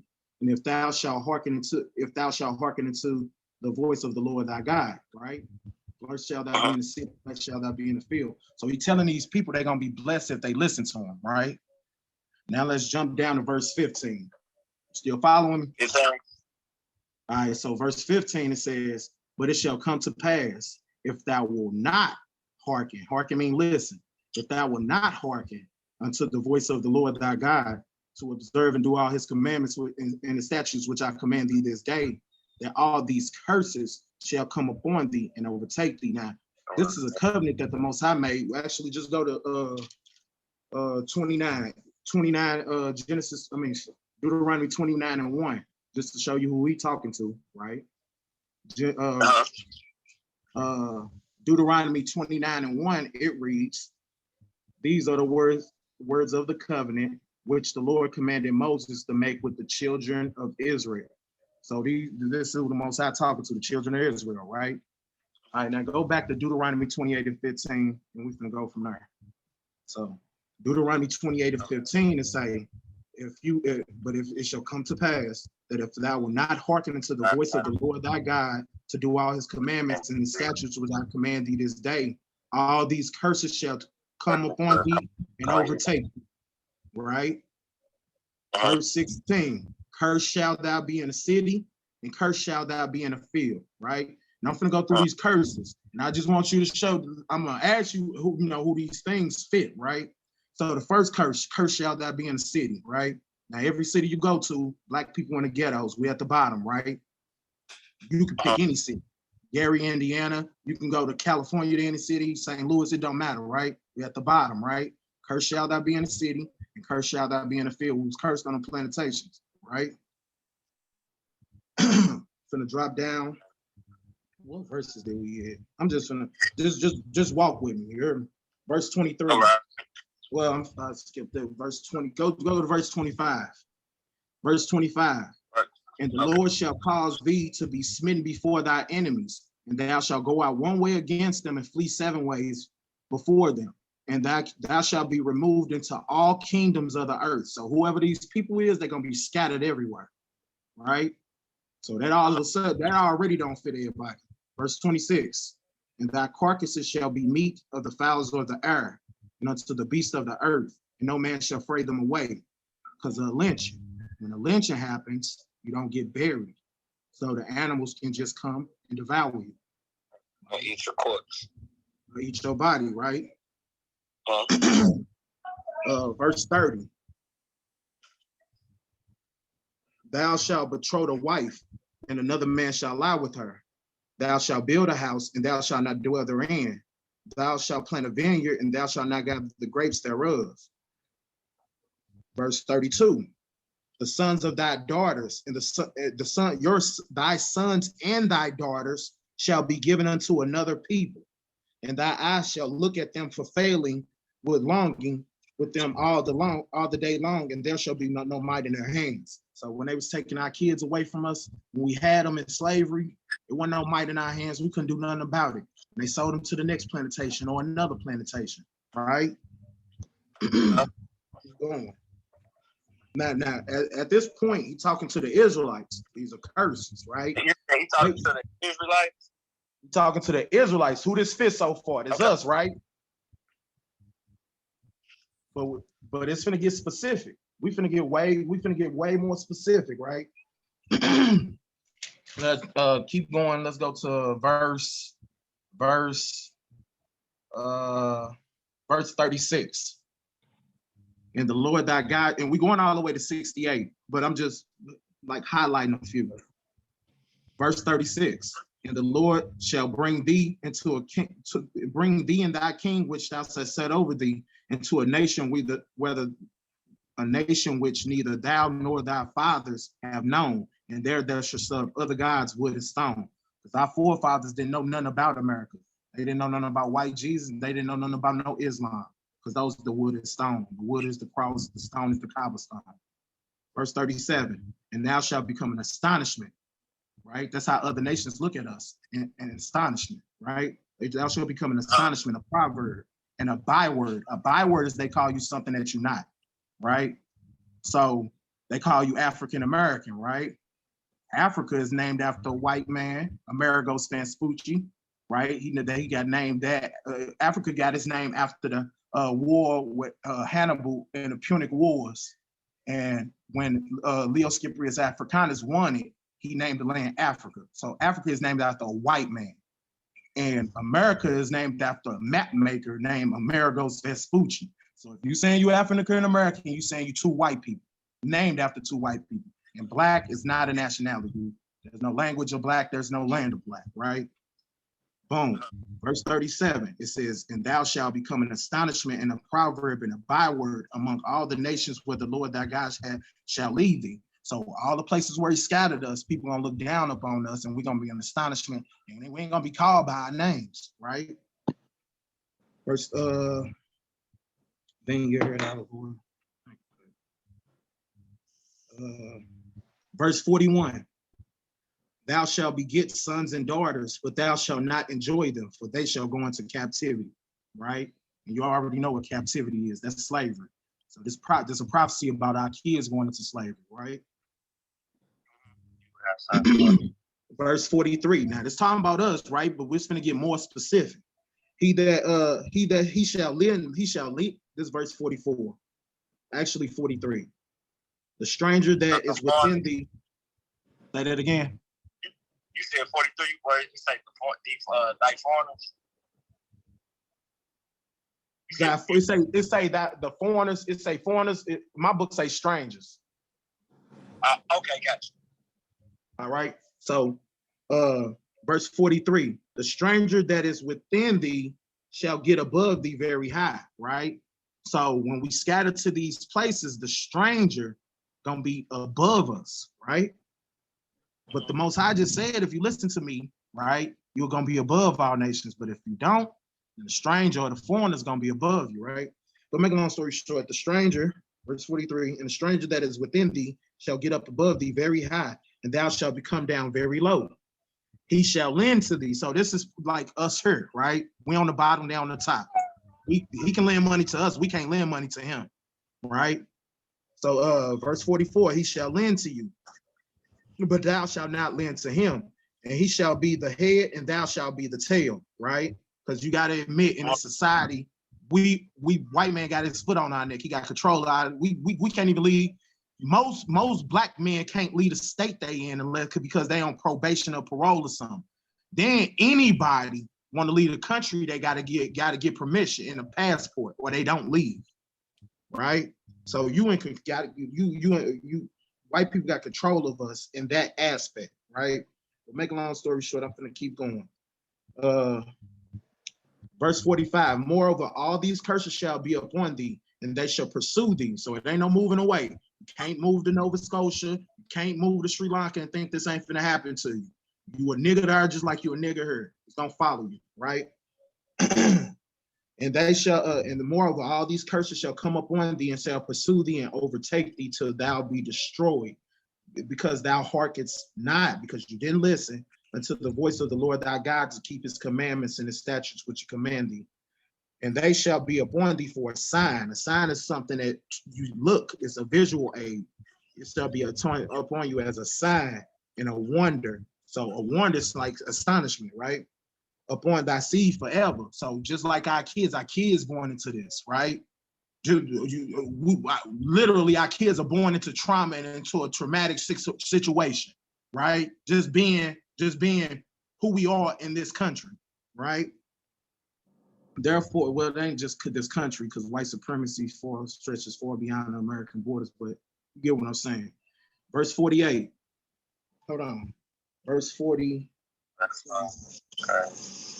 46. No, 47. Because thou servest not the Lord thy God with joyfulness and gladness of heart and abundance of all things. Therefore thou shalt serve thy enemies, which the Lord shall send against thee in hunger. Where you get your food from? That's a question. Wait a minute. I just got lost for a minute. You said 47, right? Now I read 47. It said, because thou servest not the Lord with thy God with joyfulness and gladness of heart and abundance of all things. That's why this stuff happening to you, right? Verse 48. Because I'm not understanding 47. It said, because you did not serve the Lord, your God, joyfully and gladly in the time of prosperity. what does this mean? Right. So we made a covenant with God, right, to be the chosen people, right? We read at the beginning of Deuteronomy. We read at the beginning of Deuteronomy 28 the blessings that have happened if we kept His commandments, right? Right. And at 15, we start reading what will happen if we didn't keep the commandments. Like in the contract, you got stipulations, right? So in 15, it start naming the curses that's gonna happen if we didn't keep the commandments, if we didn't listen. So when you get to 47, it said, because we didn't serve the Lord thy God with joyfulness and gladness of heart and the abundance of all things, when everything was good, we forsook Him. We walked away, act like we didn't need Him. So He took us from the top and put us on the bottom. Now, read yours out yours word again. 47, it say, because you did not serve the Lord God joyfully and gladly in the time of prosperity. Because you did not serve the Lord your God joyfully and gladly in the time of prosperity. Right, because we went off. We stopped serving Him, right? Because that's the whole point of after 15. We stopped serving Him. We stopped keeping the commandments. Got it?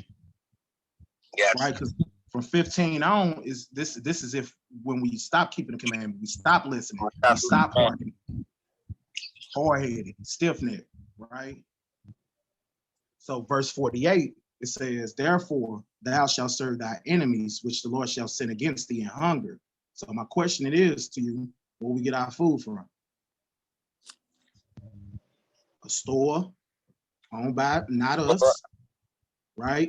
White people, they own them stores, right? Animals, vegetables. We get it from the stores, you know. No. You don't get your meat from a farm. Us right now, you're gonna have to go into a franchise grocery store, which is owned by white people. I don't think he heard you.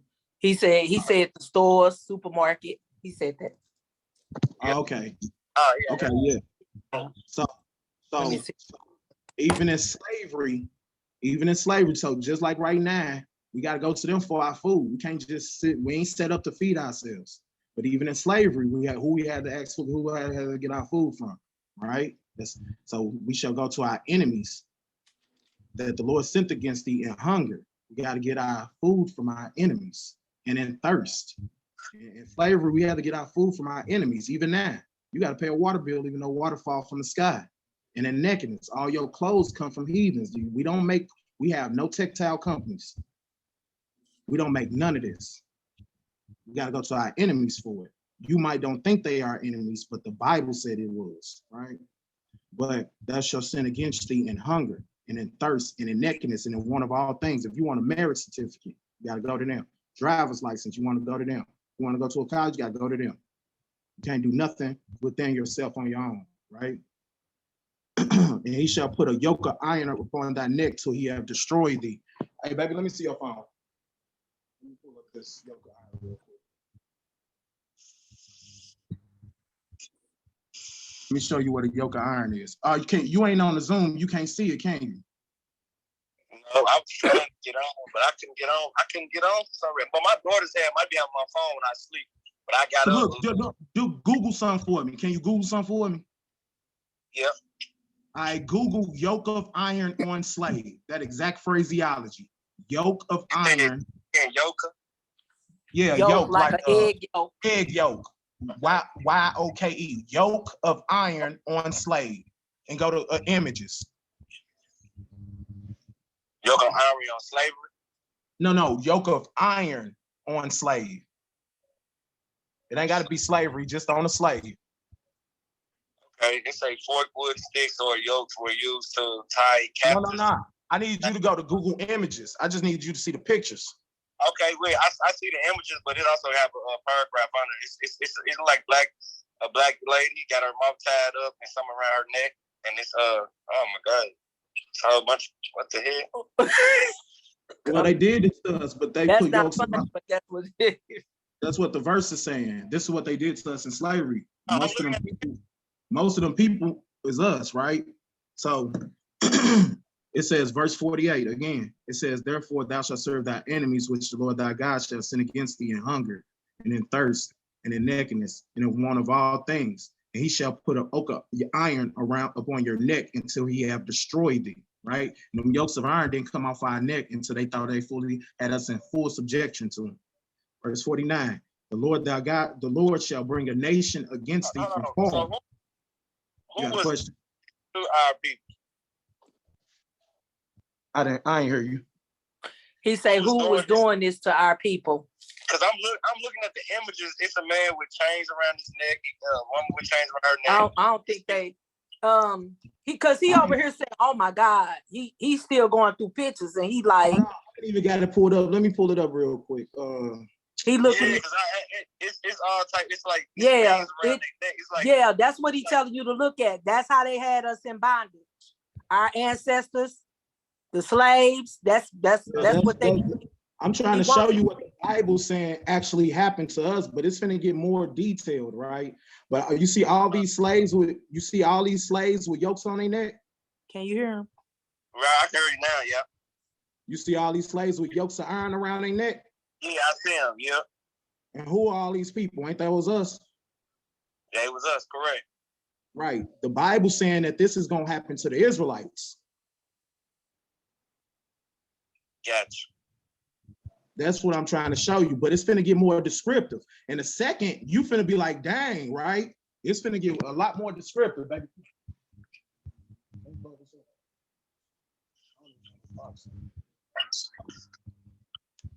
All right, so boom, we finna keep going, right? Verse 49.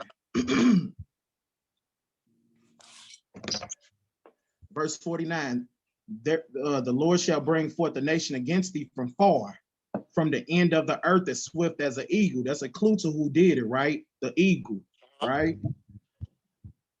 You got a question, you can just come in at any time, right? But the eagle is a symbol of America, right? It's a symbol of Rome. It's the same symbol of Greek. It's the symbol of Spain. It's the symbol of Portugal. It's a symbol of all of them. It's been a symbol for centuries, for a long time. No, millennia, right? But make a long story short, the Lord thy God shall bring a nation against thee from far, from the end of the earth, as swift as an eagle flieth. A nation whose tongue thou shalt not understand, right? Because we ain't know what English was. We spoke Hebrew when we got off them slave ships.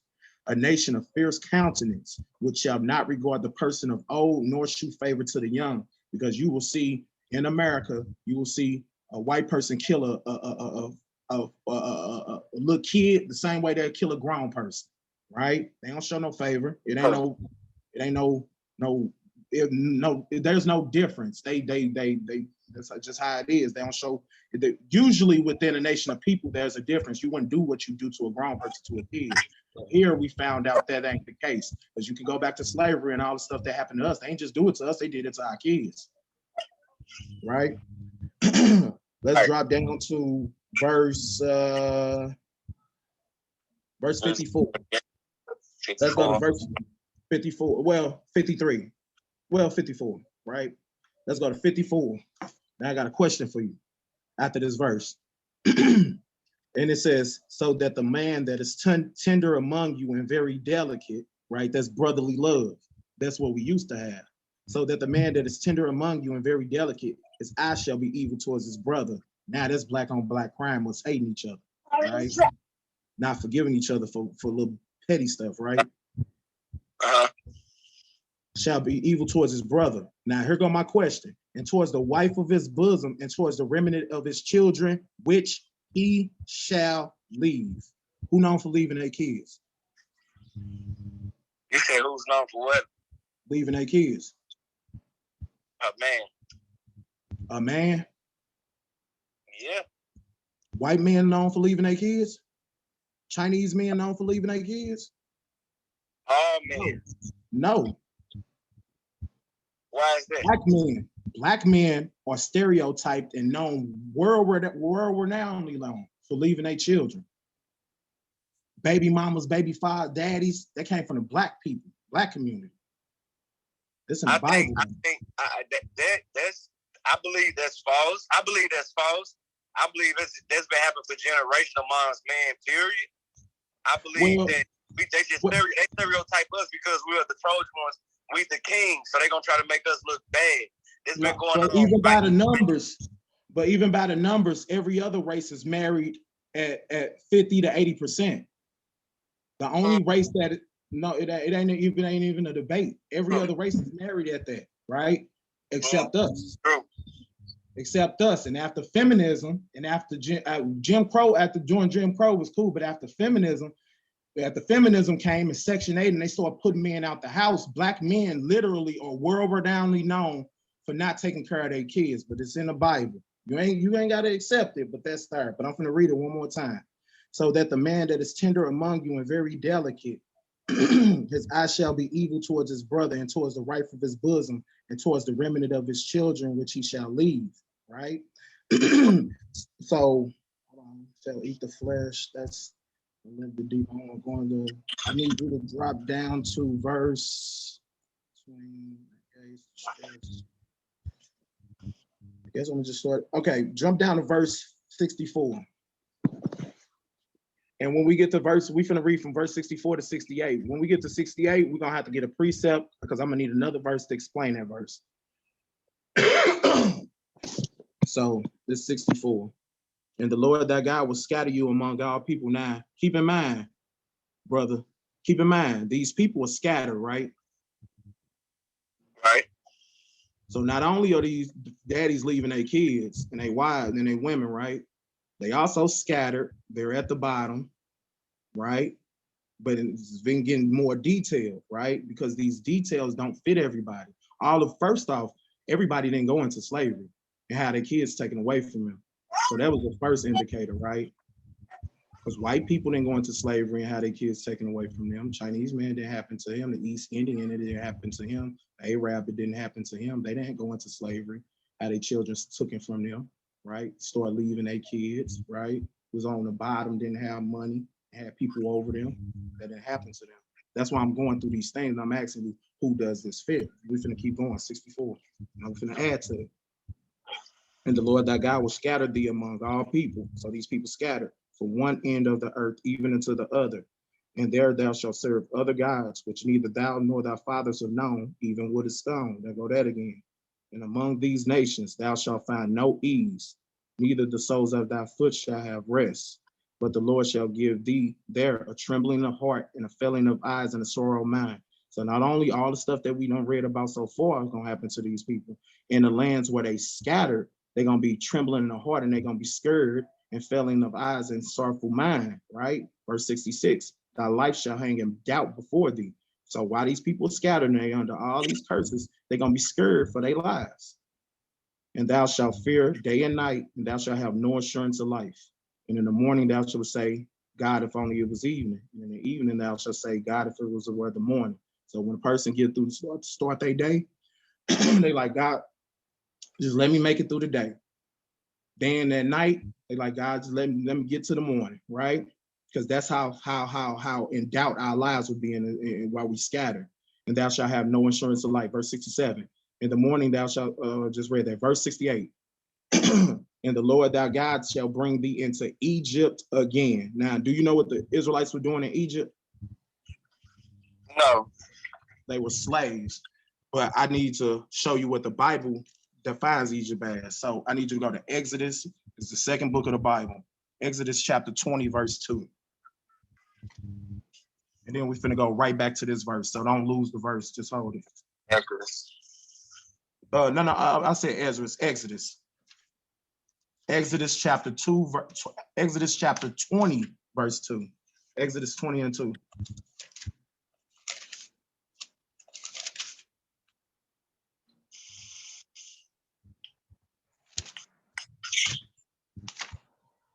Okay.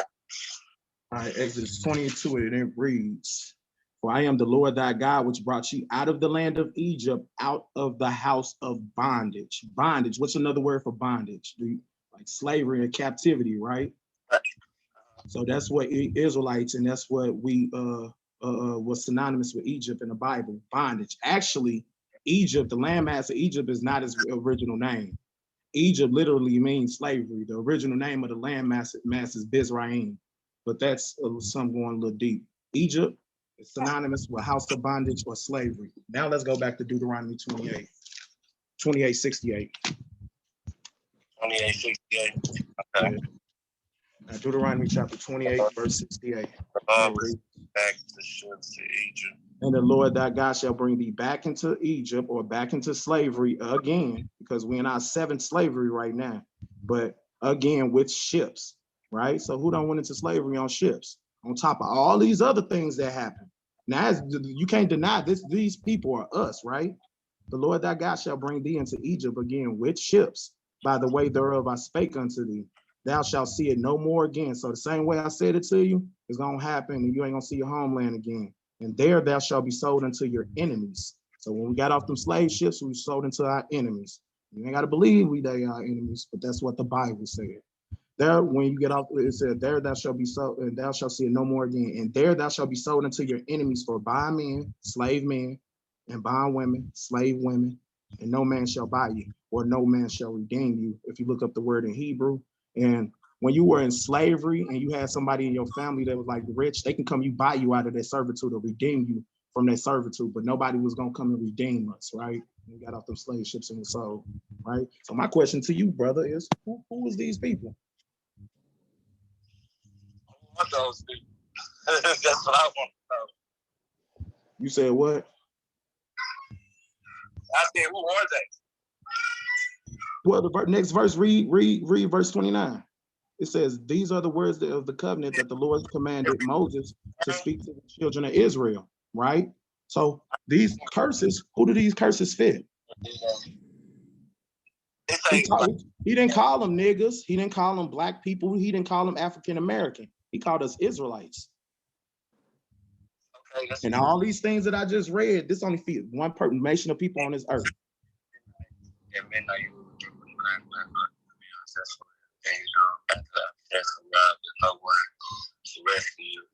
Okay, I read 29, but no, 29 was just to show you who he's talking to, right? Okay. Because this is the children of Israel when we came out of Egypt. When the Red Sea got parted and we went into the wilderness, we're in the wilderness, right? And then the Most High is making a covenant with us in the wilderness. The whole world is not there. He's making a covenant with the children of Israel. And he's telling them, he's giving a stipulation of the contract. If you do this, if you do good, this gonna happen, right? And if you do bad, these curses gonna happen, right? Now the children of Israel, they went off and all these curses happened, right? So I'm asking you, who do these curses fit?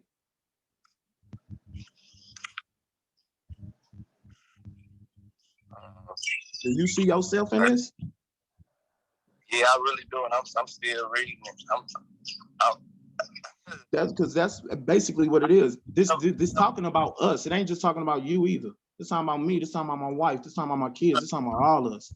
Oh, as a whole. He you ain't hearing him, but he over here is like, wow. Yeah. All praises, right? This is the Most High showing you this. This ain't got nothing to do with me. This Most High getting this to you as a gift. He giving it to you, right? He's trying to show you who you are. That's what's happening here, right? Because you know, I ain't even gonna get too deep because you know what I'm saying. We can get into a bunch of other stuff, but I really just want you to understand that this Bible is so. Look, go to Deuteronomy. We're gonna stay in Deuteronomy. Go to Deuteronomy 7:6. 7:6. Yeah, chapter 7, verse 6. Read that for me. Of the Holy Lord, your God, the Lord your God has chosen you to be the people of his own possession out of all the peoples that are on the face of the earth. That's 6. That's verse 6. 7. Yeah, that's verse 6. Okay. So 7 says, so yeah, yours read a little bit different than mine. I'm finna read mine, then I'm finna start breaking it down, okay? So it says, for thou art a holy people unto the Lord thy God. The Lord thy God has chosen thee to be a special people unto himself, above all people that are upon the face of the earth. That ain't every man is created equal. That ain't the Constitution. This is the Bible. The Bible is racist. He made one race of people above all other nations of people. This ain't the all-inclusive, everybody invited to the party. There's literally an ethnic and a racial hierarchy. So here in the Bible, it even said it in the verse we just read. Go back to Deuteronomy 28. I'm going to show you it in that, and Deuteronomy 28. It just said the same thing. Deuteronomy 28, verse 1.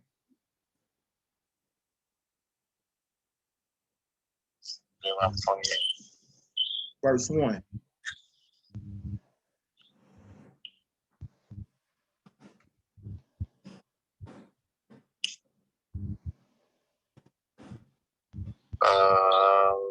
And it says, and it should come to pass if thou shalt hearken diligently to the voice of the Lord thy God to observe and do all his commandments, which I command thee this day, that the Lord thy God will set thee on high above all nations on the earth. That's an ethnic hierarchy, right? So this ain't every man created equal. There's literally a chosen race in the Bible, but this chosen race are the Israelites. But the Israelites made a covenant, and the covenant is just another word for a contract. We made a contract with the Father. And what happened is we didn't uphold our end of the contract. It was stipulations in the contract, and we didn't hold up our end of the bargain. And starting at 15, it started the list. If we didn't hold up our end of the bargain, what was going to happen to us? And this stuff did happen to us. But this particular passage, Deuteronomy 28, was written like 4,000 years ago. That's a prophecy for you. You can't even name one other race that went on slave ships. There's literally no other race that went on slave ships but us. You can find some people that might went into a little slavery, but all this stuff don't fit them. True. So, we don't know who we are, right? True. Right? We don't go to Jeremiah 17 and 4. Jeremiah chapter 17, verse 4. So on top of that, so Jeremiah 17? 17, yeah, 17, verse 4. Verse 24. No, not 24, 4. 17, 4.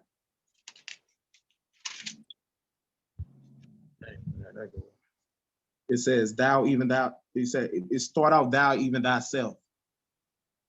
Jeremiah chapter 17, verse 4.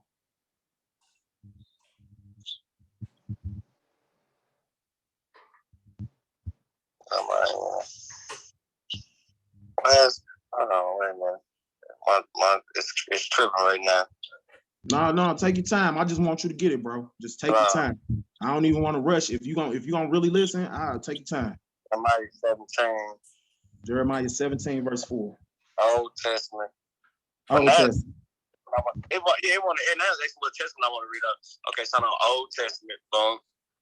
Okay, Old Testament. Let's do it here. Okay, so I'm in Jeremiah, it's like 29, 11, 29. What's going on? Hold on. You on the app? Oh, where is it? Yeah, I'm on the app, but it just did small. Where is stuff? Hold on.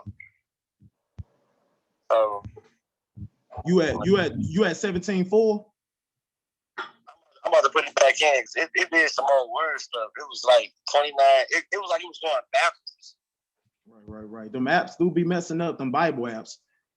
So now I'm in Jeremiah 29:11, Jeremiah 29:13. Hold on, wait a minute. Why you in one verse? Right, that's what I'm trying to figure out. Like, it was just,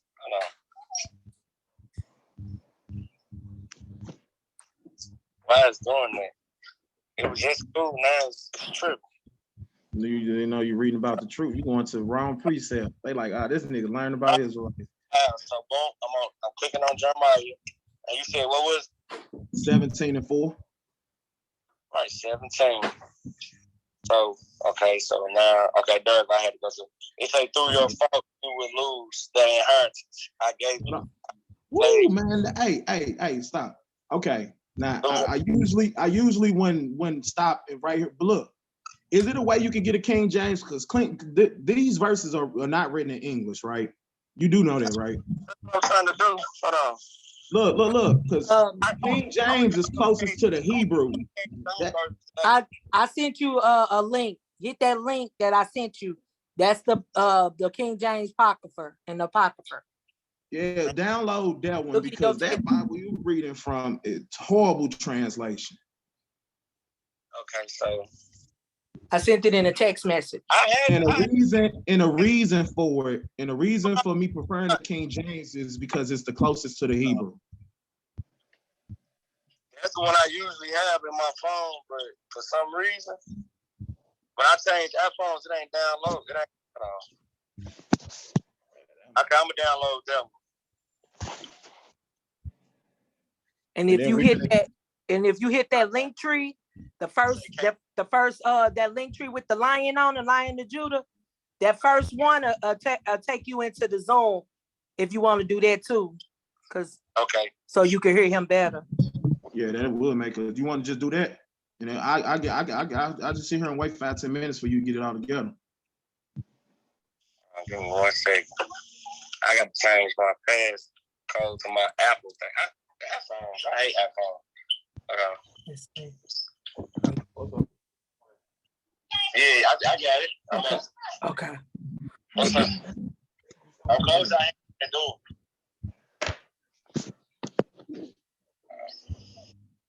I'm finna mute up for like a minute. I'm gonna be back in like a minute.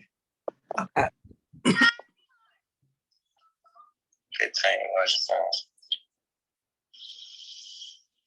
1 second. D-A-H right here. I think too, you be changing my password to my dang iCloud so he can keep track of me. Because ain't no way. I know my passwords to my iCloud when I download stuff. And every time I put it in, it be like the wrong password. I'm starting to think she be changing my password. Because you got the iCloud password. They can track everywhere you go. Right. She's trying to download her own music. She's trying to do something. But I just changed my password. Now I got it. Okay, KJ Grace Bible. It's like KJD Bible with Apocrypha. Yeah, that's the one they gave me. Yeah. Download. Yeah, that's the right one. Okay. It's downloading now. Okay. While that's downloading, hit that the link tree and that first one above it. You got Zoom downloaded on your phone? Yeah, I did. Yeah. Okay. So, you signed in, you put your email and the password on it? No, I asked you the password. What was it? No, you got to put your email on there and your password. Oh, okay. Yeah. Okay, so I clicked on the link, right? It say Biblical Foundation, 1 p.m. today. It say Sabbath Zone. Hit that one. Hit the one, Biblical Foundation. Biblical Foundation. Okay. Answer my name. Andre.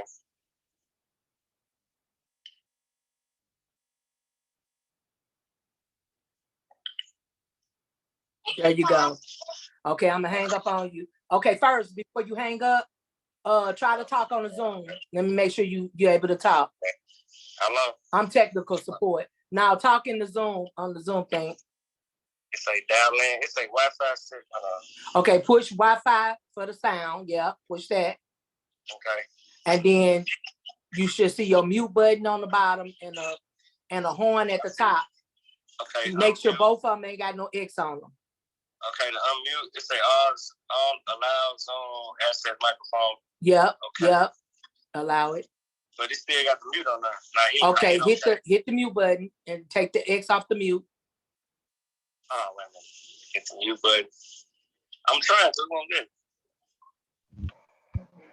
Probably because what it say? It say full participant. It say start video. It say unmute with a line going through. Okay, it won't let you do it. Maybe because you're on the phone. So I'm gonna get off the phone with you. See. Okay.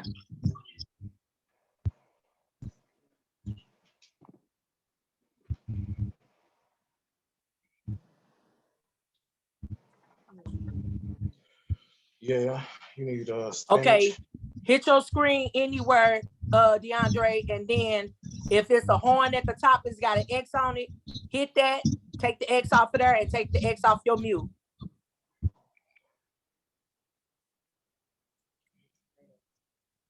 He trying to get on. He in the room, but I see him in here. Okay. You gotta hit somewhere on your screen, not on no buttons, and then just take the X off the microphone and take the X off of that. It look like a horn at the top. Okay, your microphone just went away. You just did something. And if you have to go out, leave the room, and then come back in, hit that that link tree again at the top. Okay. Okay, I see your microphone. Now you gotta hit it somewhere to take it off. Take the line off through it, going through it. Yeah, unmute yourself. Just tap it.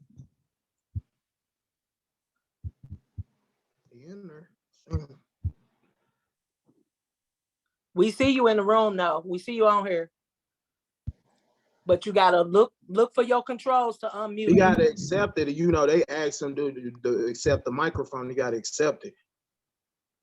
I think when it said, do you want your Wi-Fi? And it said yes to pick up your sound. Was you do it off Wi-Fi. Yeah, you do it. You're gonna do it off Wi-Fi. Okay,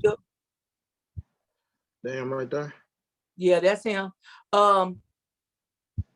Like hit the black area and see when your controls come up. Then you hit the microphone. And sometimes it's a horn at the top. That allows it to come through your speakers. Tap the screen again until your controls come up. Did he accept his microphone? He said he did. He was like walking through it.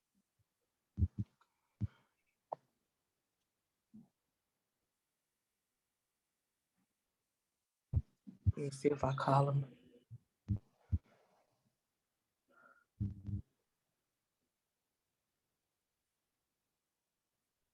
I'm calling him. What's going on with it? Like I'm on there, but it'll let me. Hello? You can hear us? Yeah, I can hear y'all, but it'll let me do my video, but it's not letting me get. Let me turn my microphone on my settings from my iPhone. See what it is. Yeah. Okay. Because it'll let me do everything. I turn my camera on. Okay. We'll go to your settings. Let me turn my camera on. He seen my head on my camera. I think myself, but it's not letting my voice. Yeah, try your settings like you said. Go to your settings on your phone. Okay. And because it acts like the Wi-Fi or use he read that at the beginning, but he going into the phone settings and go to your disconnect audio mute settings. Okay, no, it ain't them settings. It say disconnect audio. No, it's not. I said it ain't my settings for the phone. Let me see. When you I can hear. I can tell him I can hear him though if you want to. He say did it ask you that did you want to accept the audio like one time, always, or no? Say allow song to access your microphone from device. Menu set privacy. Okay, I got it. Okay. Right. Put this one time. Just click that one time. He in the phone settings. I got it. He said it came on. It wasn't on. Hold on, wait a minute. Hold on, it say go to settings, privacy. Go to settings, privacy, the microphone. Settings, privacy, and then it say go to microphone. Instagram, YouTube. Okay, my Zoom microphone was off. Okay. I'm gonna go back on there. Okay. All right. He said it was on. It was off on settings. We're gonna find a way to make it work. It's always skin a cat, baby. I be trying. Technical support. Technical. What are you here for? I'm technical support. Let the people in.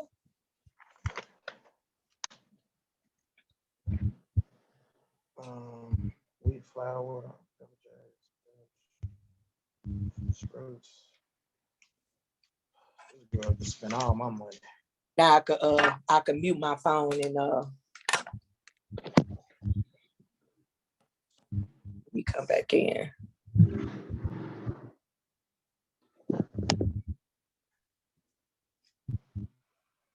There you go.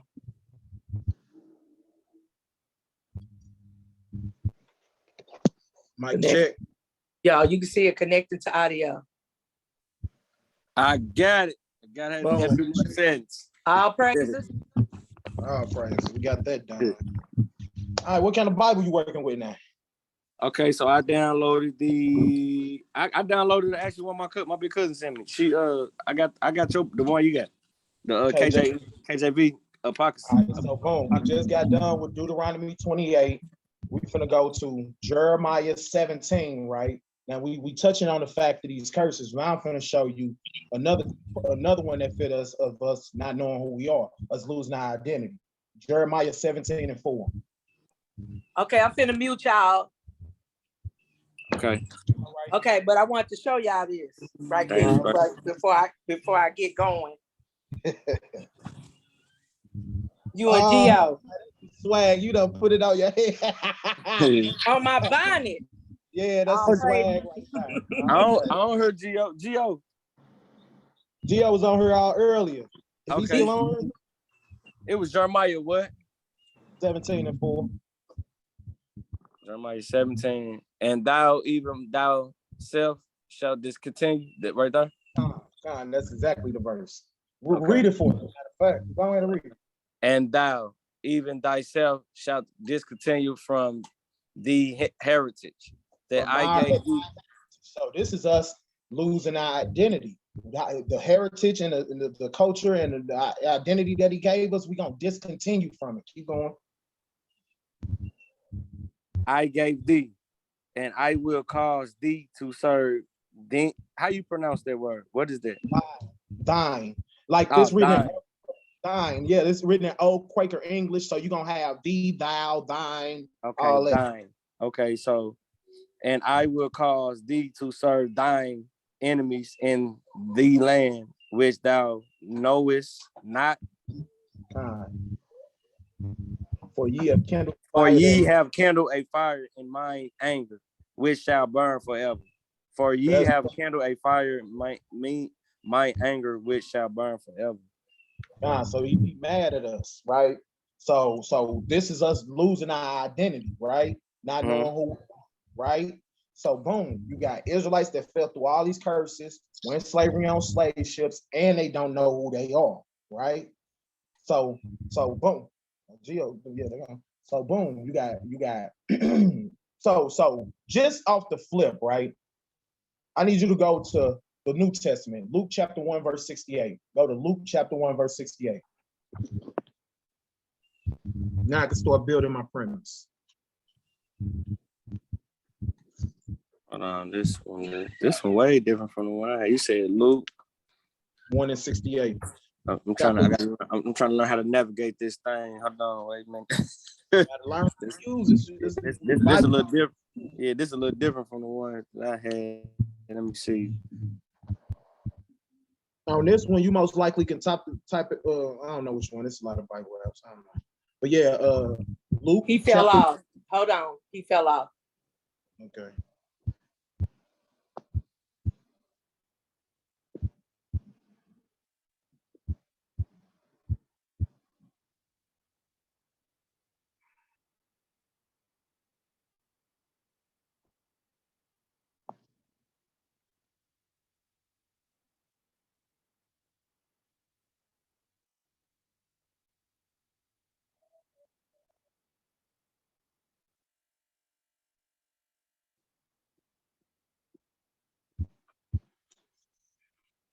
That's you.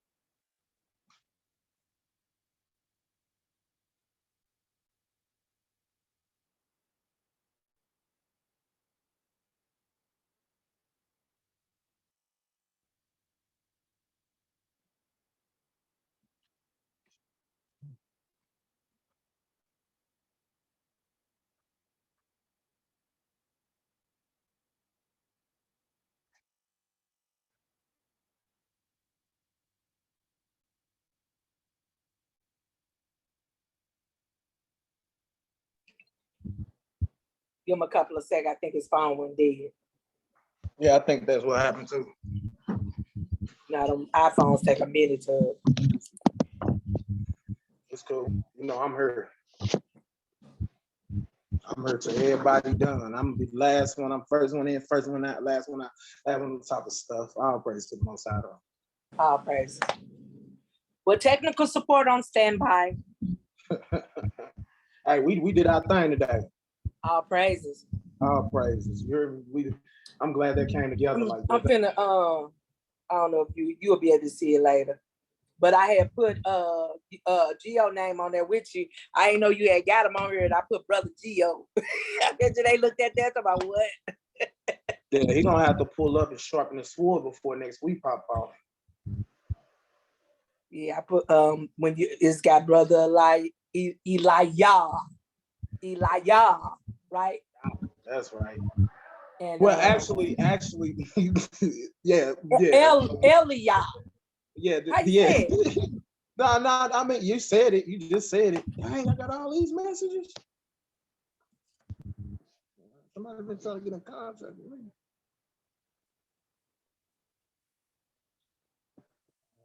Okay. All right. So I've been teaching all day.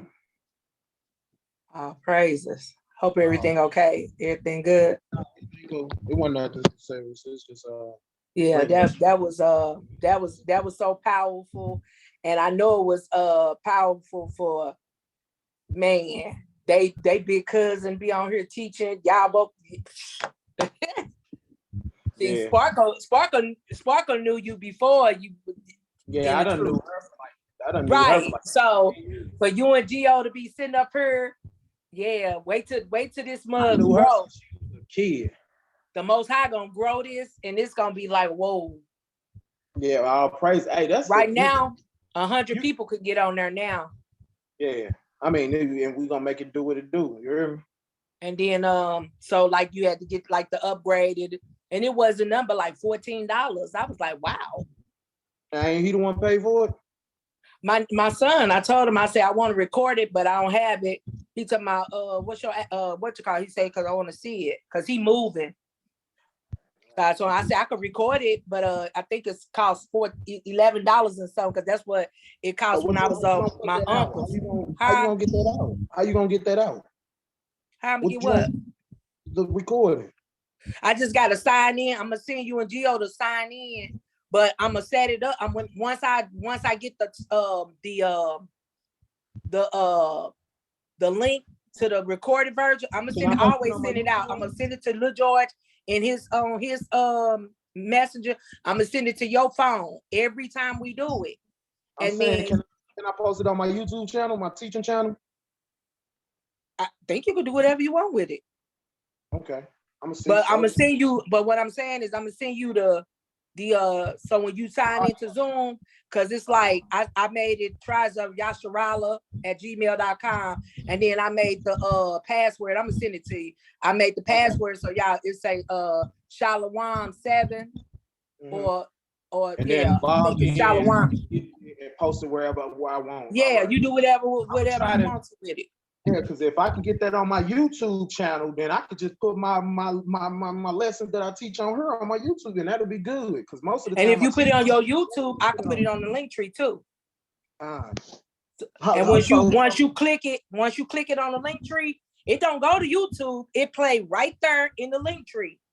It'll play right there. You'll still be on the link tree, and it'll open up like a little TV on your link tree, and it'll still be on the front of your phone. Even on his Zoom. Once I